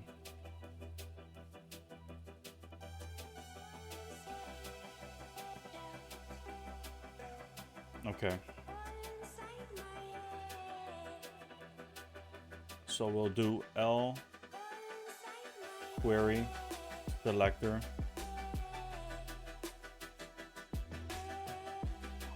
description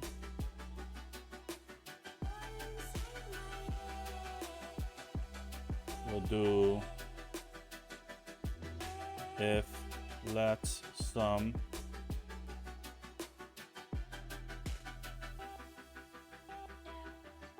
okay.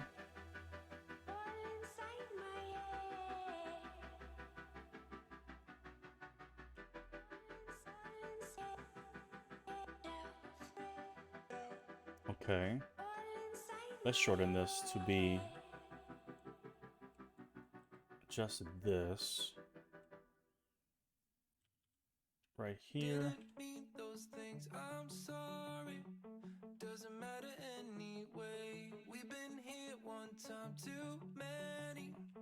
Wonder what will happen next. What are you returning? Oh, results, okay. So we do okay. Okay. And then this should be what we need it to be. Cool. So we need it dynamically to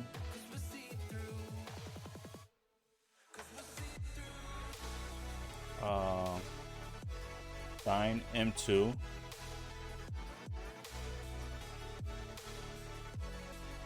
Oh, that's the actual song? Cool.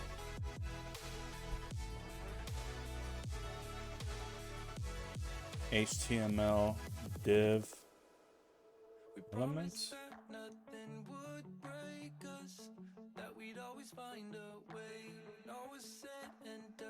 Give me a second.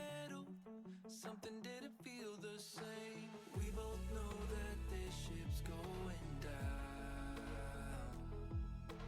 Let's get off and leave before we drown. There's nothing left for us to say, 'cause we're see-through. Let's save ourselves the courtesies, 'cause we're see-through. We both know how this thing goes. Should I leave or should you? There's nothing left for us to say, 'cause we're see-through.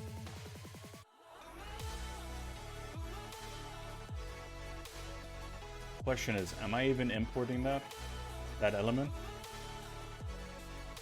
HTML input, nope.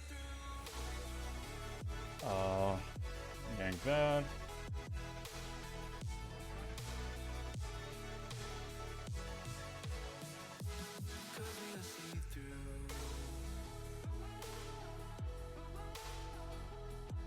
At this point, since we queried it, I know it exists. I'm creating the object, I'm instantiating, so I know it's that type. for sure. So I'm not gonna check that.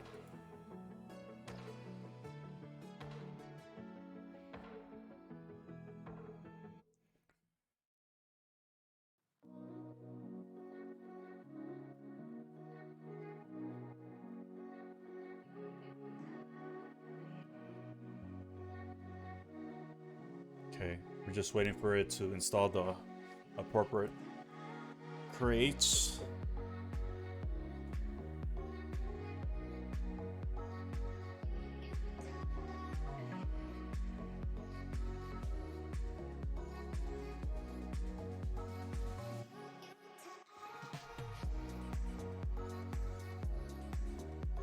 Okay, we have an error somewhere.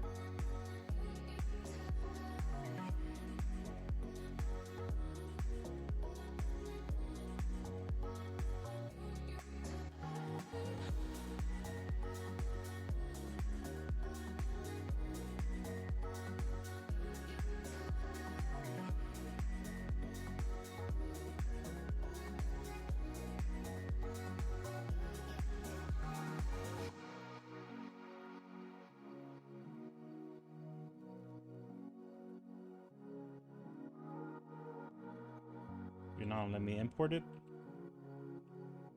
Damn you. What is? I'll just add it myself.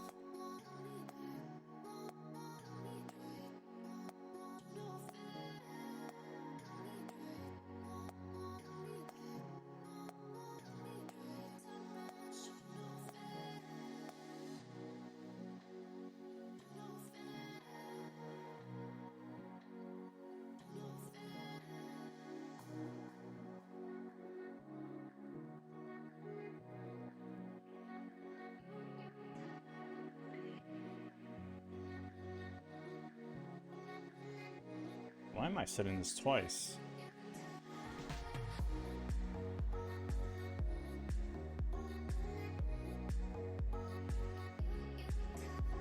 Cool. All right, so now we have that set.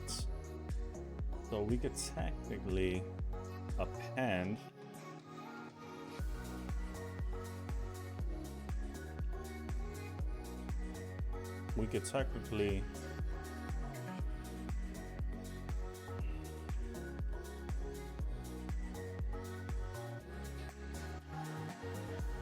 it's not giving me my IntelliSense. Damn you.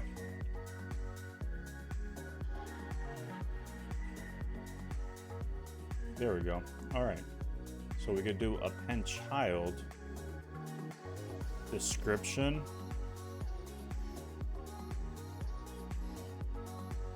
Unwrap.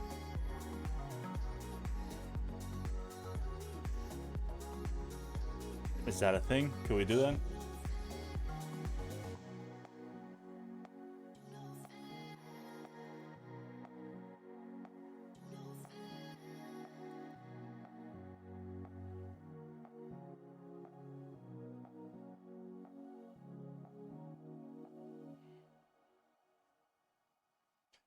Mismatch. So you need a node. Expected node. Got back string. It shouldn't be a string. Oh, I am serializing it to a string. Got you. Alright, no. That has to change down here.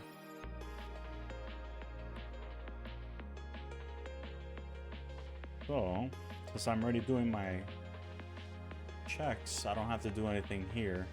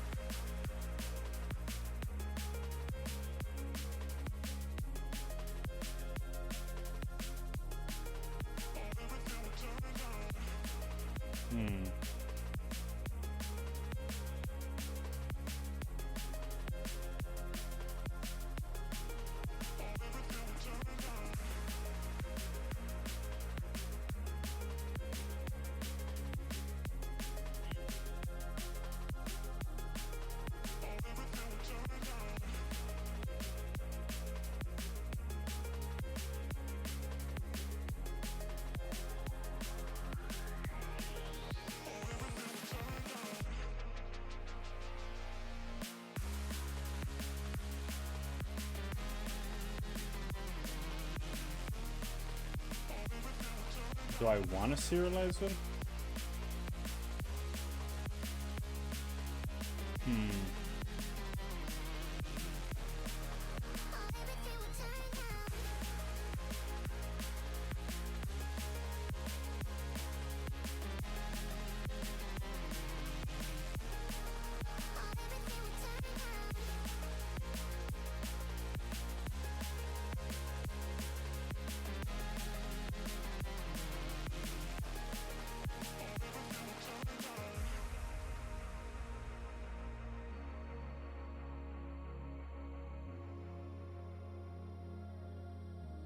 Serialize.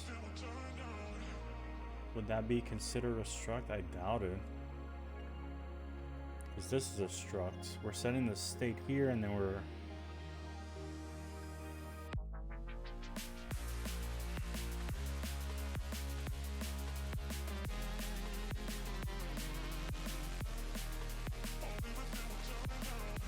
Yeah, that's an issue.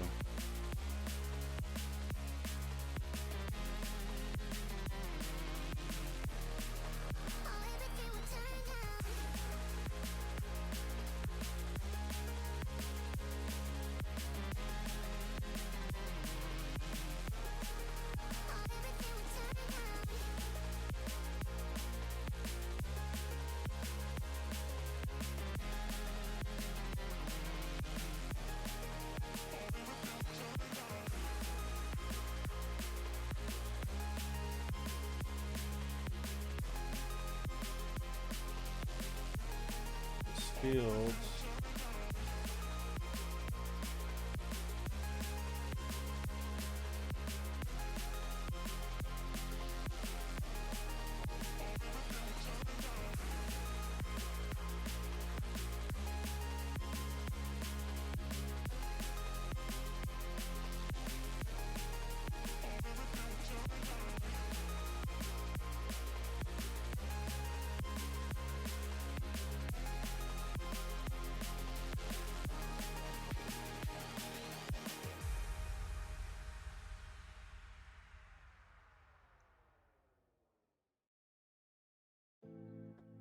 Got it.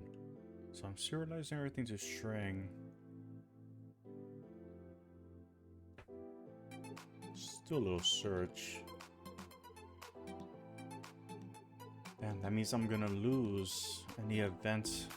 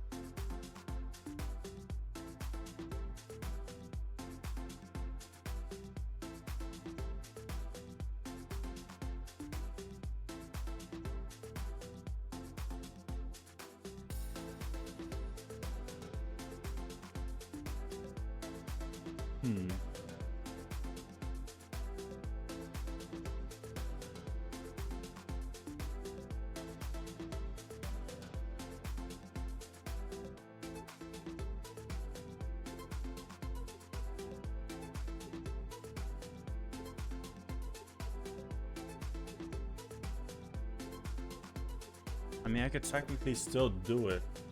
I could still serialize the HTML and add it as inner HTML, but then I lose the ability to trigger any sort of events outside of the scope of the form builder for that particular component.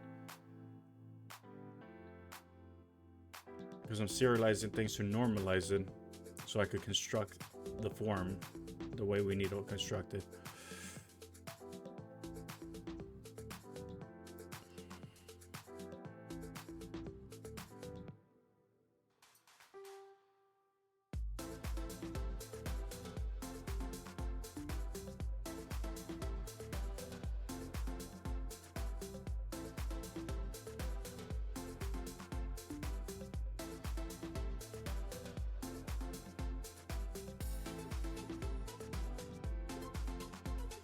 I wonder, what is that number then?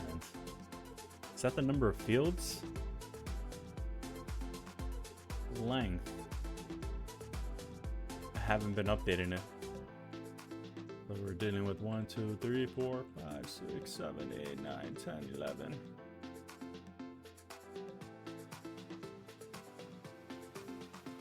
Doesn't appear to matter because it's been working, but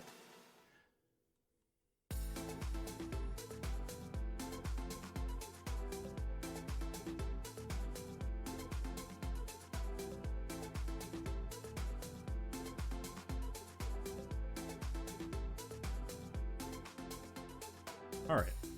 So we'll allow it to be imported as HTML.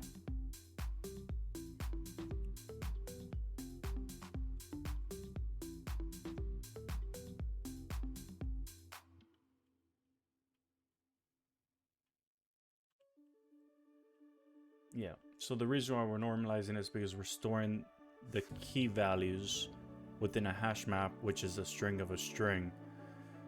And this allows us to reactively update and dynamically show the changes upon hydration.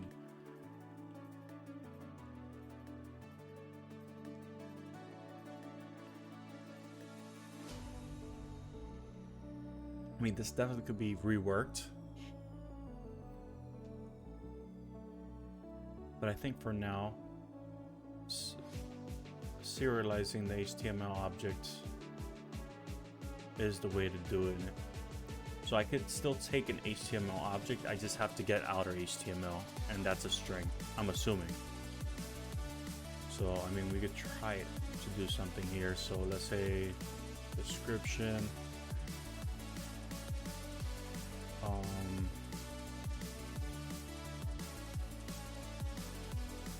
Unwrap, or we'll unwrap it, right?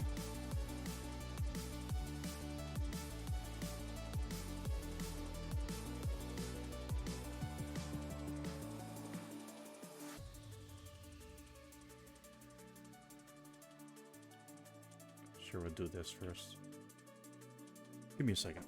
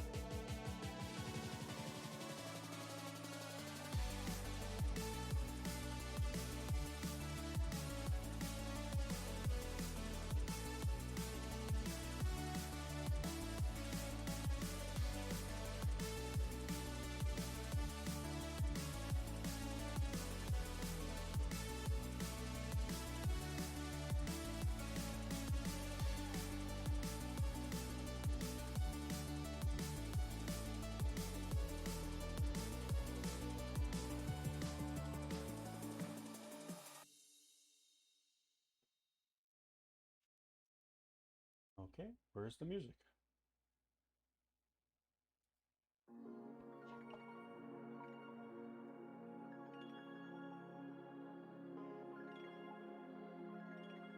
Let's put some funk on.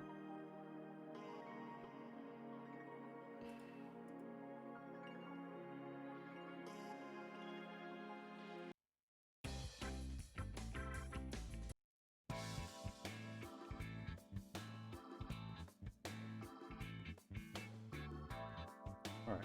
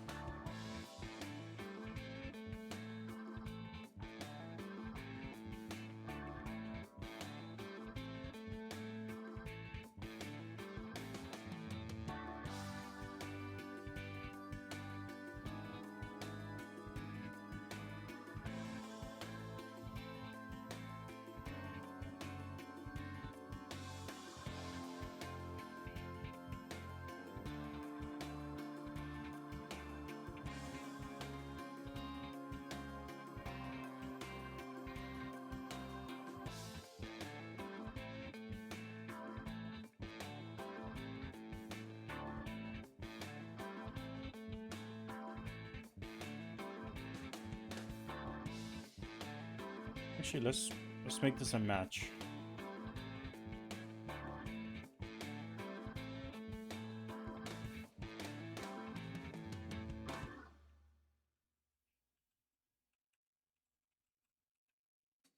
Yeah, so if it isn't, we just output that. And then here we could do our deserialization.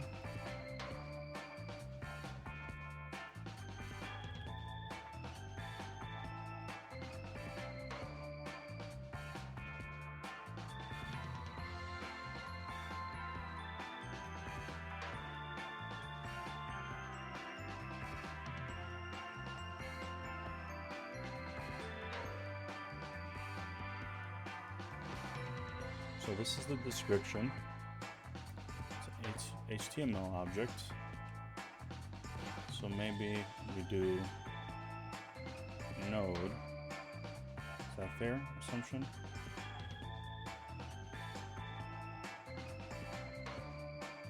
Yeah. Okay, cool. So dynamic into.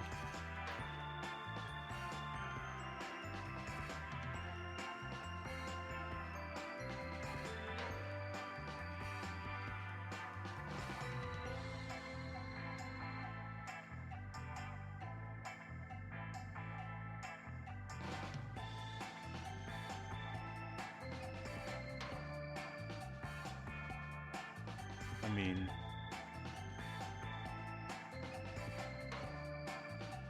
let's say this again.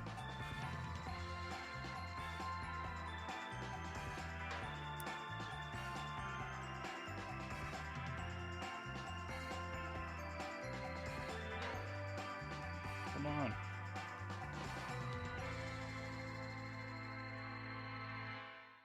You're not gonna give it to me. Alright, we're just gonna go into that object itself. Alright, so we're dealing with a node. This is our type. This is node type. Child node, last child, previous sibling. Node value. Text content. Can I get HTML? Nah. Alright, so we may have to opt in for an HTML object instead.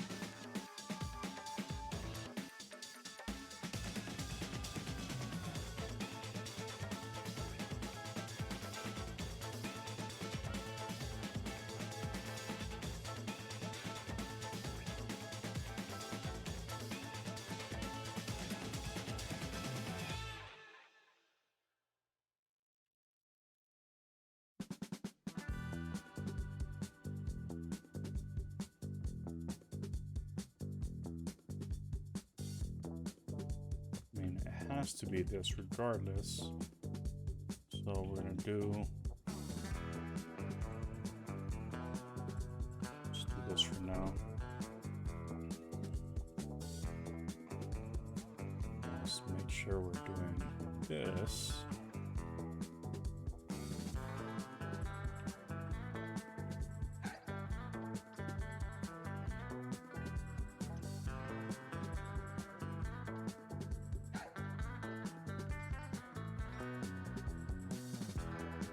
inner HTML. Do we have an outer HTML? Yes, we do. And it's a string. Alright, cool. So we just normalized it. So we could just do this, and that should be efficient enough.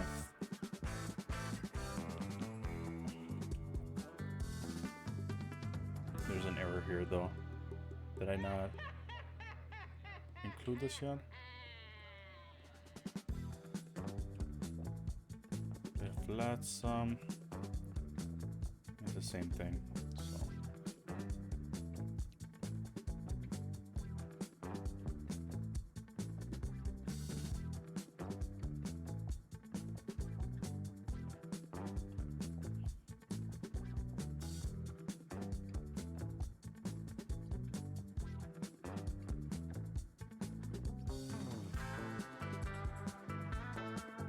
So what are you talking about?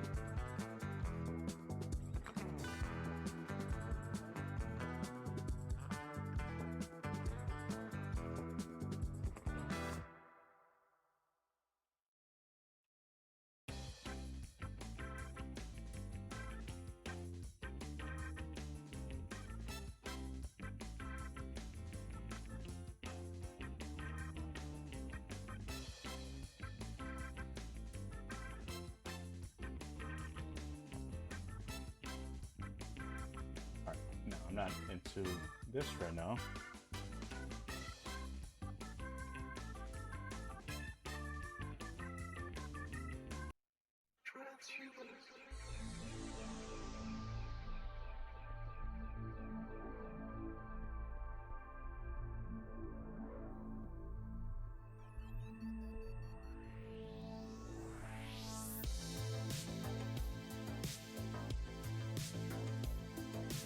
What are you talking about? Dropped.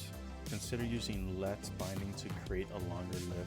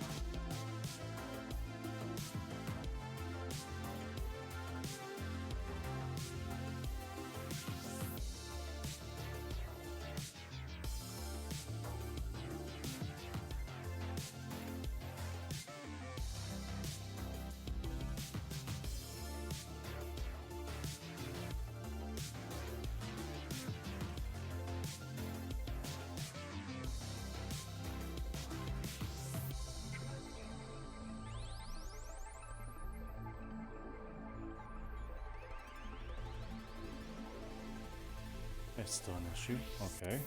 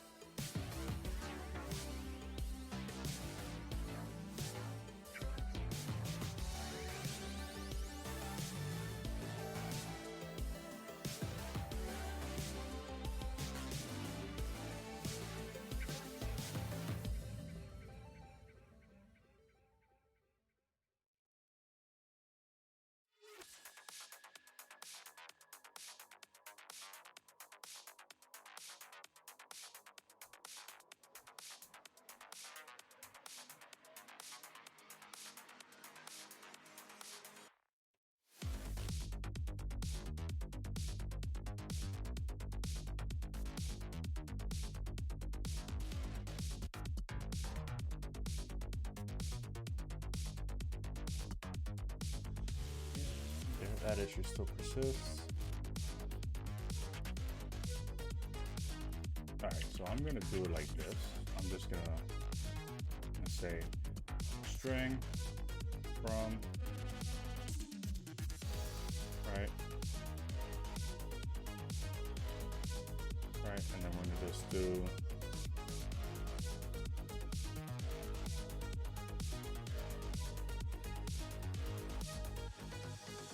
and that should give me exactly what I needed to give me.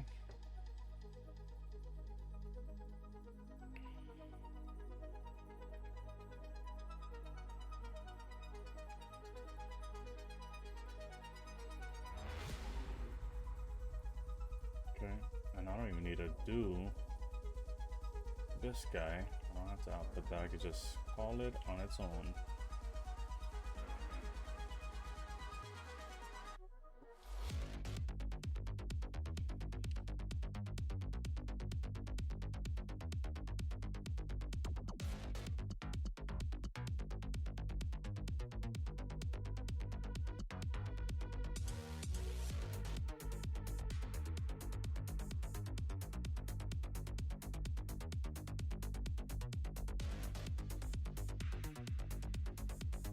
Alright, cool. So we normalized it.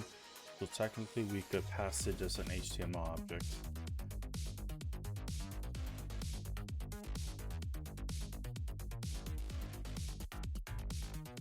Yep. Alright, so next step is to go to our settings.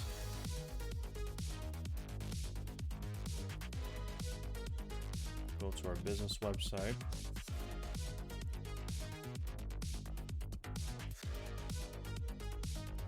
It's simply some HTML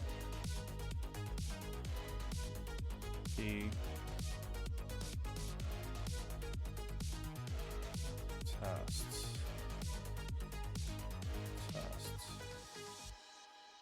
Actually, I have to update one thing because now since I'm doing that, I no longer have to do it outside of my field wrapper. Wait, does it live outside the field wrapper? It may. All right.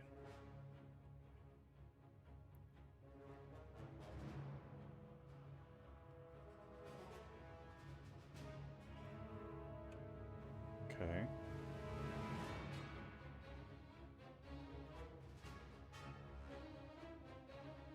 Get is some.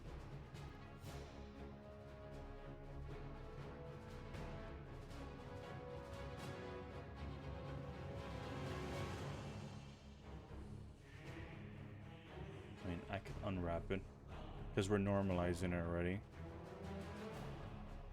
to a string, a blank string, so that doesn't matter anymore. We'll do that. And we'll say is empty.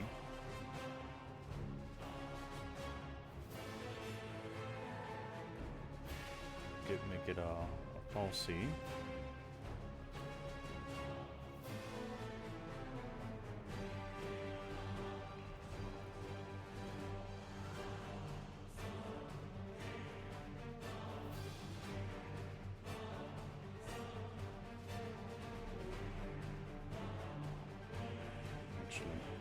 We would want to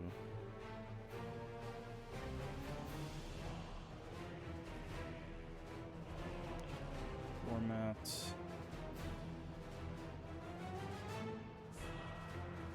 description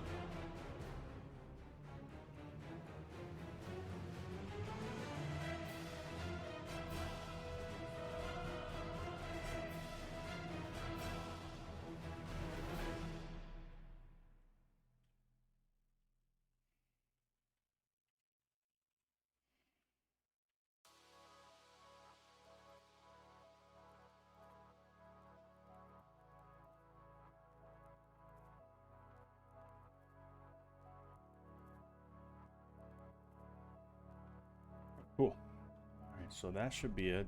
I think I could remove what I have down here. This makes no sense anymore.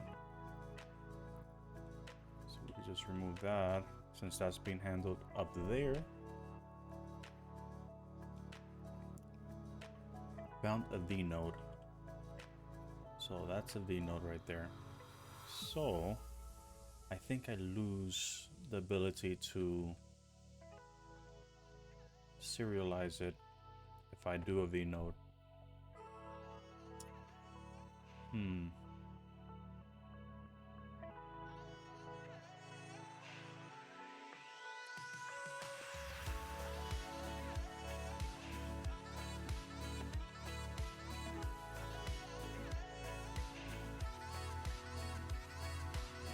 Yep.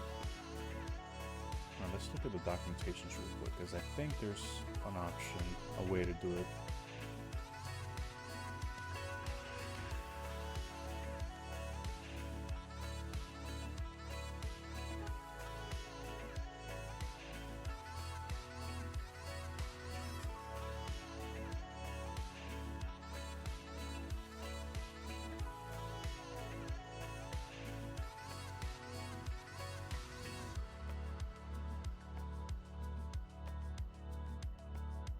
Oh. So I could use, hold on. So I could use a vref, right? I could do vref and then pass it a node.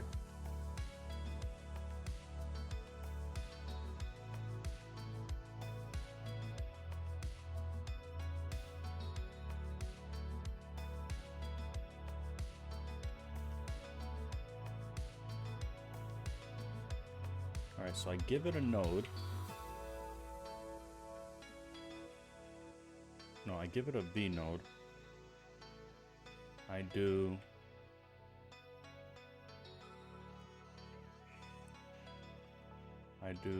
let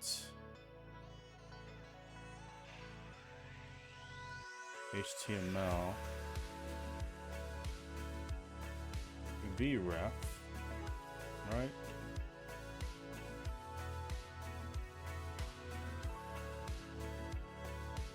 Then do HTML.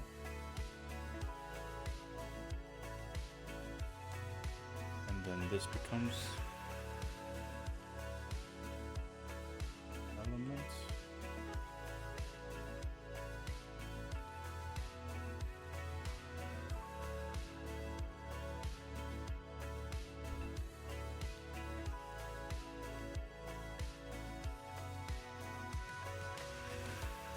Pass it a V node. Okay, if I pass it a V node, it's ready the type I need it to be. I need to make it into a node.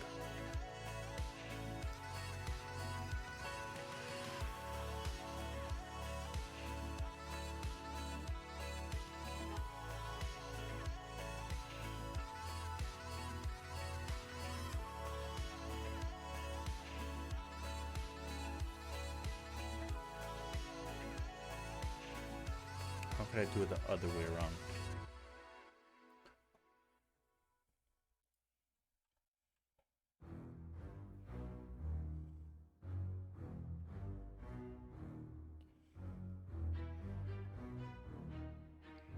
I mean, I know I could do it without having to do it here. I just have to instantiate outside, but that's extra work. If I could just have it be handled here, I wouldn't have to worry too much about it after the fact. Fun and new in the scope, method not found in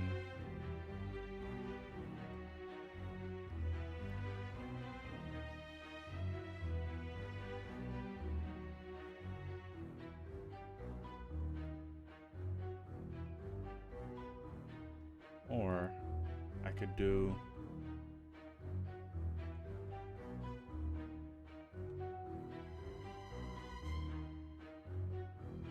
from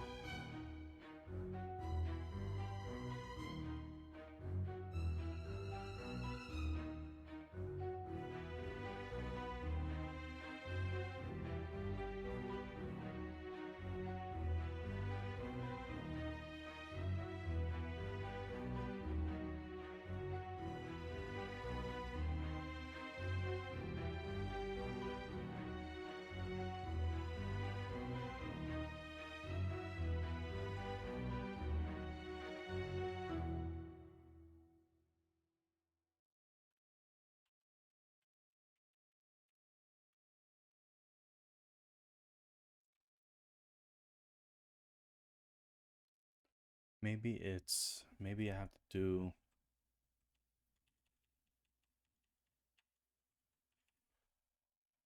Oh, come on, continue playing the music. Browse. Let's put some hip hop.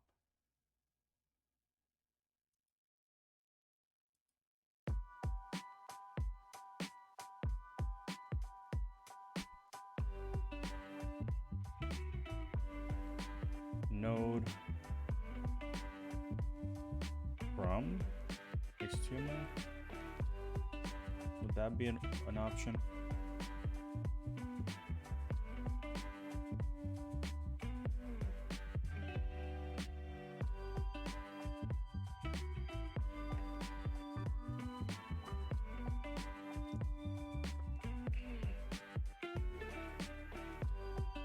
Ellipsis is not satisfied.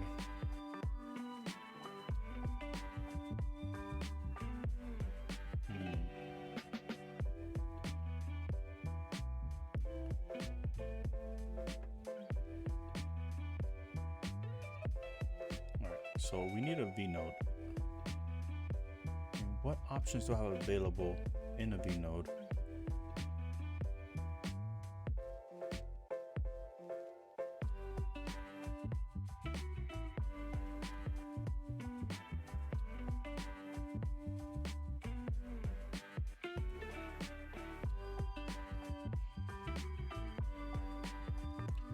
I mean, I could probably do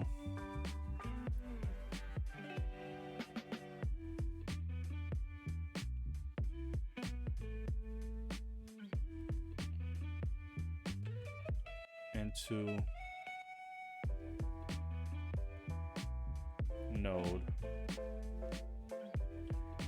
I doubt this is I doubt this is possible. I don't know. I do not know what I can do with this.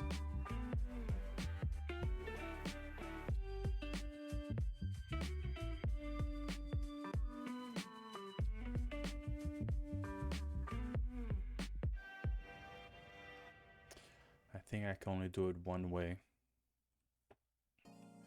So I'm gonna have to do it the way I initially thought I would have to do it.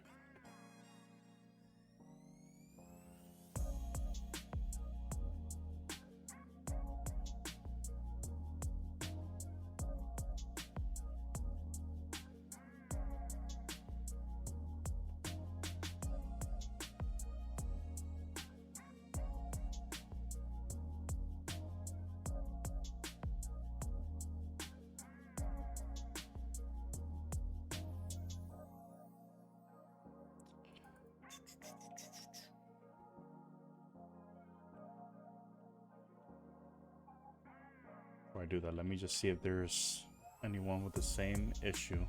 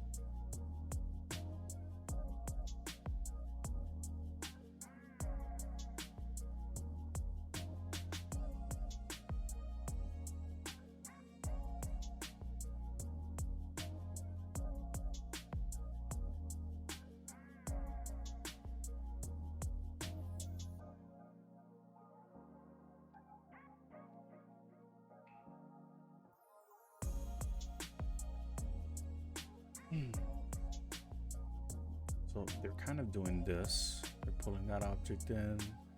They're turning it into a node, and then they're passing it.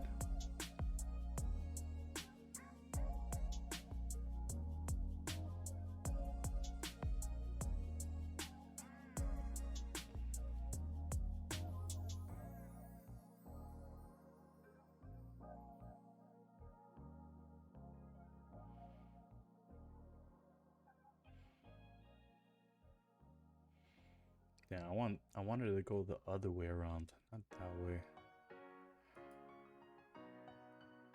That's unfortunate.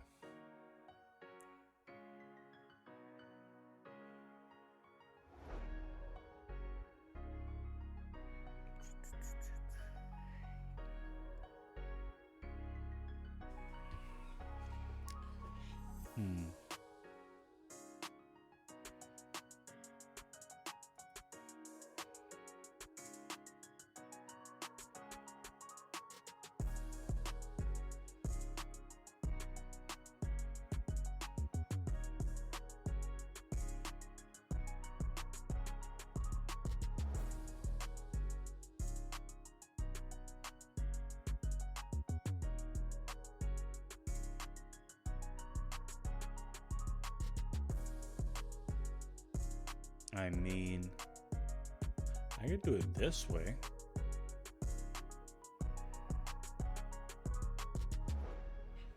Oh, that's interesting. Okay.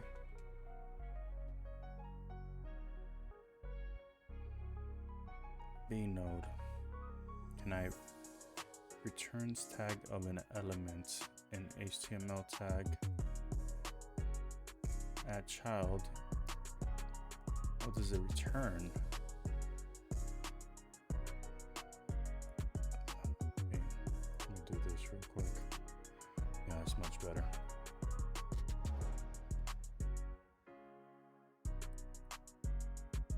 Set value, set attributes.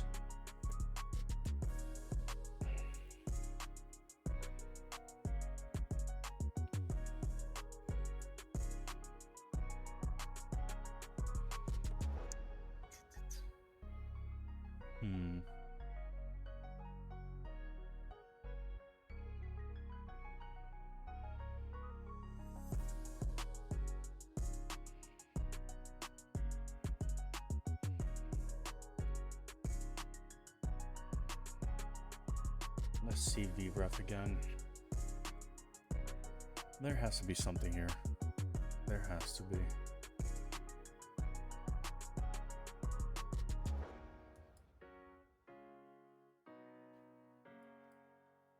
Huh.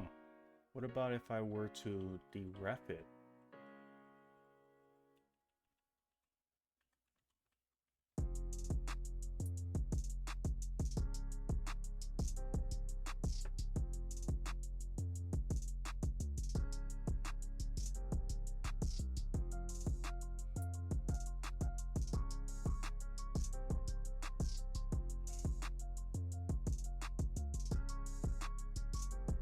Nothing's found with that.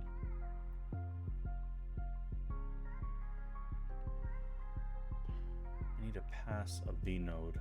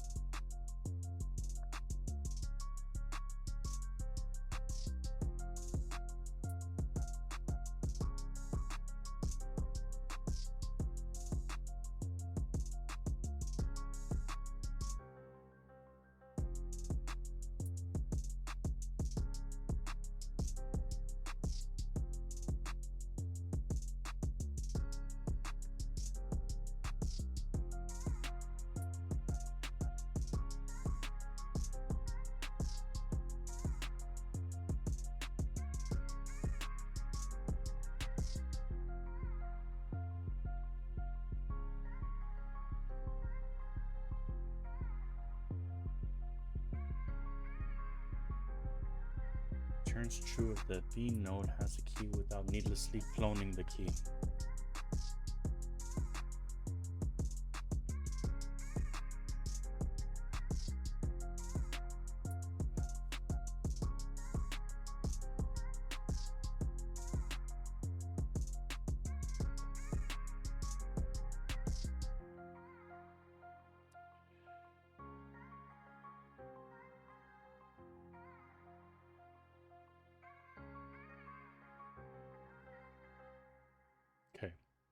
So we're gonna have to send a node to this, because I think that's the only way we can do it.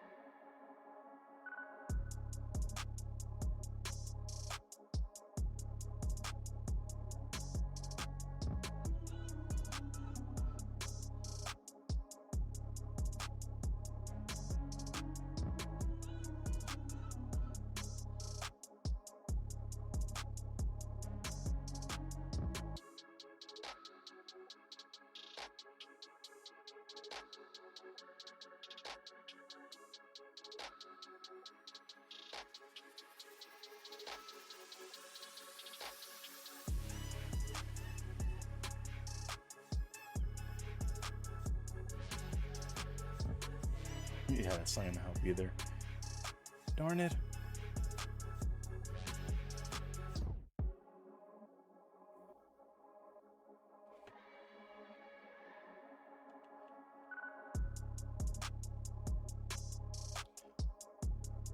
Node. New. From. Let's check out node real quick. Let's see.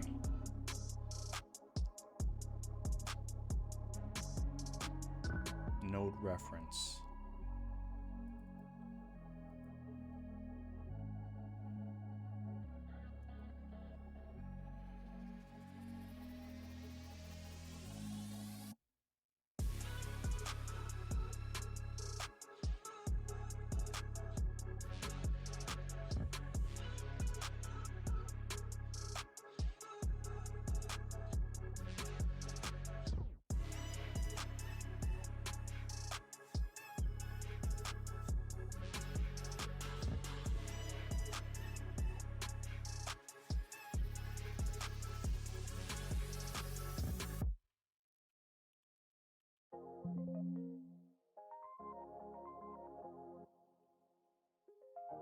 I can output a node reference. That would be amazing.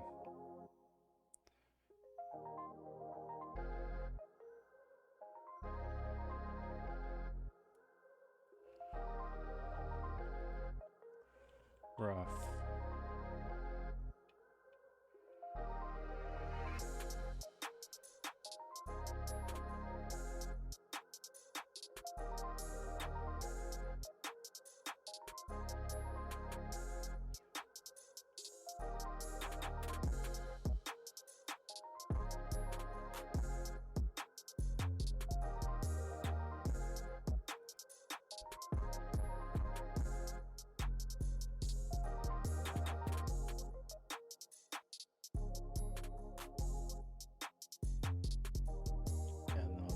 That option is not available at all.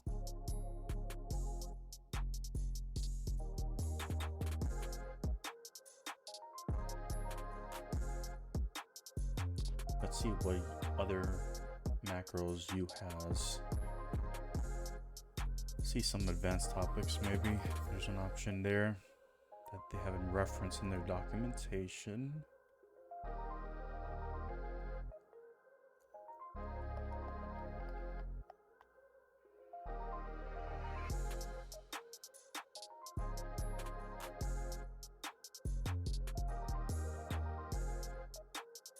Virtual DOM.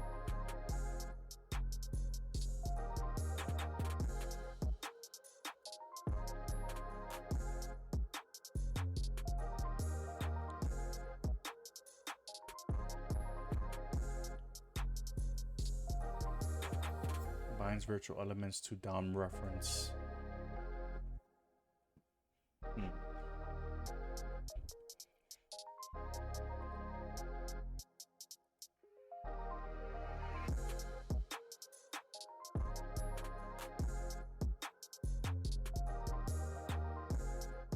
Oh, that might be our answer right there.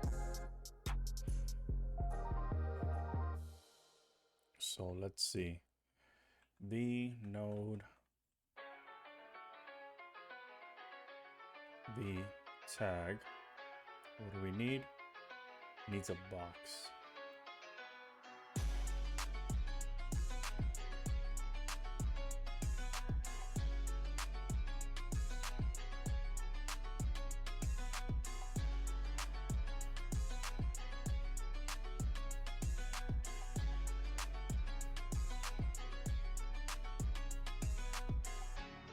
Where's node coming from though? Because I don't think that's a...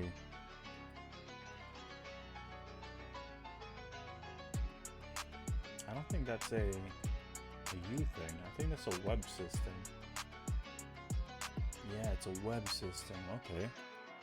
Maybe I'm looking at the wrong parts. Let's see. Node.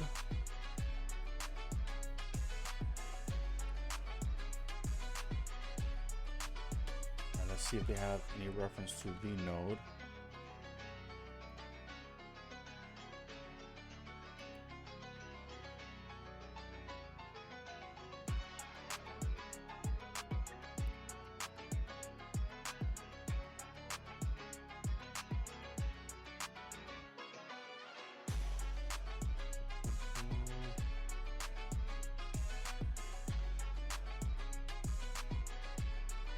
What's up, Itsu? It's Itsu.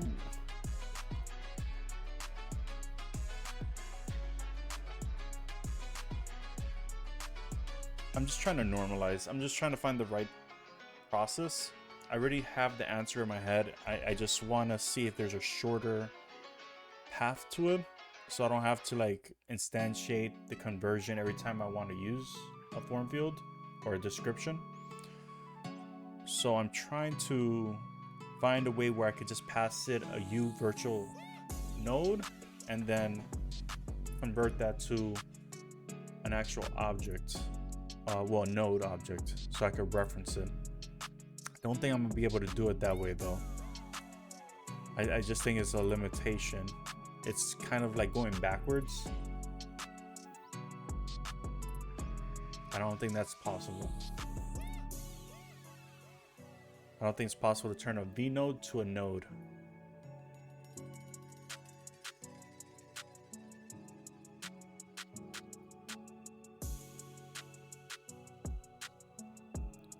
But if I could create a node, if I could look at how that's done,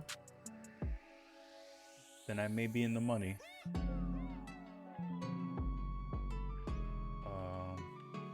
Create.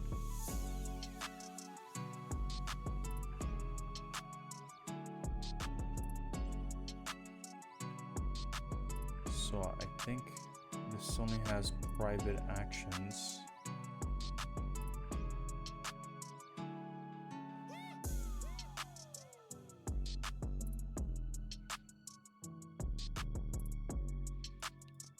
From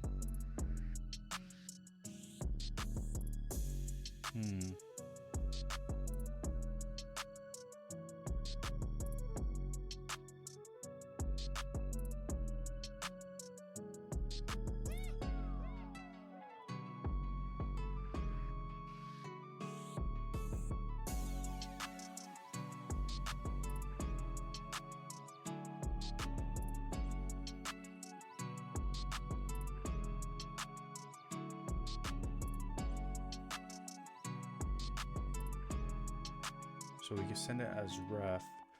Just I want it to be pretty straightforward.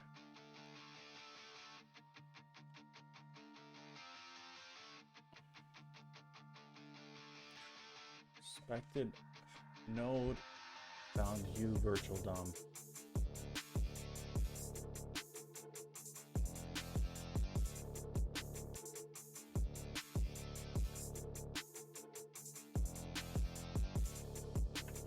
And I don't want to build DOM using a basic HTML. I want to use the virtual node.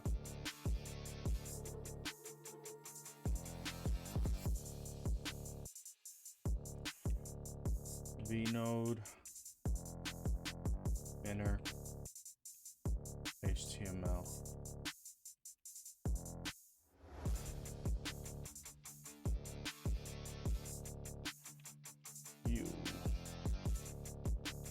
What the hell is playing here?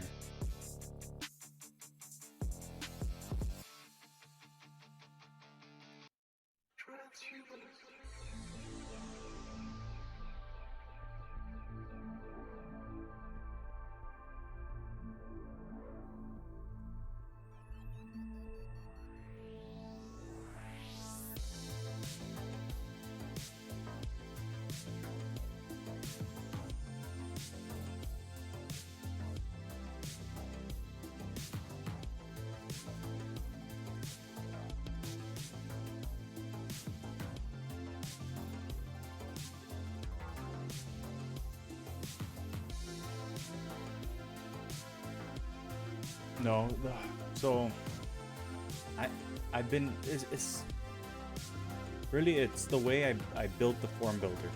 I didn't use a U component. I kind of constructed the HTML myself, so I'm kind of reliant on a node object.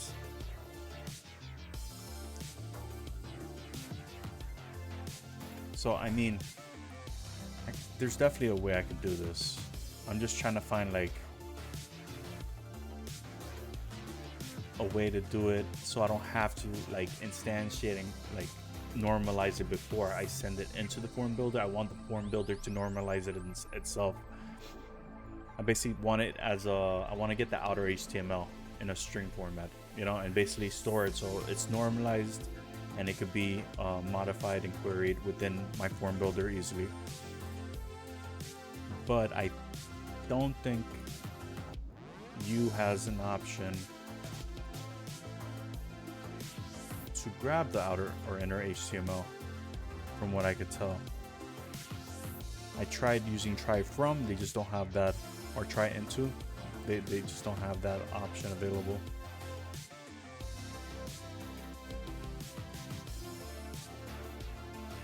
It's an interesting problem.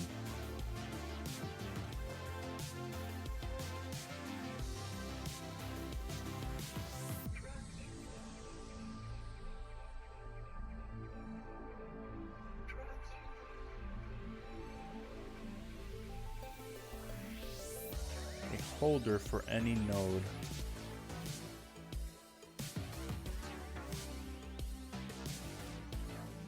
See, I could hold a node within a virtual node. Necessary for replacing node, but I don't want to replace a node. I want to create a node from a virtual node.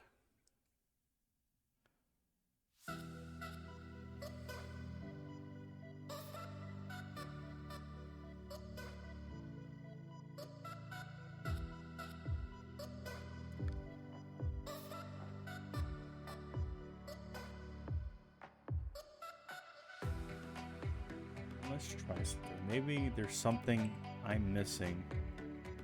So we have this. Roots into stream. The input is a token stream. Parse macro input. Let's see what this is. You're not gonna let me go in there.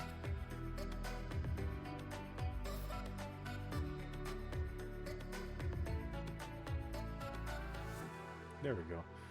Parse macro. Okay.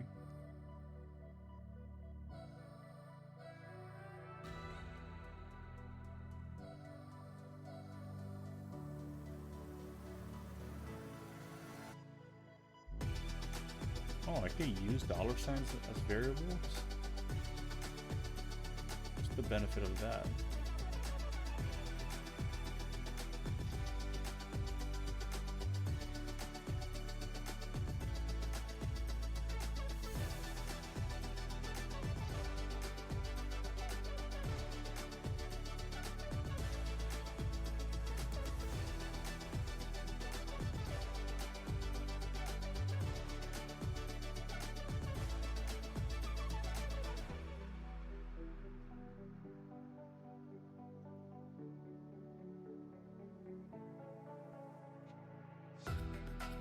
I pass a V node,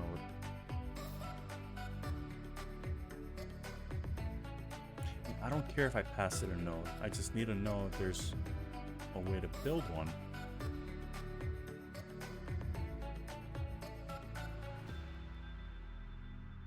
Build one without actually, I just want to build one without actually having to instantiate like document, create elements and stuff like that.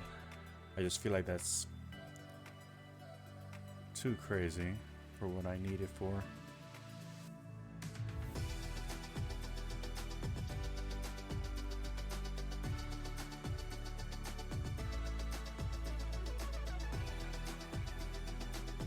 But if I were to, let's go up.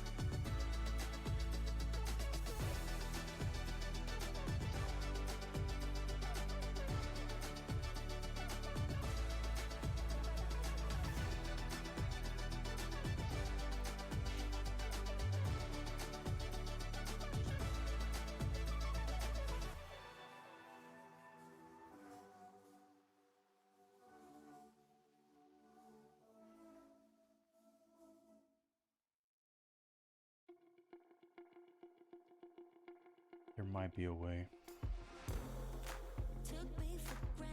See, it wants me to create an object. See, I already know how to do this.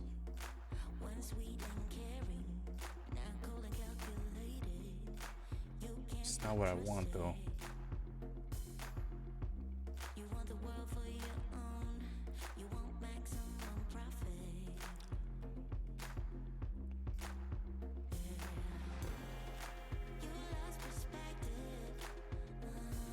But I could create my own macro that does it.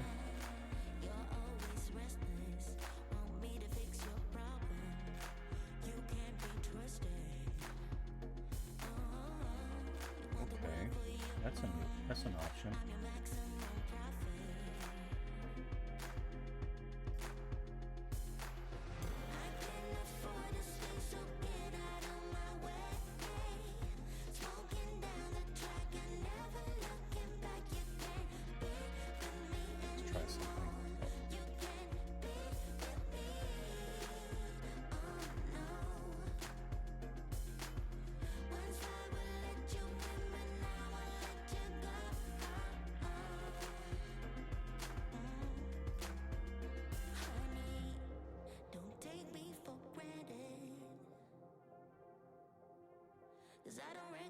Okay, I'm creating the virtual node here, doing all that stuff.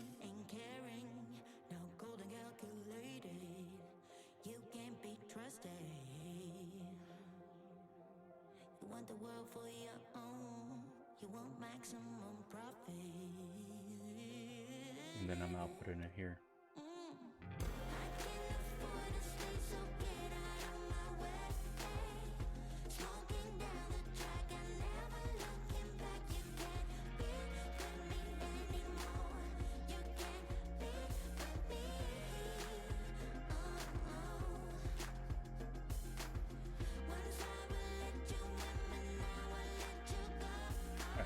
So what I'm gonna do is I'm gonna think about this, because I could create a macro. That's probably what I'll start tomorrow with. I'll create a macro that functions and looks similar to HTML bang, and use that to construct the node and pass that as a custom value. And that would kind of make things look a bit better. So it doesn't, like, I don't have to like construct a DOM element. I could just use the macro and it'll do it for me. I think that's fine.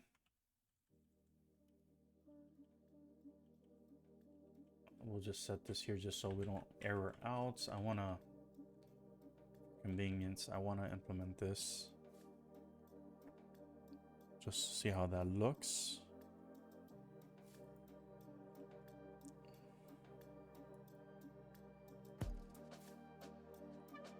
Change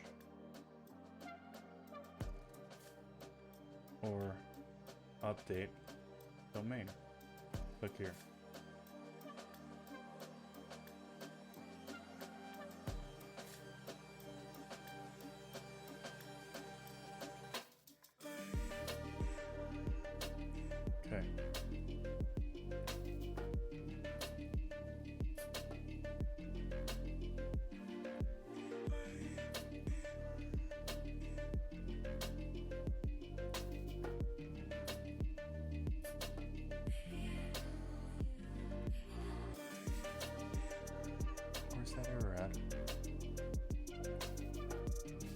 settings 135.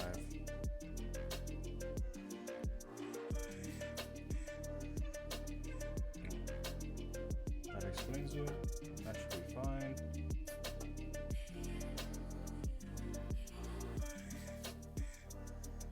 Still an error. Where?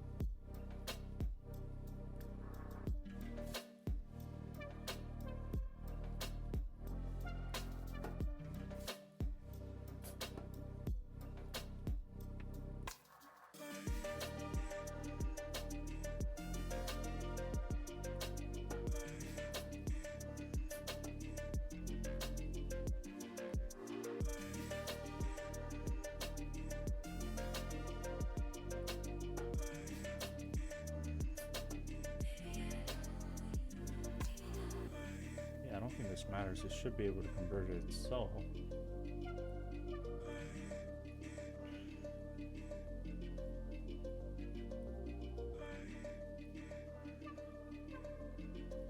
Still have an error here.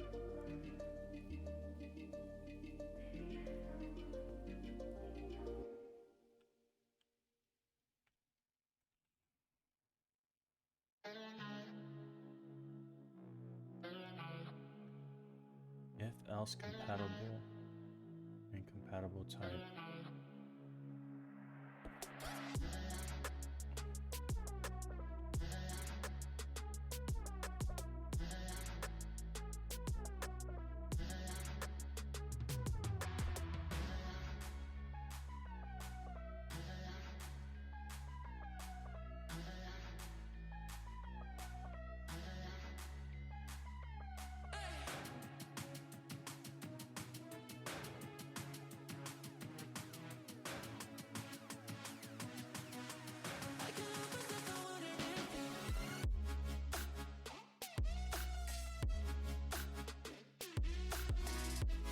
So this should output properly.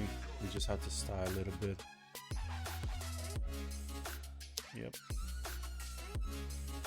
Make sure that is not the color.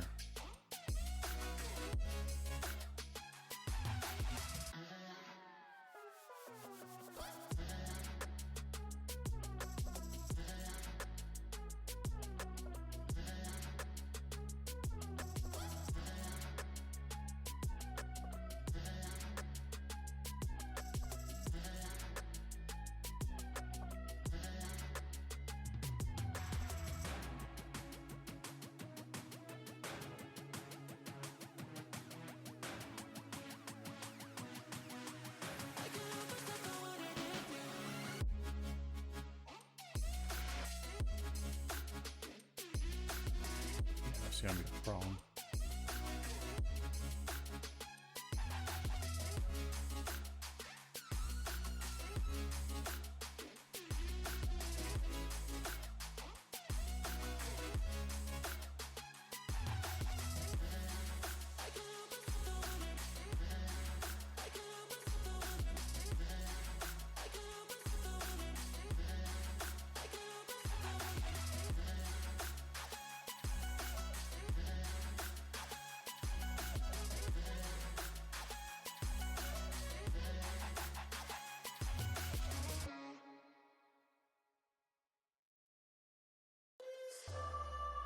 That's alright, still not there.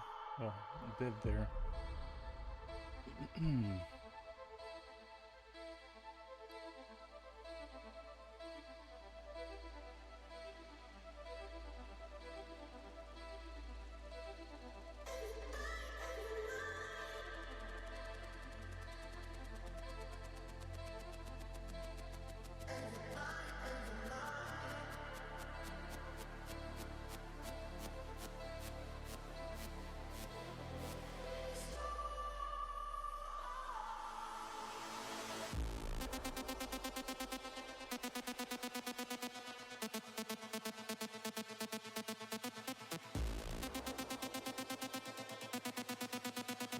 random space here. Oh, it's because this right here is absolutes. That's why. That makes sense. Alright, so we're outputting the data that we want outputted. We're gonna stop here. We're gonna finish this tomorrow. What's up, Sigmo? The SaaS is a feedback SaaS solution. I'm not divulging too much about it, but I will